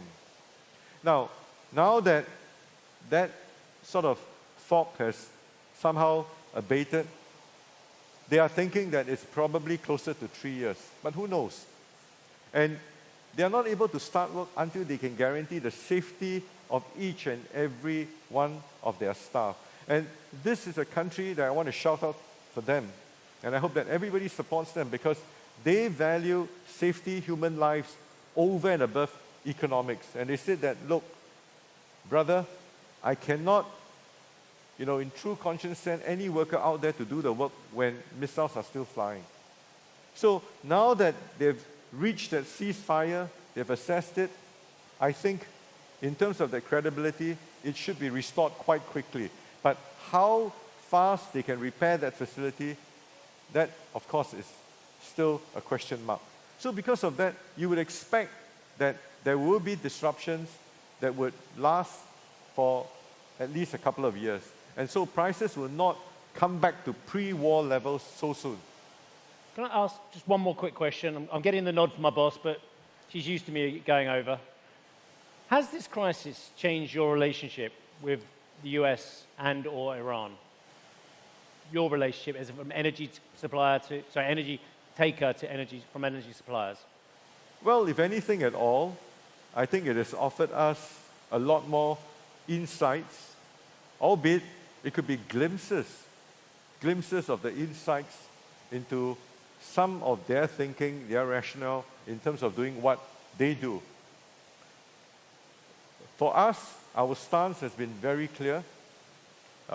We think that UNCLOS,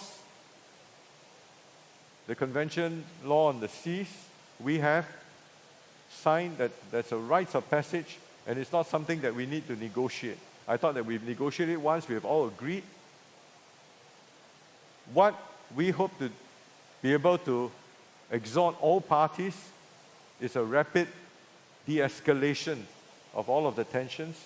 We hope that all parties can come back to the negotiation table and work out a permanent, peaceful resolution.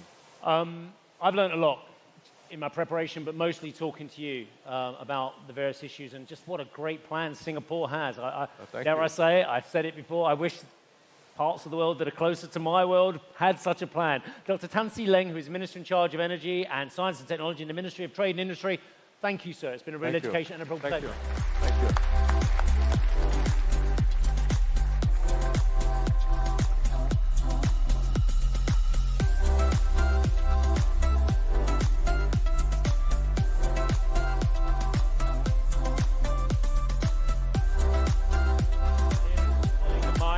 I have the absolute pleasure of meeting for the first time in years, and she is the most wonderful. You? This is Deirdre Bosa. I'm sure you've met already today. Hello. And I was saying, I've done the whole CNBC circuit. I started in Singapore. Yeah. I was with you in London for a little bit. Now the US. I know. So, it's a real joy to see you That again. was a fantastic conversation. Thank you. Truly. I'm not surprised you completely packed the room. I don't know how we're going to follow this. Oh, I don't know about that, because, I mean, your knowledge of technology and your expertise in San Francisco is something I always look forward to seeing as well. But actually, our worlds collide because the digitization of many of these processes, the AI that is being used in energy, is changing the world. It's changing their efficiencies. It's changing when they can... I mean, one of the big conversations I had in COP28 was with Darren Woods. Right. And the only reason that Darren Woods was able to switch to joining this OGCI, which is basically cutting the methane out, I don't know how much you know about it, but methane is the horriblest hydrocarbon or greenhouse gas. And it's basically because of the monitoring that AI and technology allows it, and that goes on very much into your world. Not only that, but AI needs an enormous amount of energy, and that's what everyone's really talking about in Silicon Valley right now. You cannot get enough compute. You just cannot, and you need the energy to get that. So, I mean, everything is connected, but in the world of AI, more so than ever. Wow. Well, great panel. Good to see you, my friend. Cheers. Hi, everyone. I hope you all had something to eat. The options were amazing. Thank you for sticking around. This next panel, I've really been looking forward to. It's all about AI and healthcare. Probably one of the hardest industries to crack for anything, but zero tolerance, AI models that hallucinate, that kind of privacy problems. It is so important. The promise of AI in healthcare and medicine is so enormous, but so are the risks. So I'm thrilled to be hosting this next panel. We have really, really great guests. We're going to have a great discussion. So let me introduce Srihas Tambal, CEO and MD of Biocon, and Alex Zavornikov, founder and CEO of Insilico Medicine. Welcome, gentlemen. So, funny enough, in the last panel on the SaaS apocalypse, we touched inadvertently a little bit on healthcare. Magnus told us that when he goes to his doctor's appointment, he brings in his phone and turns on ChatGPT to listen to the whole conversation. And I looked at him and I said, I bet your doctor loved that.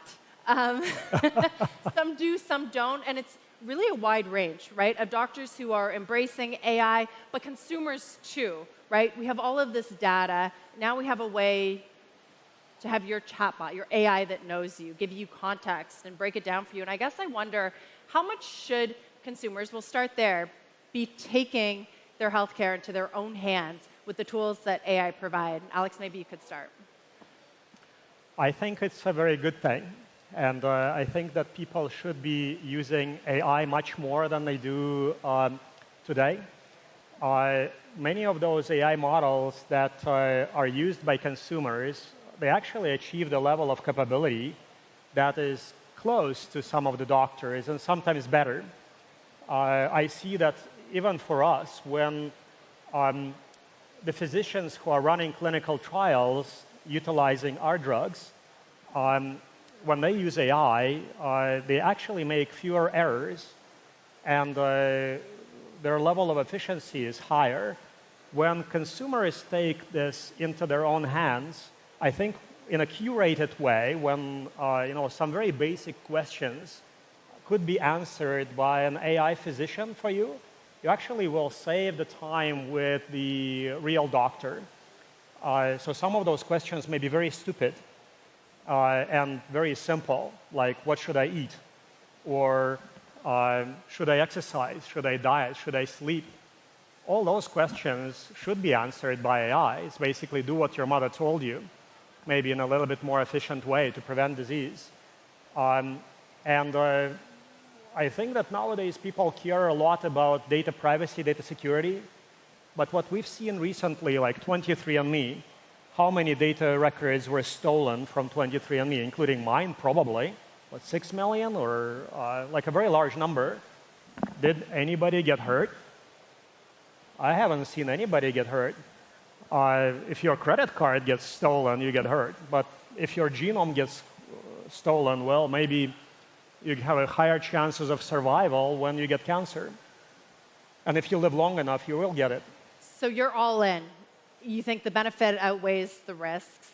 But we talked a little bit about this in the last panel as well. AI still hallucinates.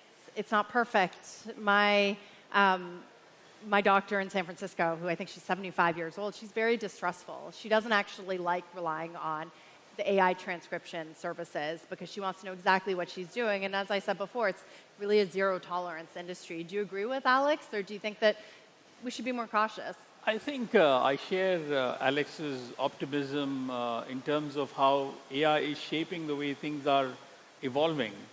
But I do bring a little bit of caution in this, and that's more, I would say, cautious optimism. And the way I would try to frame it is because just like every individual who's adopting any new technology, there will be a learning curve. And I think we are at that point where we are still evolving, appreciating that technology, and trying to get to that space. Trying to put an evolved technology platform in the hands of someone who is still probably getting a hang of it, I think could lead to more erroneous results. And then you could have more challenges than benefits of that technology. We've seen that happen in the early use cases that we've seen of the models. Hallucination is one of those because it tries to predict something that you've not connected yet.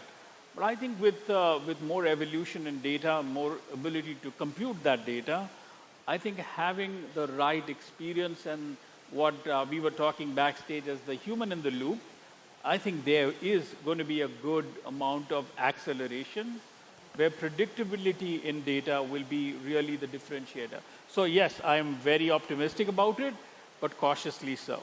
Cautiously optimistic. By the way, I There's going to be roving microphones. I'm not going to wait until the end to ask for questions. If you have a question, just put up your hand and we'll get a mic to you, because last session we had so many good ones. I wish that I had gotten to more. So just throw up your hand. Okay, that is the consumer side of it. Empowering, cautiously optimistic. Alex, talk a little bit about the promise of AI that we've heard from the early days. The promise of artificial intelligence to solve cancer and chronic disease. Where are we? It feels like still a little bit far away. In my field, I specialize in AI drug discovery. So we basically utilize AI to accelerate the discovery of novel therapeutics for cancer, but also for age-related diseases, focusing mostly on aging. We also develop AI. In the early days when we started, and we started actually at the NVIDIA GTC conference 11 years ago, and that's why Jensen sometimes puts us in his keynotes. I was like, I really love those moments. When we go back to the early days, at that time we were making a lot of promises. And starting from the very early deep learning days, we were talking about faster, cheaper, higher probability of success in terms of drug discovery. And at that time, I really felt that we are probably overpromising a little bit. So you kind of know that what you are saying is going to come true, but you don't know when. Now I feel that we are under-promising and over-delivering in my field. And if you don't agree to that, you can go and short my stock. We went IPO last December in Hong Kong. Stock code is 3696. Nice number. Has 69 in it. So yin yang. You're like the Elon Musk of the healthcare world, or the biotech world. Well, we can now discover a drug from zero to developmental candidate, one step before human clinical trials, in under 1.5 years. So 18 months is my kind of threshold. That's if I'm longer than 18 months, I'm concerned. Usual traditional approach is 4.5 years if you do it in a big pharmaceutical company in the West. If the pharmaceutical company has a site in China where things are much faster, it can do it in 2.5 years. Mm-hmm. In my world, it is 9 months to 18 months. And then I can actually sell this drug to a pharmaceutical company for a lot of money. So some of those drugs I licensed out for billions of dollars. One was licensed for close to $1 billion, $80 million cash up front. A real good cancer drug, pretty novel, and now it's already in kind of late phase 1 human clinical trials. And recently we did a deal with Eli Lilly, also pretty substantial, multi-billion-dollar drug deal. So those preclinical drugs are of ultra high quality. So even though we can make them faster and cheaper, they're actually the data room that you are selling is of higher quality than people got used to. But it's not only AI, it's also the rise of China biotechnology industry. So if we were not to go to China and compete there in this kind of China UFC gym, so to speak, right now, if you are not competing in China, you're not competing. Because, in Boston, people will argue if they should work in the office 3 days a week. In China, you're chasing them out of the lab on Sunday. And they really care, because they really care about that, 40-year-old mother of 4 or 3 who is, suffering from metastatic tumor, and they really care. And we are at war, not with other people, we're at war with diseases. Mm-hmm. So people should work harder and should make cheaper, faster drugs, regardless of where. So we went to China, and now we're exploiting that infrastructure and the talent base that's available there to make AI produce real products. Right. So it's actually a combination of kind of yin-yang, AI plus the power of China infrastructure that allows us to move so fast. What was the phrase that really took hold earlier this year about the Chinese work ethic in AI? It was like 996 or something like that, when you're just working around the clock, and that's how the Chinese plan to beat America in the AI race. Not about beating America. They don't care about beating America. They just care about making money and making better products. Srihan, Do you share that view? And do you think that we're going to start seeing more breakthroughs out of China? I think China has really shown that there's a lot of progress that they've made from just being able to do it at a lower cost to being able to move that paradigm towards more innovation coming out of China. So I agree with Alex in terms of how they've made that shift, and clearly they're focused. I like one of the comments that I heard from him where he said that while you might want to work 3 days a week, try telling that to cancer. It doesn't do a 3-day a week. It works 7 days a week, right? And I think that is something which resonates very well with how we do things. On the aspect of how we deploy AI is in terms of, at this point, I see this helping us becoming more predictive, more faster than what we were doing things before. And certainly, if we can get the speed of development down from 4 years to 2 years, certainly the cost of development will significantly change. Now, that gives us more hits on goal. That is certainly a big transformation that is expected in the near term with the models that we see evolving and something that we are deploying at the place of work where I come from. Now, whether these things will translate into what claims have been made saying we will find cures for every possible disease in the next 5 years, that remains to be seen. But certainly, if it can move the needle significantly in terms of altering the speed and time or speed and cost of development, I think that would have been a significant deployment of technology which will really change how we look at healthcare and cost of drugs today. The subsequent change of making us smarter, I think that's my cautious piece on the optimism. That's where you still are referring to the human in the loop. Human in the loop. That needs to be smarter than it was before. I see you nodding along, Alex, with that human in the loop idea. For me, it means something else, human in the loop nowadays. What does it mean to you? Well, when you are doing clinical trials and you are getting human feedback, when you are testing your drugs in humans, you need human. That's the human in the loop. So just the testing, not in terms of unleashing AI. I mean, Alex's view I'm is making a probably joke, sorry. One is to see how do you transform the human condition.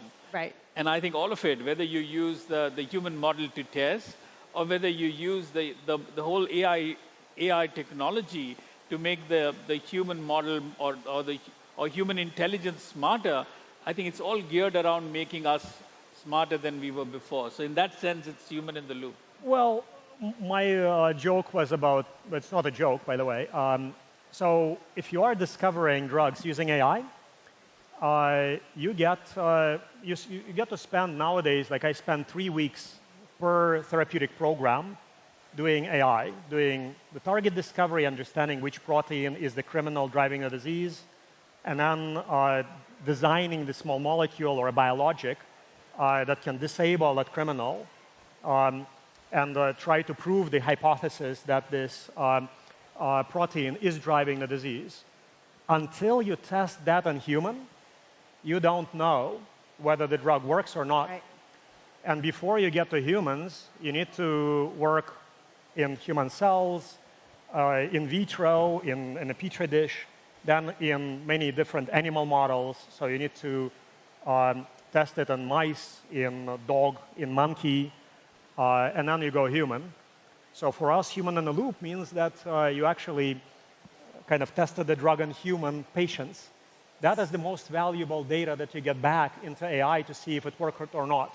And that time frame between the time you discovered the drug using AI and tested it on humans, sometimes it's like 4 years. Right. So AI is not taking out the human testing, but it's making it shorter and more efficient. Is that what you're saying? Well, we need a human to test if the drug works or not. Yeah. You know, when you talk about, at the beginning of this AI cycle, it was maybe overpromised and underdelivered, and now it's kind of flipped. It reminds me of self-driving cars, right? For so long, that was overpromised. And I think people still think it's overpromised unless you live in a place like San Francisco that has Waymos all over the street and you've actually ridden in one, you think, wow, this is better, safer, everything. But it's funny when I talk to my New York colleagues, they think, oh, I'll never ride in one of those. It seems so dangerous. How is that what you're seeing then? Are you starting to see drug discovery through AI taking off? And how long until like the rest of us see it? So I do see that in my company. In some other companies that may not have the experimental capabilities to actually be able to validate in a lab, and then in mice, in dogs, in monkeys, and then in humans rapidly, you don't see that acceleration. So in our world, we've managed to discover 29 drugs in the last 5 years and sell some. So it's actually commercially viable. And some of those drugs are novel. They have never been in humans before. So we're not just trying to do minor iterations. Right. So the more novelty you accept, the more risk you have. And usually pharmaceutical companies don't want to partner with you until, if your level of novelty is high, they don't want to buy your drug until you actually prove that it works in humans. So as an efficient AI player, you need to balance your novelty and your commercial tractability for the drugs. So now we see that we found that threshold where pharma likes to buy our drugs, and we found that kind of novelty threshold. Now we're increasing the threshold, and we adopt more programs with higher novelty, higher risk, but also with higher return. So what I love to focus on right now are what I like to call pipeline in a product drugs. Pipeline in a product meaning that you develop a drug for one indication. If you get it approved for one indication, you can expand the indication to more indications, to more, for example, cancers, or beyond cancer. Like my favorite drug in the world, and I'm using it myself, I think that's the best drug ever invented by humans. It's called tirzepatide, Mounjaro. Not an advertising, it's an Eli Lilly GLP-1 drug, GLP-1 GIP. Low dose makes me happy. I don't want to eat when I'm stressed. I can skip dinner. And you probably see I don't need it, right? But this is an example of a longevity therapeutic. How many of you are on GLP-1s? Well, some of you are too ashamed to admit it, huh? Some may be shy, not as forthcoming as you. That means that this drug has not penetrated the masses yet, because it's all about the dose. So those kind of drugs I want to go to develop because they decrease the probability of the incidence of cancer, of neurodegenerative diseases, many other diseases, because you don't get fat, and also you starve your cancers. You always, like every second of your life, you get some cancers. It's just your immune system eliminates it. No question, GLP-1s are the sort of miracle drug and have a lot of good and benefit. But someone like you, who I'm thinking maybe does not need it as much as someone who may have diabetes or heart problems, and I guess the risk-reward is what you've come back to a lot. Your risk threshold is high, Alex. I think we've understood that from the first it's a very safe drug. Millions of people take it, and you're right. We need to discover new ones that are kind of GLP-1s for your brain, GLP-1s for your muscle, GLP-1s for your liver. Like imagine a world where you don't need to go to the gym as much to get really nice muscle as you decline, because once you reach your peak, nature is not your friend. You reach your peak, then you decline and die, and you get a bunch of diseases. So if we can extend this productive lifespan, productive part of your life without disease, with drugs like GLP-1, but better, that would be a true benefit to humanity, not just. Let me flip your question. You asked the audience who's on GLP-1s, who's skeptical of GLP-1s? Who's worried about maybe the long-term effects or... Okay, so a few more hands then that's on GLP-1s. Weigh in, Srihan. How do you think about drug discovery moving quickly, solving disease with caution in terms of doing the right research and looking at the long-term effects and side effects? And I heard Alex's views on where things are moving and where he would like to see. Very exciting, Alex, and very inspiring in that sense on where you can take things. let me talk about what you just said before you asked this question, where people have a little bit of hesitation before they want to trust AI-based solutions. I think trust is something which is earned over a period of time. Okay, you need to see that there is delivery in terms of what you do. We are in that phase where there is confidence that is being built in solutions that you see coming through from the AI models that we see. Over the last couple of years, we spent a lot of time at our company to look at seeing predictability in models. Models that have deliverable results which are measurable, which can show very clear, distinctive results and outcomes that can be measured. I think that is validation that models can work, models can provide results with a fair degree of accuracy. These models are iterative, that's why they are generative in that sense. They learn over a period of time. We've seen models go from 75% accuracy to 95% accuracy and more. So that is what builds trust, and that's what we've seen happen over the last 2 years at our place of work. Now comes to the question that you asked, which is in our mind, not the predictive efficiency-based AI models, but the transformational AI models that Alex talked about. Drug discovery, in my opinion, is a transformational AI model, which means you do not do experimental science, you do predictive science. Now again, here too, we've seen examples. There is AlphaFold, which has evolved several times.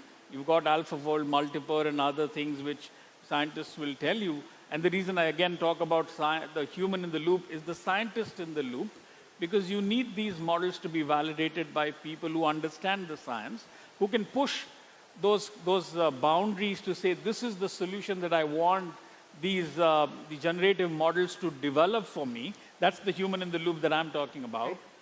And these scientists will challenge you to build those iterative tools which will allow you to develop that next drug discovery. Now, drug discovery has multiple pieces to it. We've just went from saying that if I don't have a drug discovery model, an AI tool fails. I think it's oversimplifying the problem. There are several stages in that. If it can help me make clinical trials more efficient, if it can help me target the right pool of patients that can benefit from the kind of drug I'm trying to model, if I can develop the right amino acid sequence in the kind of protein that I'm trying to put together, that is a massive movement from where I was 2 years ago to where I'm going to get to in the next 10 months. I think that is a significant change that the AI technology can bring. I know we always push the boundaries and say, can I discover a new drug in the next 10 months, 12 months? Well, that's great if we can. But if we can't, it's still a huge jump that we've made, a huge leap from where we were to where we've gone because of how AI has helped move things forward. And there's still steps along the way. When you're talking about this, and especially the human in the loop, it reminds me of something Geoffrey Hinton, who's known as the godfather of AI. Years ago, he said, don't become a radiologist because you're going to have no jobs. Now, there's a shortage of radiologists. You didn't actually replace the radiologists. You just replaced and helped them with their tools, which is exactly what you've been talking about. Right, Alex? I think it's a matter of time. So there will be less radiologists. And I think that radiology in general is a very underappreciated field. So the ability to see inside the human body and detect diseases early before they become terminal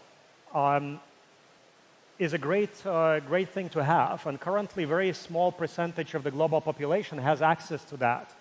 So having AI radiologists that are super efficient and very quickly can interpret your data, it's already happening, will democratize this technology.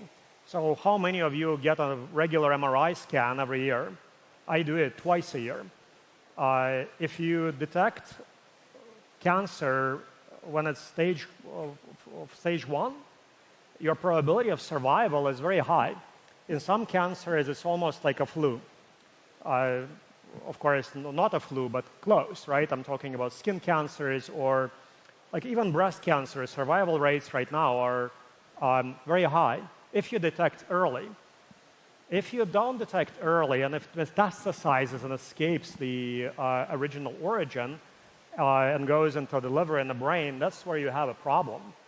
The ability to use an AI doctor to democratize access to diagnostic medicine and make it very, very accurate and precise, I think that's what the promise of AI is. It's already there.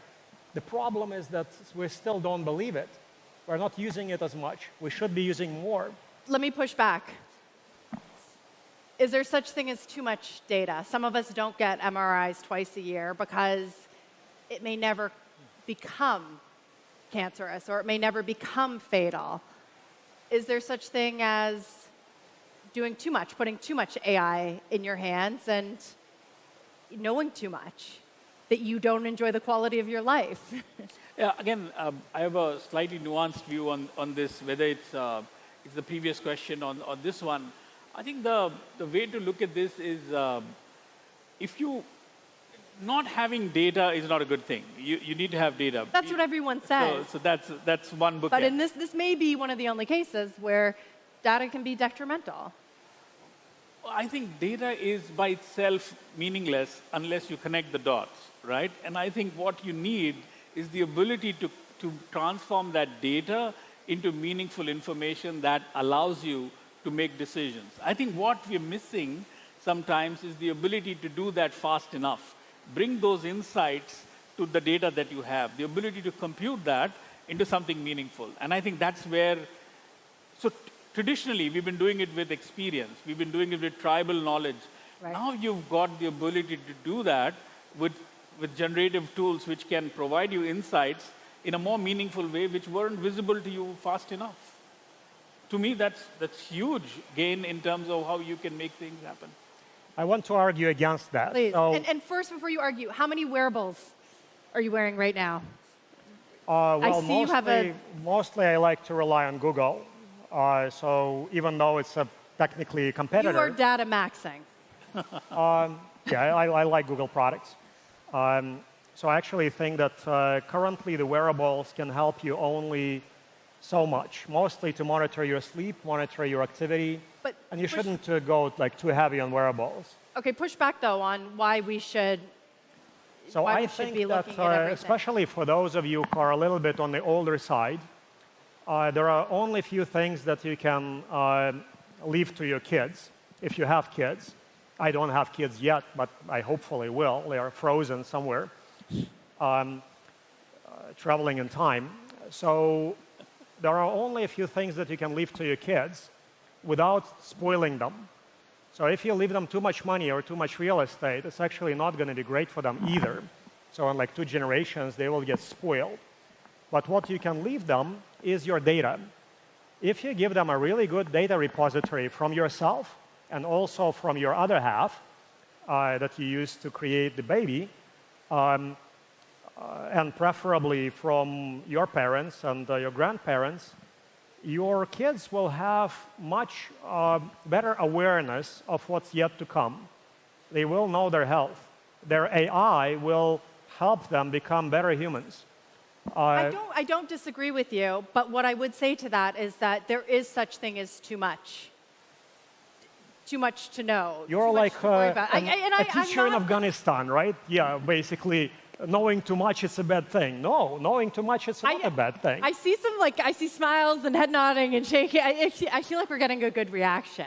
But I would love a show of hands. Who wants to know everything? It's very interesting. That's the meaning of life, technically.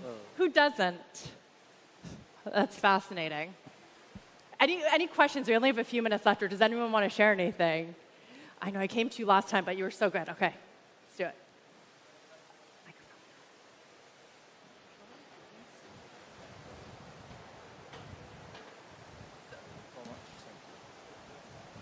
So I just want to, can you hear me? Okay.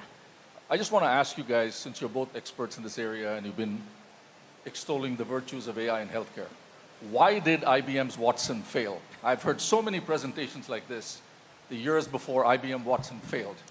And it mainly failed because it was unable to assimilate the information that was fed into it in a useful manner. No. And provided some, I mean, this is some of the stuff I've read about why IBM sold it off. So can you tell me, if it's not true, then just tell us why it failed, because some of these presentations sound very similar. It's too early. It was too early. They were too early. If they were there just like 7 years later, maybe not 7, like 8 years later, they would have been the king of the game. They just pushed the hype button too early. And it actually created a problem for many of us. Because after the IBM failure, they got so much attention. Right now, so like media, it's so easy to manipulate with big brands. Big brands come out and say, oh, I've got this folding algorithm. And suddenly everybody is like, oh, I'm going to write about the folding algorithm. Even though for drug discovery, this folding algorithm may be like 0.5% of success, right? Maybe like 0. Maybe you don't even use it. But everybody would be talking about it. Like actually, if you're doing like real drug discovery, you always have $50,000 and 3 weeks to make a real crystal. I'm talking about another hype wave, right? So folding, in my world, very tiny benefit. So what IBM Watson did, they were basically selling a story that didn't perform at that time. It was a very good story. They were just a little bit too ahead of their time. I'm not sure media ever bought in that much to Watson, by the way. I will say that. One more question or comment right here. Thank you. Thank you. So today is Earth Day. How can we reconcile making all this progress while still putting human beings and the human ecosystem first? Well, I think my view has always been that any technology that's been brought in is to make us smarter. I think the whole paradigm that's been discussed in many forums, and I know Alex has a different viewpoint on this, that AI is on its own. I think it is meant to make the human in the loop better, smarter, efficient, productive. So essentially, none of this technology that we talked about would exist if there was no human to have a need for that. So it's to improve the human condition that you have the need for that technology. There's also a lot of conversation which goes on to say, oh, you know what, because there's going to be AI, there's going to be a lot of jobs that will be lost, and there will be people who will be left without an employment. I think that may be true for organizations and companies that are focused on doing jobs that could be replaced by machines by speed and time. But the ability to actually do higher order of work, the intellectual ability to pose those questions which machines can actually help you solve, is still with the human mind.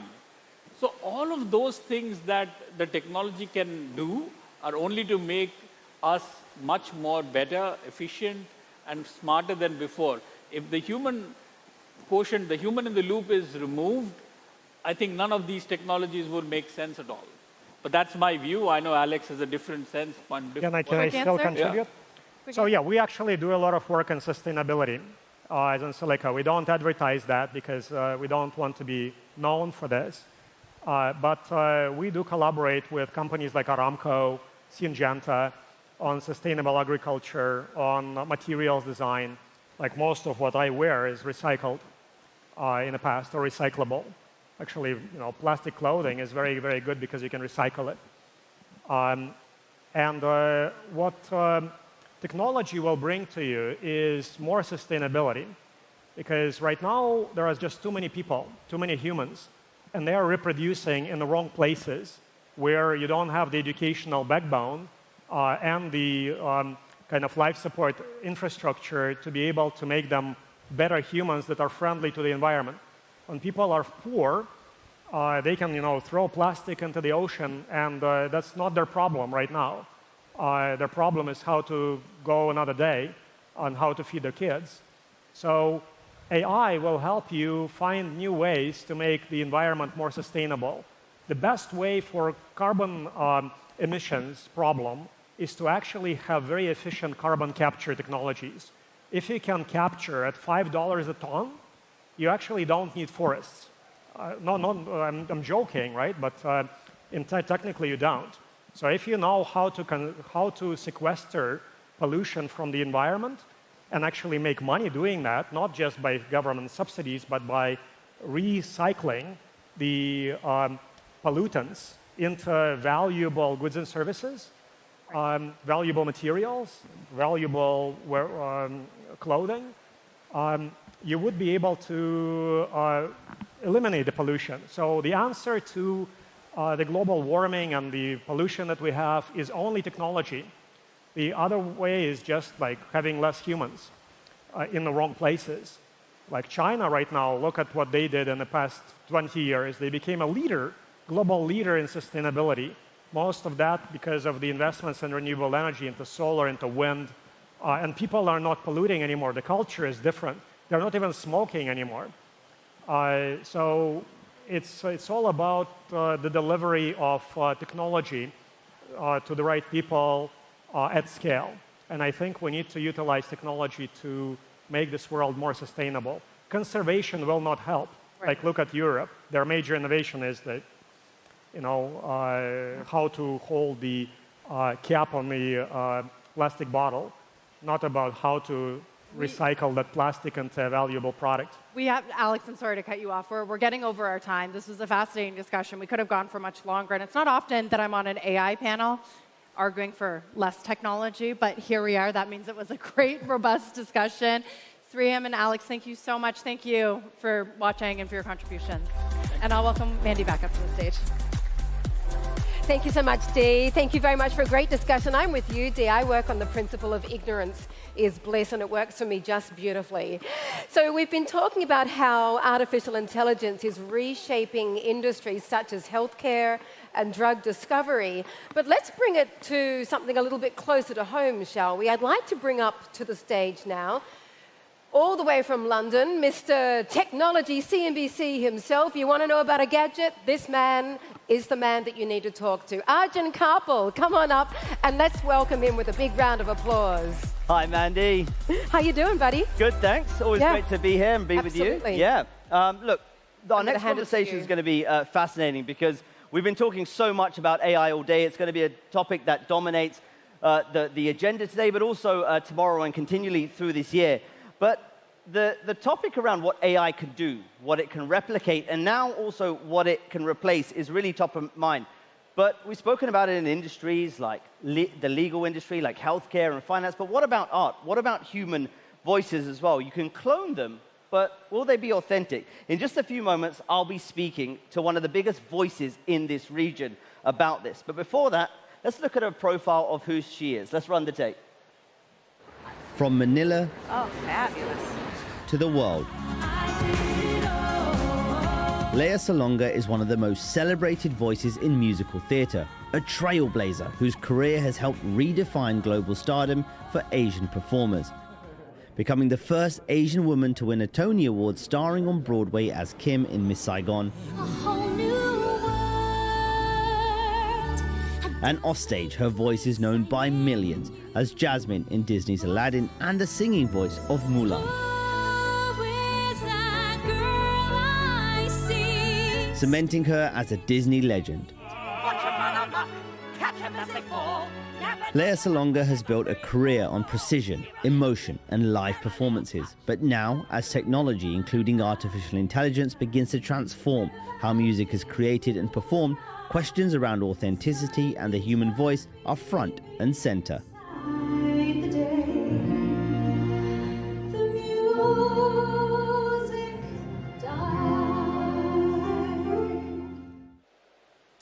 She's the first Asian actress to win a Tony Award and will become the first Filipino to get a star on the Hollywood Walk of Fame. She's in Singapore to perform in the musical Les Miserables at MBC. From Manila to the world, and now the jewel, please welcome my guest, Lea Salonga.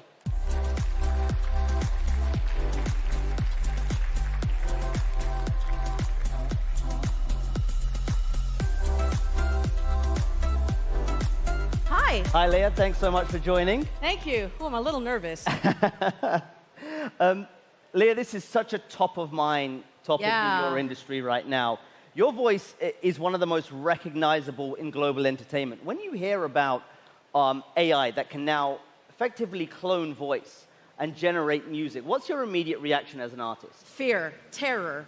No, seriously though, it's like, is this technology going to take away the livelihood of so many artists who make their livings primarily on recorded music? Is this going to affect especially smaller independent artists who put out music hoping to make a human connection with listeners? Is that going to be a problem? It doesn't seem to be a problem if you're in live entertainment where, you know, an audience's eyeballs are looking at you, looking at an actual human being, doing extraordinary things. But when there is sort of this gap, because when you're listening to a CD or an MP3 or anything like that on an audio file, how do you know that what you're actually listening to is the real deal and that there was a human being behind it? You don't always know. We were having this discussion backstage where sometimes you can't tell anymore. So what does that effectively mean then for, I think, two things. One, you know, identity as an artist. For so long, I guess your voice is part of your identity as an artist.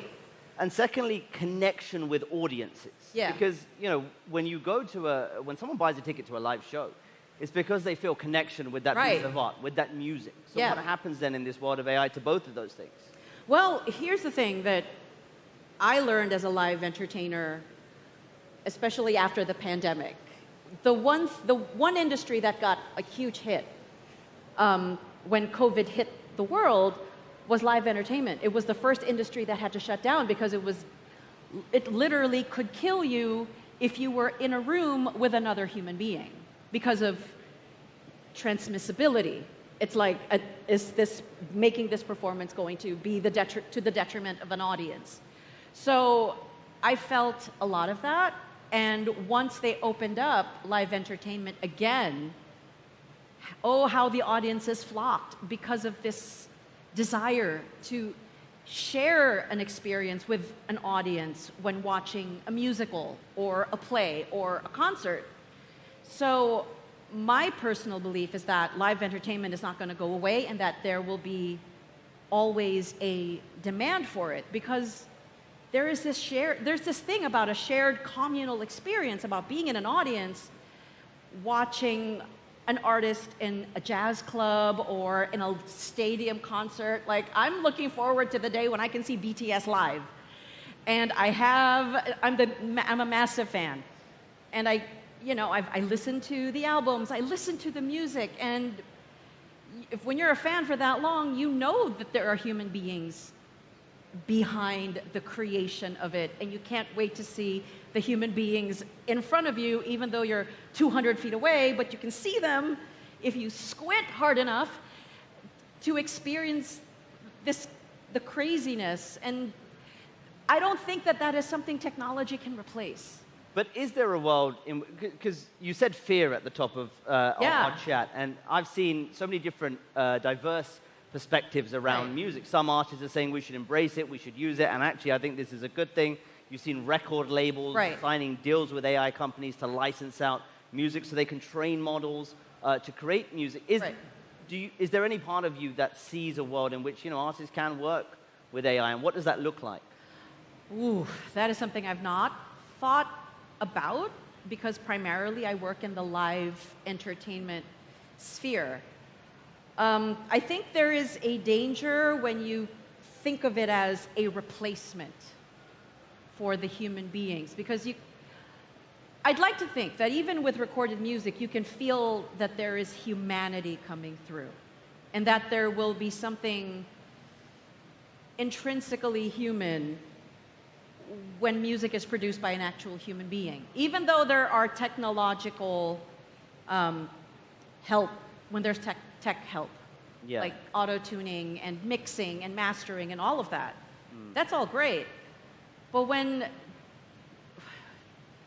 is it a replacement for when the actual human being is still strong enough to create it, and then you're replacing them, thereby taking away their source of income? I think are the artists going to get a financial cut, or will it be a financial hit? Those are questions that go on in my mind. Yeah. Is it going to take away from their livelihood? Yeah, because we have seen, the ability at this point in time for AI to generate beats and whole songs, right? Yeah, and the human beings are actually using the beats Yeah. to create the music, but they still have to use their brains to create a lyric that is seen as a reflection of a human experience. Yeah. So that's a sort of example where you can see kind of AI augmenting it. You'd be okay with that? Augmentation is something, but replacement is another. Yeah, for sure. You mentioned something very interesting, and that was about sort of are artists going to get financially rewarded? Is there going to be a fair share? Or is it just going to all funnel straight to the top? Yeah. From what you've seen so far, a lot of the deals have been sort of record labels, sort of licensing out Right. music from the artists they represent to some of these AI companies at this point in time. Are you seeing financial models beginning to change with technology coming on board? When streaming first came around, there was a huge debate around what streaming would do to the music industry. Now with AI, what are some of the discussions being had? Well, as somebody who actively streams music, but somebody who actually also actively buys music, streaming feels like I'm renting something rather than owning it. That's the feeling. But do I feel strongly enough about a certain artist that I want to own their music? Then that becomes a consumer, as my questions as a consumer. So if I buy the music, I support the artist, and hopefully they're able to then get a cut of what I've been able to purchase and have it go to them. So who is benefiting from streaming? Is it the label? Is it the people at the top of the label? Is it the artist? If I know for sure that the artist is getting a fair share of what we pay as far as subscription fees and monthlies, then maybe I'll be a little more okay with that. Because as an artist, I'm also getting impacted. Yeah. Is the power shifting at this point because of technology in terms of in the music industry? Have artists managed to regain any power? Perhaps we've seen that with some of the mega I see that with Taylor Swift, where there was news that was coming out where she was re-recording all of her original music because she did not have ownership of the original masters. And so she did everything over again so that she could. And I liked that she was taking power back for herself. It made me, as an artist, it gave me hope that this would happen, that hopefully other, especially smaller artists, would take a cue and be able to have ownership of the art that they've created. But whoo, this is hard. Yeah, and I guess that's to the point is, does the introduction of AI to the music industry risk sort of exacerbating the divide between the mega stars of the world and sort of some of those more indie artists or newcomers trying to kind of crack into the music industry? It's always been difficult for any artist anyway who are trying to get in. And then it's kind of like lightning in a bottle when an artist does break through.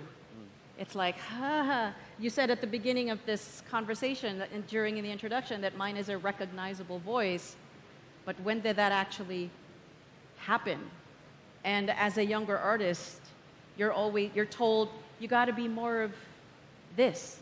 You should model yourself to be more of that. And I knew inherently I was not like this person or that person. And I think as I was getting older, I started not accepting what my voice was, but allowing myself to steep into the sound I was producing, and that there would be someone that would latch onto it and turn it into what it is. And I'm grateful for audiences that have come to see me in concert and come to buy my records. But as a younger artist that's trying to break in and you are being encouraged to kind of follow someone who has been in the industry in the hopes of maybe one day breaking through, it's like, it was already tough then, and it looks like it's going to be even tougher now because of what AI is able to to do. And you're also not always the most powerful voice in the room when you're starting out.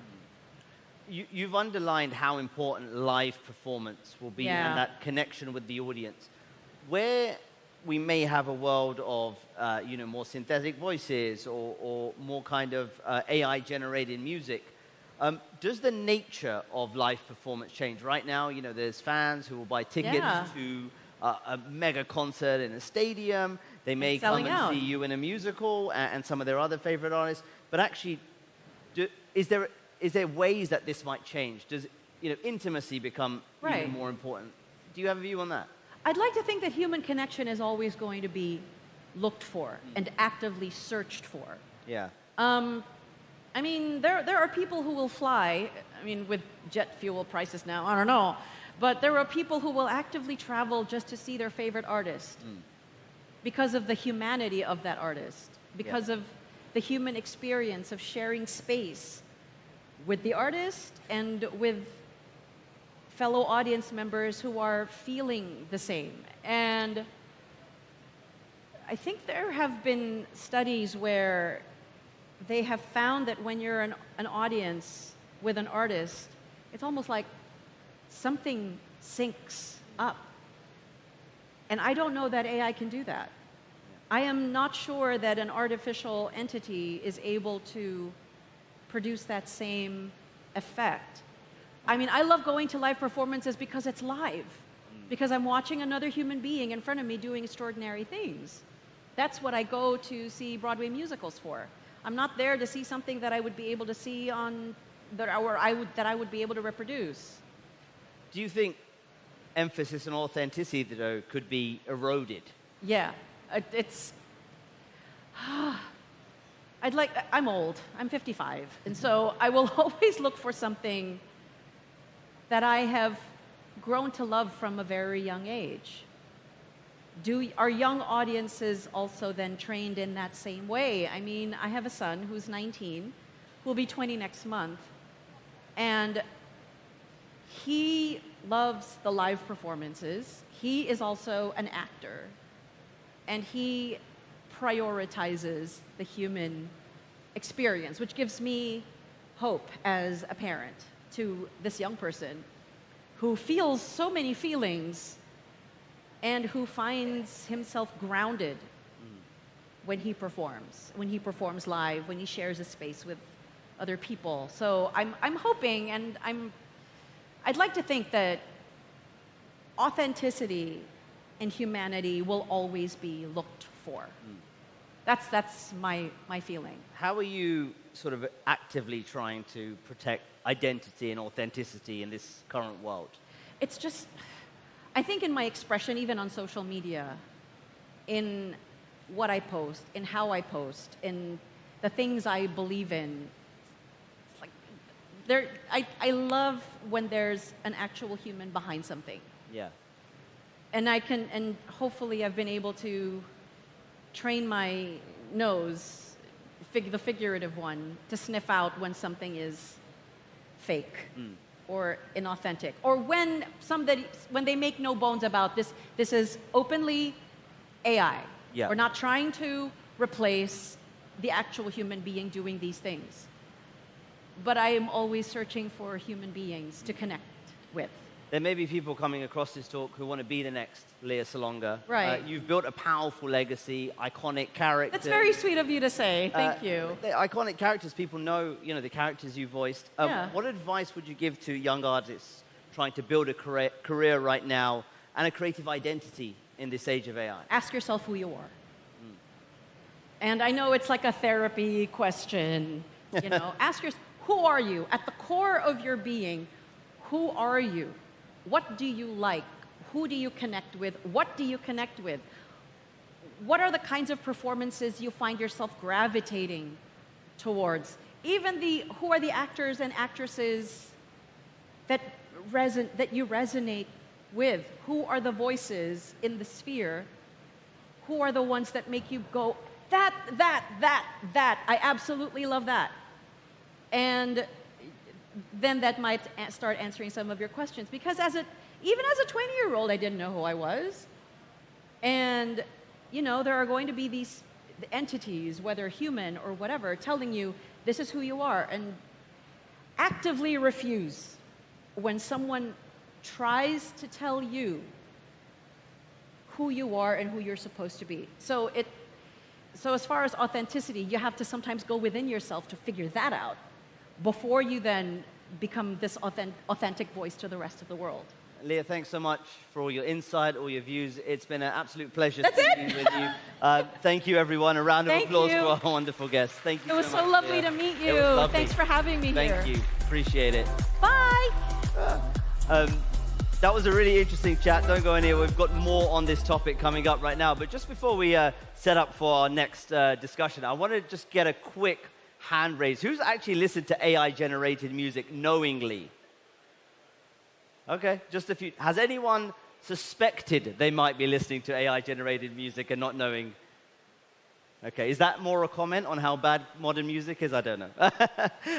But what's been fascinating, I think, through all of this is to hear about the way we often talk about AI and some of the developments of the models and the technology and how it's impacting all these different areas and the job losses and everything. And it's so true. There are so many different industries where it's impacting. And certainly from an artist's perspective, just there, Leah gave us an insight into how this is impacting the creative industries and what some artists are really thinking about as well. What has value is something really that the music industry has been wrestling with. And I want to tackle that question now from more of a business perspective. So please welcome our next panel on stage for our next chat, Music in the Age of AI. My first guest is Bernie Cho, president of the DFSB Collective, a Seoul-based agency working with over 600 K-pop artists.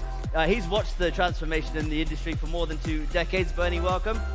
Please take a seat. And I'd like to also introduce Anand Roy, who is the founder and CEO of Wobble AI, a Singapore-based AI music platform whose tracks are already being used by global brands and transit systems across Asia. Anand, welcome. Really looking forward to this discussion. For the last 2 years, much of the music industry has sort of framed AI as a threat, and we heard some of it there, the kind of concerns and the fears over AI to copyright, creativity, artists' livelihood. But there does seem to be a sort of shift in tone, certainly, even among some of the bigger labels as well. They're signing licensing deals with AI companies, turning catalogs into assets, etc. So what do you think has changed more recently? Bernie, I'll kick off with you. Well, I think with AI, it's been not just so innovative, but really disruptive that it has really evoked really strong emotions from fear and loathing to fascination and maybe perhaps obsession. And, you know, I really believe that AI in the music industry is sort of our generation's electric guitar moment. And a lot of the artists that are diving into AI are all different iterations of Bob Dylan. Unfortunately, some of my artists are so young, they just think of Timothée Chalamet, but that's fine. But, you know, truth be told, I think a lot of these AI companies, a lot of their CEOs and sort of drinking too much of their own Kool-Aid, where they wanted to sort of preach, we got something hip, we got something hype, that what they did is inadvertently may have created a little bit of hysteria and perhaps a bit of hate.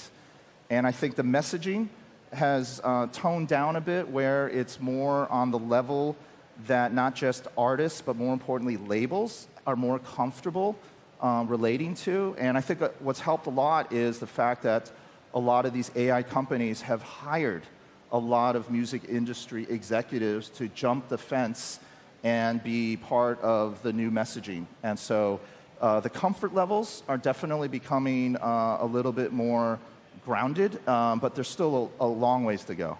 Yeah, and from your perspective, Anand? Well, so the synthesizer, digital production, music streaming, the music industry has always had a bit of a love-hate relationship with technology. Basically, every 15 to 20 years, there'll be a new technological development which will change the evolution and the direction of the music industry. And AI, like Bernie said, is that technological shift of our generation.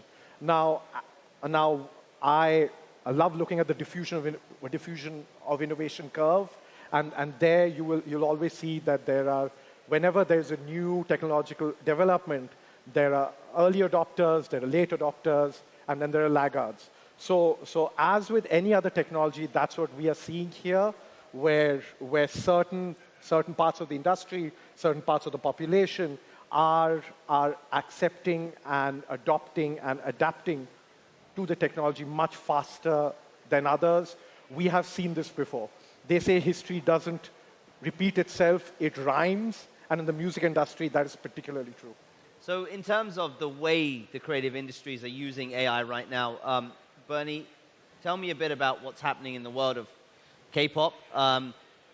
This whole debate over replacement v. augmentation is something playing out across industries around the world. What's happening in music? Well, I think I can only comfortably speak about the South Korean or the K-pop experience because those are not just the waters, but the waves I'm swimming in, and at times maybe feel like drowning in. But, right now, the K-pop industry, but more importantly, the K-pop culture industry is such an important part of South Korea's not only national image, but national economy. And so what we're starting to see is cautious optimism towards AI with a very concerted effort between the industry and the government to provide not just a lot of guidance, but a lot of guardrails on ethical, responsible use of AI. And so, this is an ongoing conversation, dialogue, and discussion, not a debate, a discussion. And so, I think for many of us in the industry, we are not only looking forward, but looking side to side to our peers and our colleagues and our competitors in terms of what's best for the industry. Because, look, the music industry, when they didn't embrace technology and felt technologies was a threat, it manifested into a threat. So, for instance, when downloads and streaming occurred illegally, and the music industry went with the whack-a-mole approach of trying to shut everybody down, it made a bad problem worse. And so I think this time around, there's elements of deja vu that, oh my goodness, technology is back again with something brand new and shiny. And so I think what's happened is instead of just getting behind it, getting in front of it as well. And so what we're starting to see, I think, is when it comes to creating content with AI, context is equally, if not more important, because as these stories or as these songs are being written and being told or being sung, what we've seen is that, yes, the technology is cool, but if you just focused only on the technology, it comes across as cold. And so, with all these new songs and new stories being told with AI, the storyteller, the creator, needs to be front and center and needs to be part of that credit. And I think that so far, a lot of the AI stuff that we're seeing that's resonating and connecting, it's always about the creator using AI as a tool. And where there's been AI productions that have blown up in the company's faces, it often is because they never revealed who the creator is, who the human is behind it. And so, again, I think it's really about the context behind the content that will connect with audiences. So some transparency as well is quite, you think, going to be an important factor in audience getting on board with kind of perhaps more AI in the creative process. Yes, look, as much as there's financial investment from companies into this content, at the end of the day, for the consumers, the audiences, but more importantly, the fans that you want to make into super fans, they want the emotional investment as to who is creating this work of art. And I think that is something that is unavoidable and hopefully inevitable. Anand, from your perspective, again, what are you seeing in terms of the most uptake right now for the way the creative industries are using AI? So, I think we are already seeing a lot of what is happening in terms of video and image generation, in terms of all of the mainline hyperscalers pushing out image and video models, which are getting better and better basically every 6 months. I think what makes the music industry very unique is the frankly unprecedented licensing structure that the music industry has around it, which you don't see in any of these other creative industries. So because of that, the narrative, the complexity around music and AI has become particularly heated, and the debate has sort of gone in all sorts of different directions. I mean, we at Wubble, we are really focused on the B2B use case, and we are really solving for that problem of music licensing. You know, till AI came along, it was very difficult for businesses to create royalty-free customized music within seconds. You know, it was either you use a stock music library, which everyone is using, or you sort of hire a composer, which then sort of comes with its own timelines and costs. So in terms of the B2B use case, AI has been able to solve a very specific problem, which has been around for over 150 years. And I think because we've been laser focused on solving that problem, our adoption and our partnerships in the B2B space have been extremely humbling, including with Changi Airport. We are now the music providers of Changi Airport across all 4 terminals.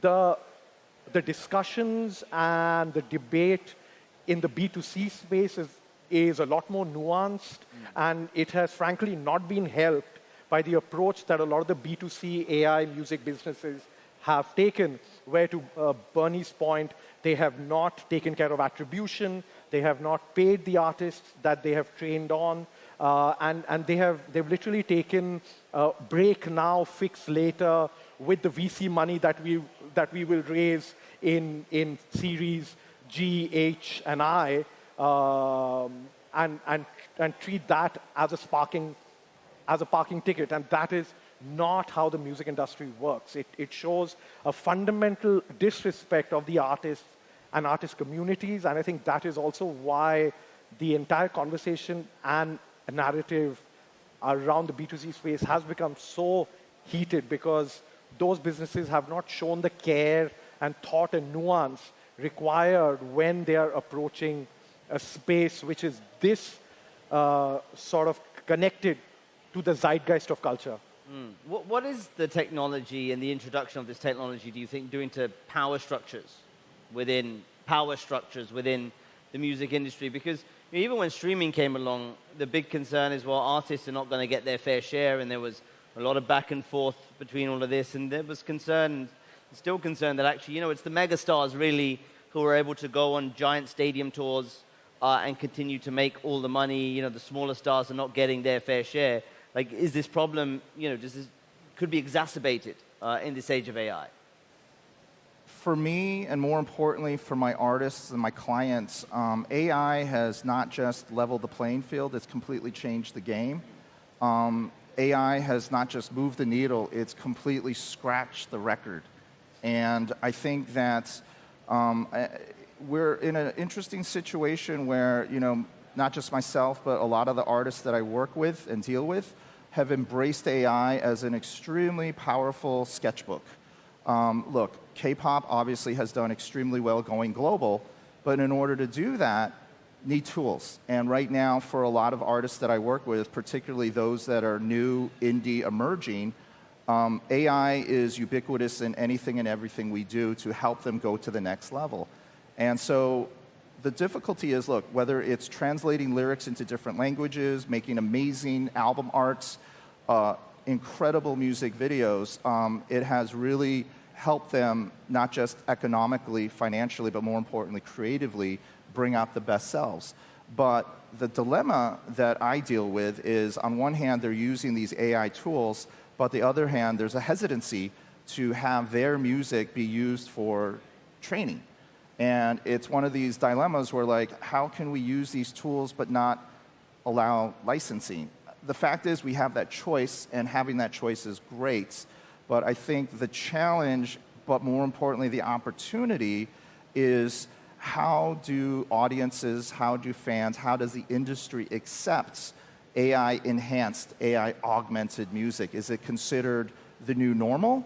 Or is this considered kind of an outlier, ostracized piece of work, artwork, that you have to question its authenticity? And this is not a black or white issue at the moment. It's very much 50 shades of gray. And so I think that this is a debate I run in with every morning, every afternoon, every evening at the moment. But I hope that there's more clarity with more thought leaders in the industry, like here, that we can finally reach a place where it's acceptable. I want to come back to the authenticity and audience question because that's pretty key. But just quickly, you work with content creators, film, TV, transit systems, Changi Airport, you said as well. In any of those industries, are you seeing any business models shifting faster than others? And if so, what are those? Yeah, so just to sort of circle back a little on your previous question, I think there are a couple of points to sort of keep in mind here. One, AI is coming in at a very interesting time in the music industry, and I'm just going to share sort of two sort of bits of data. Before streaming, the average musician used to make 40% of their income from live touring and concerts. That number has now gone up to 70%. And again, that has happened because of how streaming has changed the dynamics of an artist's economic structure. That along with the fact of the TikTokization of music, where a track's decay rate is significantly faster depending on what track is trending on TikTok. What this means is that musicians need to turn out content much faster. They need to engage on social media much faster and at an ever more increasing rate. And this is where AI can be a game changer. As long as musicians are able to use and deploy AI as a tool, they can turn out music faster, they can get parts in, they can get stems in, and they can create content, music videos, social media videos much faster. I'm not even talking about voice clones and AI clones where that artist's digital persona could then have one-on-one conversations with the fans. All of these things are now possible. Now it is a transformative technology, and it is not unnatural for a group to sort of react with a certain amount of trepidation in the beginning. But then when one looks at the possibilities and just what the tool can enable you to do in this modern music ecosystem, the possibilities are truly endless. And a lot of the forward-thinking businesses are sort of seeing this already. So then where they were previously stuck with using stock music libraries, having to go through extremely cumbersome and time-consuming licensing regimes and modulations, now they don't have to worry about all of that. They are now looking at a future where they can create customized soundscapes by user within seconds, depending on what their reality is in their place of business. So this has massive ramifications for customer service, for lead generation, for marketing, for content generation, for gaming. Like gaming is a whole different panel, really. We should do another one on that. But just all of these possibilities are just showing that there is a brave new world, and the way businesses are interacting and engaging with their consumers is never going to be the same again. That does come back to the point, because you mentioned you could have a digital persona, a real persona. It comes back to the question of authenticity and whether, I guess, authenticity could become a premium product, really, in music, in that, as potentially more synthetic content grows, more AI-generated content grows, does real human artistry become more valuable or less? Will people just accept, hey, this is AI-generated, I'm cool with that, I enjoy the thing? Or say, actually, no, I really want something that is made by humans. Yeah, there's a really interesting case study that's emerging and breaking and trending and hashtagging at the moment. It's a Japanese kawaii metal band called Neon Onni. And for those of you who don't know what kawaii metal is, think Hello Kitty meets heavy metal. And there was an AI producer who created this all-girl Japanese heavy metal band, and it started getting traction, more importantly, attraction. And the numbers started rising, growing, spiraling. And people were curious, who is this band? Where are they? Who's the producer? And usually when this sort of online internet witch hunt happens, that's the beginning of the end. But this particular producer, I thought, was incredibly smart and pivoted. He recruited Japanese musicians, female musicians, to create a band, a live band, a real band, to play the music that's trending worldwide. And that connection, again, going back to this idea that something cool, if there's no interaction, it could become very cold. This particular producer pivoted and said, you know what, I need to take this fake and make it original. And it's connecting. And all of a sudden now, this new live band is performing live, in person, meeting fans, selling merchandise. And look, this is something that I can't say yet is a success. However, it is a very fascinating study of what happens if it's AI originated and then becomes authentic. And so it's something, and not just that example, but other examples have to study in terms of what hits, what misses, what works, what doesn't. But that basically said you still want some realness Exactly. behind it. Exactly. Right? So again, it turns out that this AI producer has connected by finding real live musicians to deliver the message through human messengers. Yeah.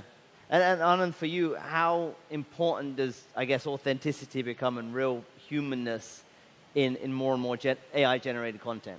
So we are at the forefront of AI and audio research, and I can emphatically state that it has never been more important that we work with human artists and human musicians.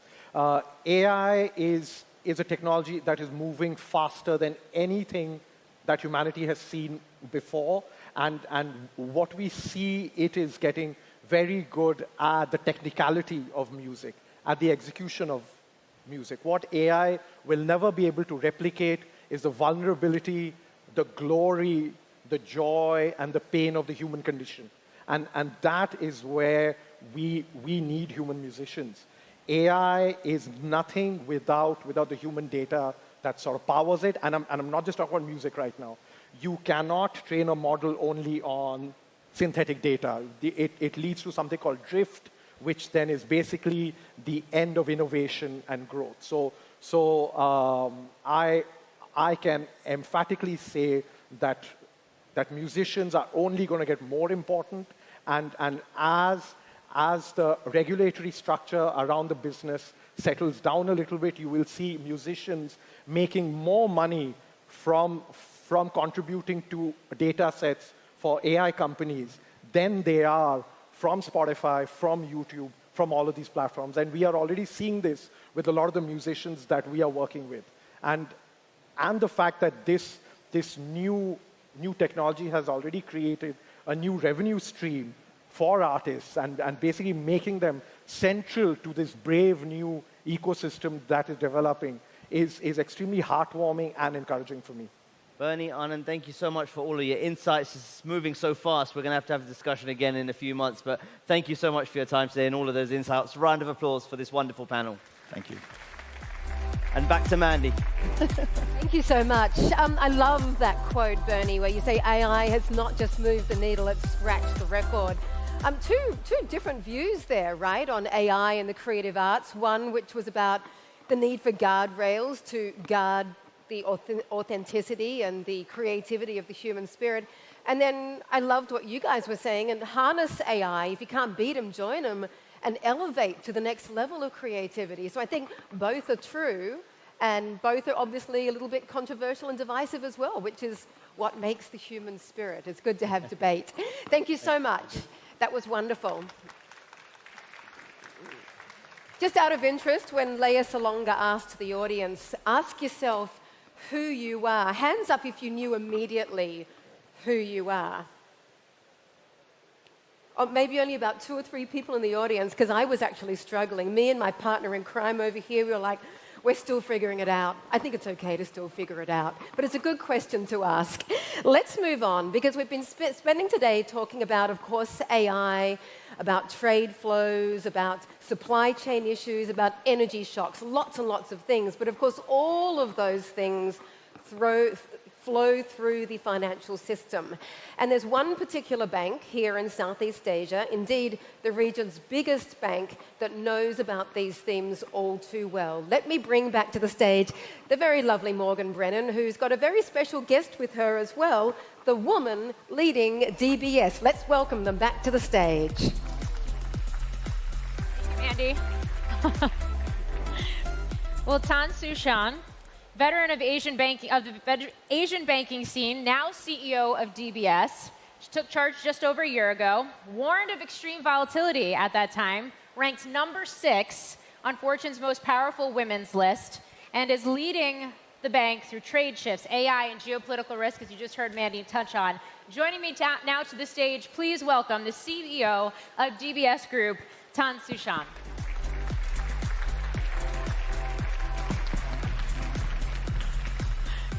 It's great to have you here. Thank you, Morgan. Okay, there's a lot. Can you guys hear me okay? Yes, okay. So there's a lot to get to, but I do want to start with the fact that you're a little over a year into running the largest bank in Southeast Asia, and just in terms of lessons learned with the bank recording record profit and the future changing amid AI for a bank that is already very digital. Lessons learned. Wow. Okay. If you are a manager, manage for maximum flexibility. Because guess what? You don't know what's going to happen tomorrow. So if you have to pivot, make sure you can pivot. If you have to separate stuff, or you have to bifurcate stuff, or you have to diversify, make sure you have those backup plans. If you need alternative routes, alternative payment routes, alternative supply chains, alternative currencies, alternative booking centers, have those backup plans and alternative pathways. And stress test, stress test, stress test. So be ready for the worst case scenario. Prepare for the worst, hope for the best, but have that playbook ready.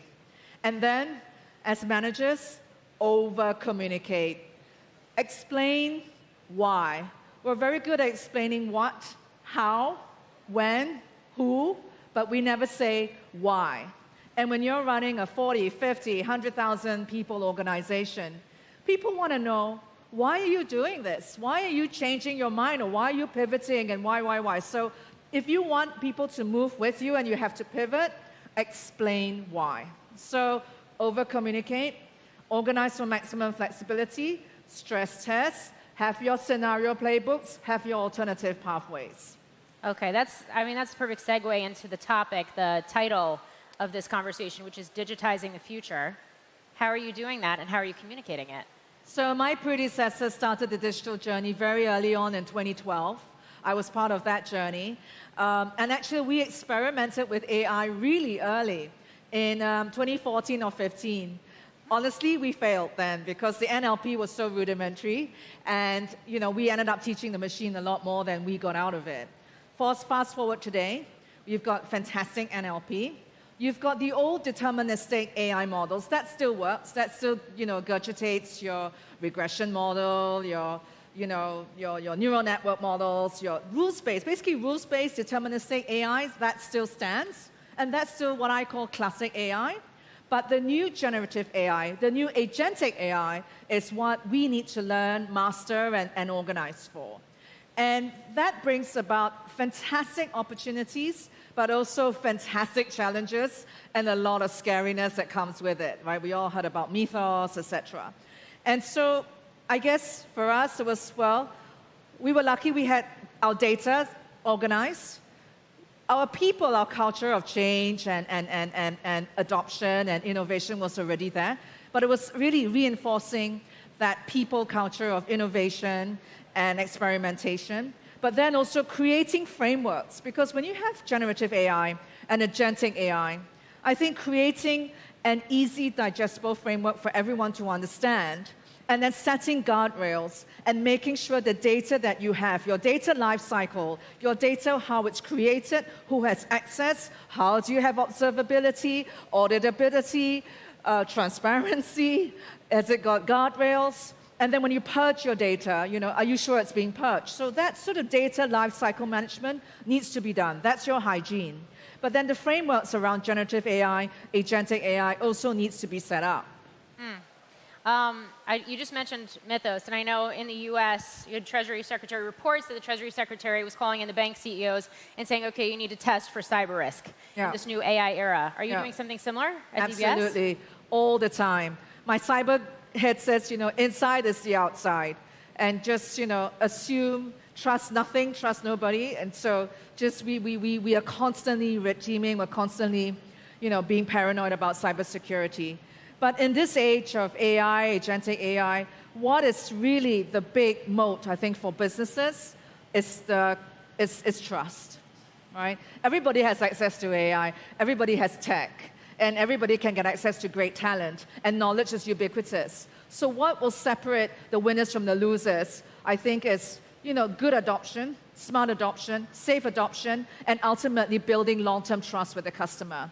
That is, I think, the big differentiator in today's age. The other is really the culture of your organization. It's how you organize your people so that they can safely adopt this new technology and yet feel that they are useful and not sort of disenfranchised. That's a bit harder, right? The people management part. And at DBS, our HR is actually at the forefront of making sure all the people whose jobs are being changed by AI, we're going to give them options. We've got an AI tool that helps them to redesign their careers. We've got lots of, upskill, reskilling type of courses, but also the way we organize ourselves. So if what you've done for years, whether you're a level 1 developer or you're a tester, and today you don't code anymore, Claude codes for you, Anthropic codes for you, then if you were doing, let's say, tech for wealth, then go deeper into the wealth domain, right? Get to be a level 2 engineer, get domain expertise. And that's what we're encouraging our people to do. Start at the entry level, go deeper. So get the domain expertise. The other is go wider. So if you used to do legal today, and you've got legal AI to help with documents, proofreading scripts, etc., guess what? You can do compliance as well. So you can widen your scope. So I think, the human AI element means you can either go deeper or go wider. And who doesn't want to do more and get paid more, right? So I think it's that culture of reskill, upskill, and not being afraid of this change. Our message to everyone is, we're not here to protect jobs, we're here to protect people. But, we can bring the horse to water, it's up to you to drink. And we'll give you the tools to drink. We'll give you the tools to upskill and reskill. And we'll make sure that, you have all that relevant support and that everyone's not scared to do new stuff. So at my leadership conference a month ago, I had everyone wear a T-shirt. And the T-shirt said, "Talk is cheap, show me your agent." This gets to the heart of, I think, a bigger debate that's been happening. And that is, how much of the promise and possibility of AI is just increased productivity and being able to do more with streamlined costs, maybe perhaps lower headcount. How much of this is actually a deeper, more fundamental shift, paradigm shift in how companies, and in this particular case, how a bank operates? Yeah, Morgan, you're right on both counts. I think the sort of inch-deep, mild-wide AI, everyone can use, right? We call that DBS GPT. We all use it. Helps you to do translations, helps you to read, write, summarize, helps you to have policies sent to you, summarized for you, helps you to find the right person at the right time, etc. So all that, inch-deep, mild-wide, that's just pure productivity. But the real big kahuna is the enterprise agentic work that you can do. And that you can't do too much of because they're heavy and they need a lot of safety guardrails. And if it touches production, that means it touches your code that you expose through the internet, make sure that you've got all the relevant guardrails. So for us, we've got 11 enterprise use cases, and those are the big use cases where we're just completely going to re-guard and change the way we work, right? So that could be anything from call centers now being, using robots. It could be documentary trade being, again, using AI.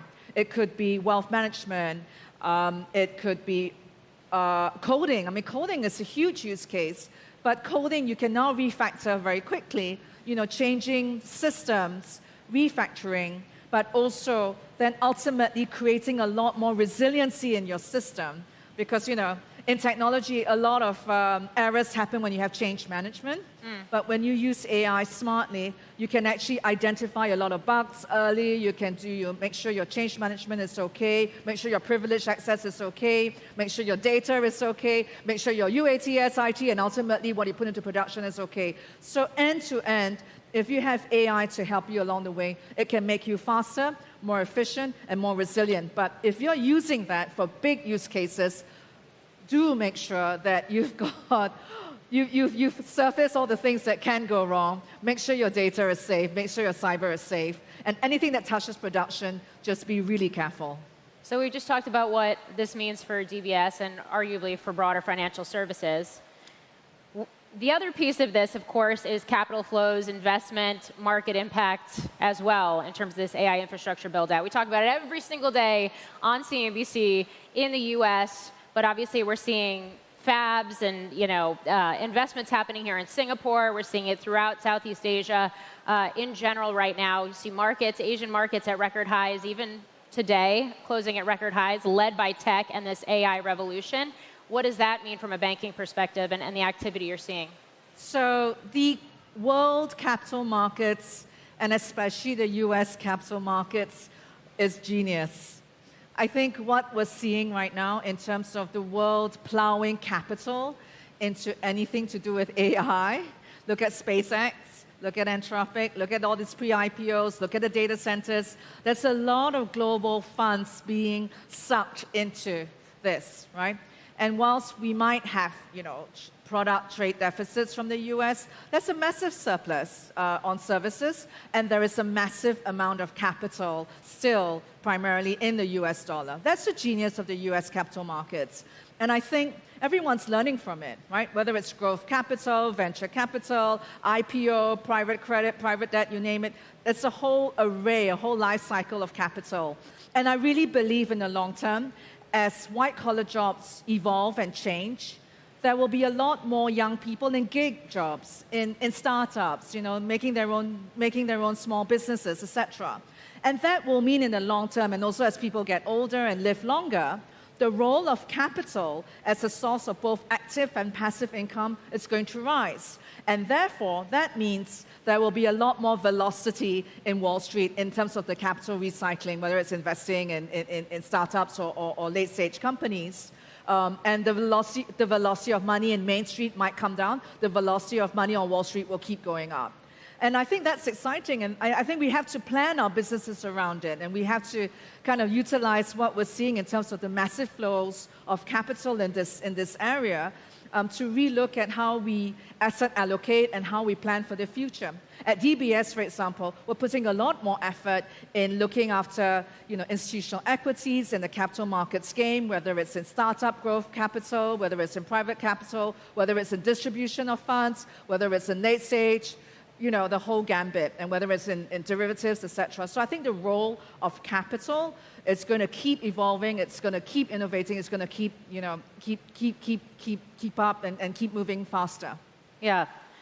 It's a key point that you're making right now. I just talked about it when I brought you up on stage, the fact that when you took the helm, you warned of extreme volatility. So how do you balance that dynamic and sort of this longer-term build-out that's associated with AI and this tech revolution, what that's going to mean, to use your term velocity, versus a geopolitical landscape that is very heightened right now, concern around an energy crisis, concern around inflationary knock-on effects from said energy and commodity crisis, and then, of course, an evolving trade picture, we'll call it. Yeah. So, the first year when I first started, there was Liberation Day. My second year started with the Iran war. So it's just been a whole sort of exercise in massive volatility, massive breaks in supply chains. And actually, that started with COVID. I think most businesses learned to adapt their supply chains when COVID started.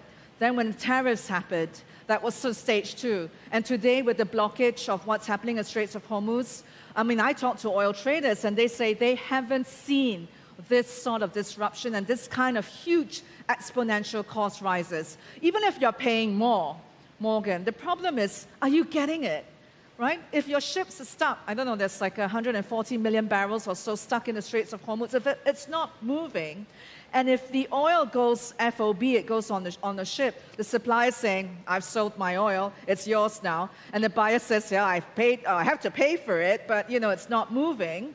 And then your end user says, well, I'm still waiting for my supply. And the airline company says, well, I hedge with crude, but actually I use jet fuel, and the gap between the two has gone up 140x. What the hell do I do? So you've got so many follow-on issues around inflation, for one, around the lack of inventory, for two, and the fact that people worry, can I actually get my source, right, of my upstream supplies that I need?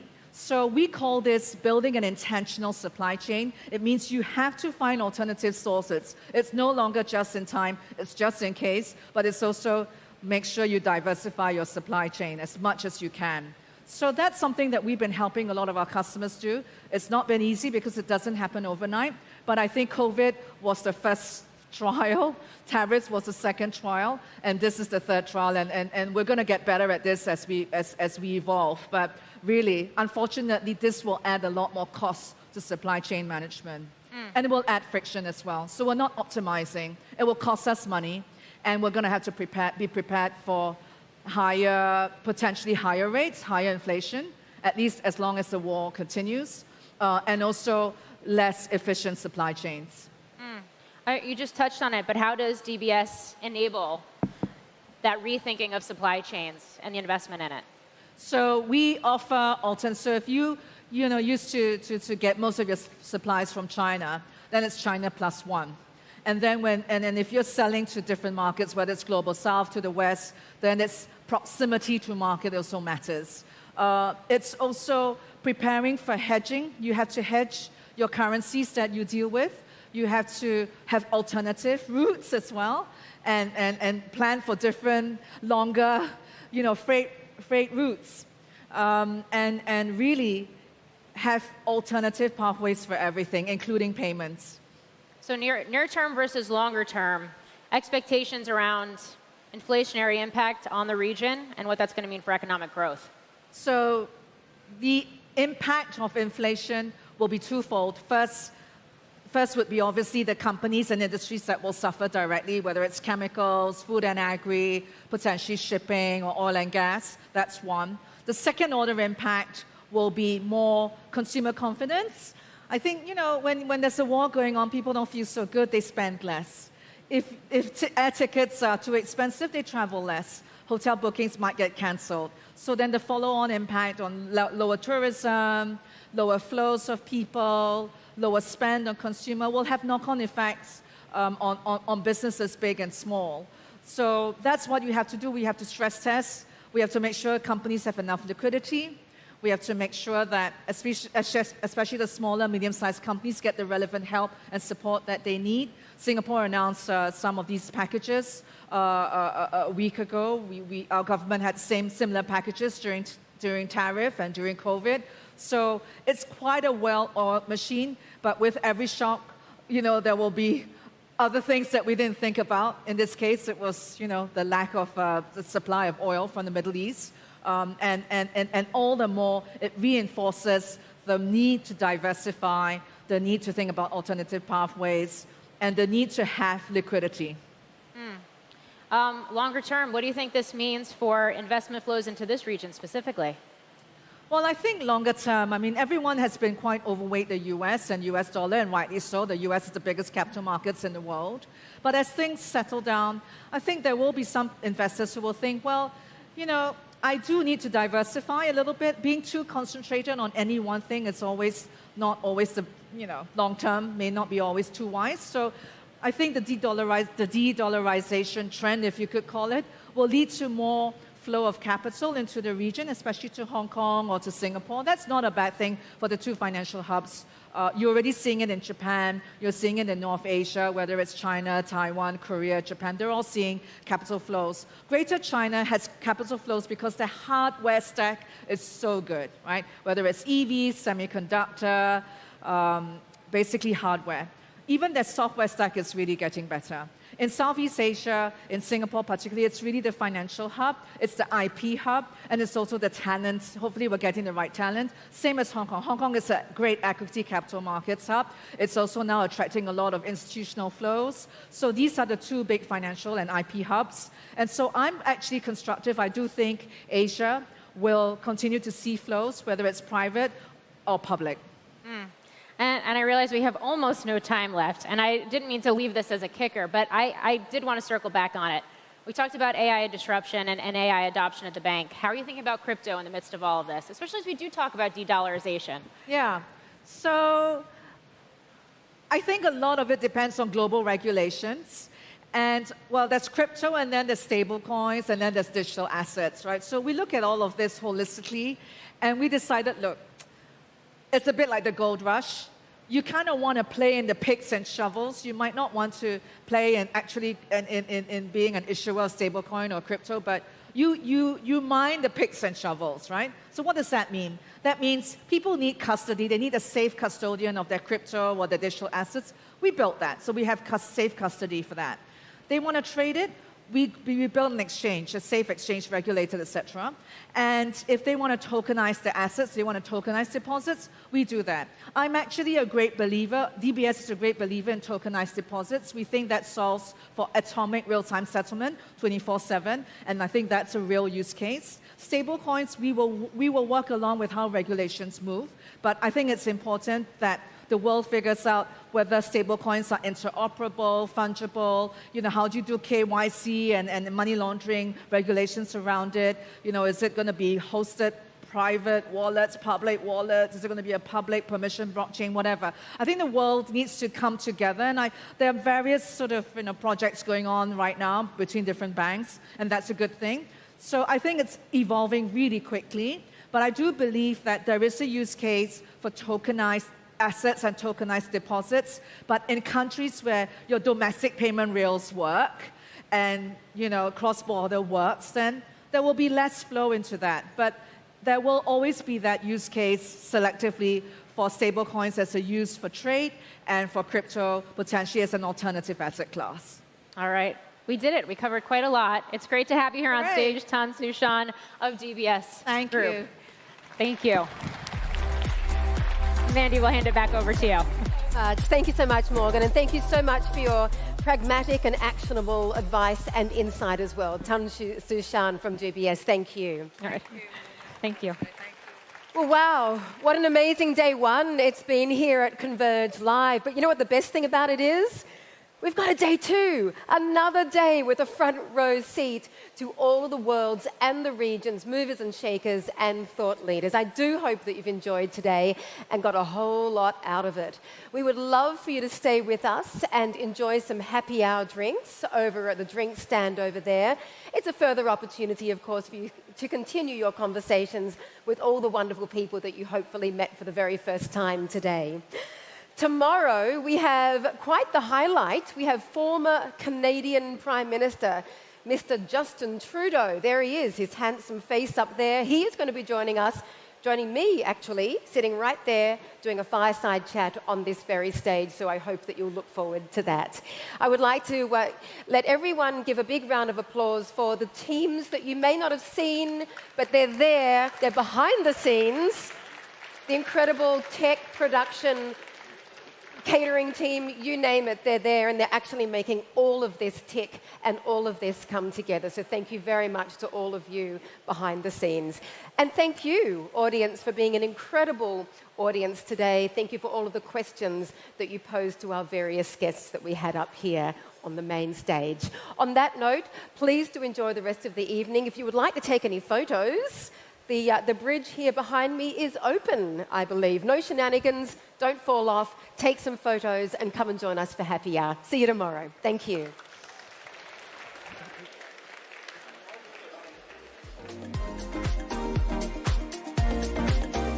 Stepping stone into a far bigger market that supports us in terms of innovation. What you need to understand for innovation is that you need to have the community together. You need credibility and reliability.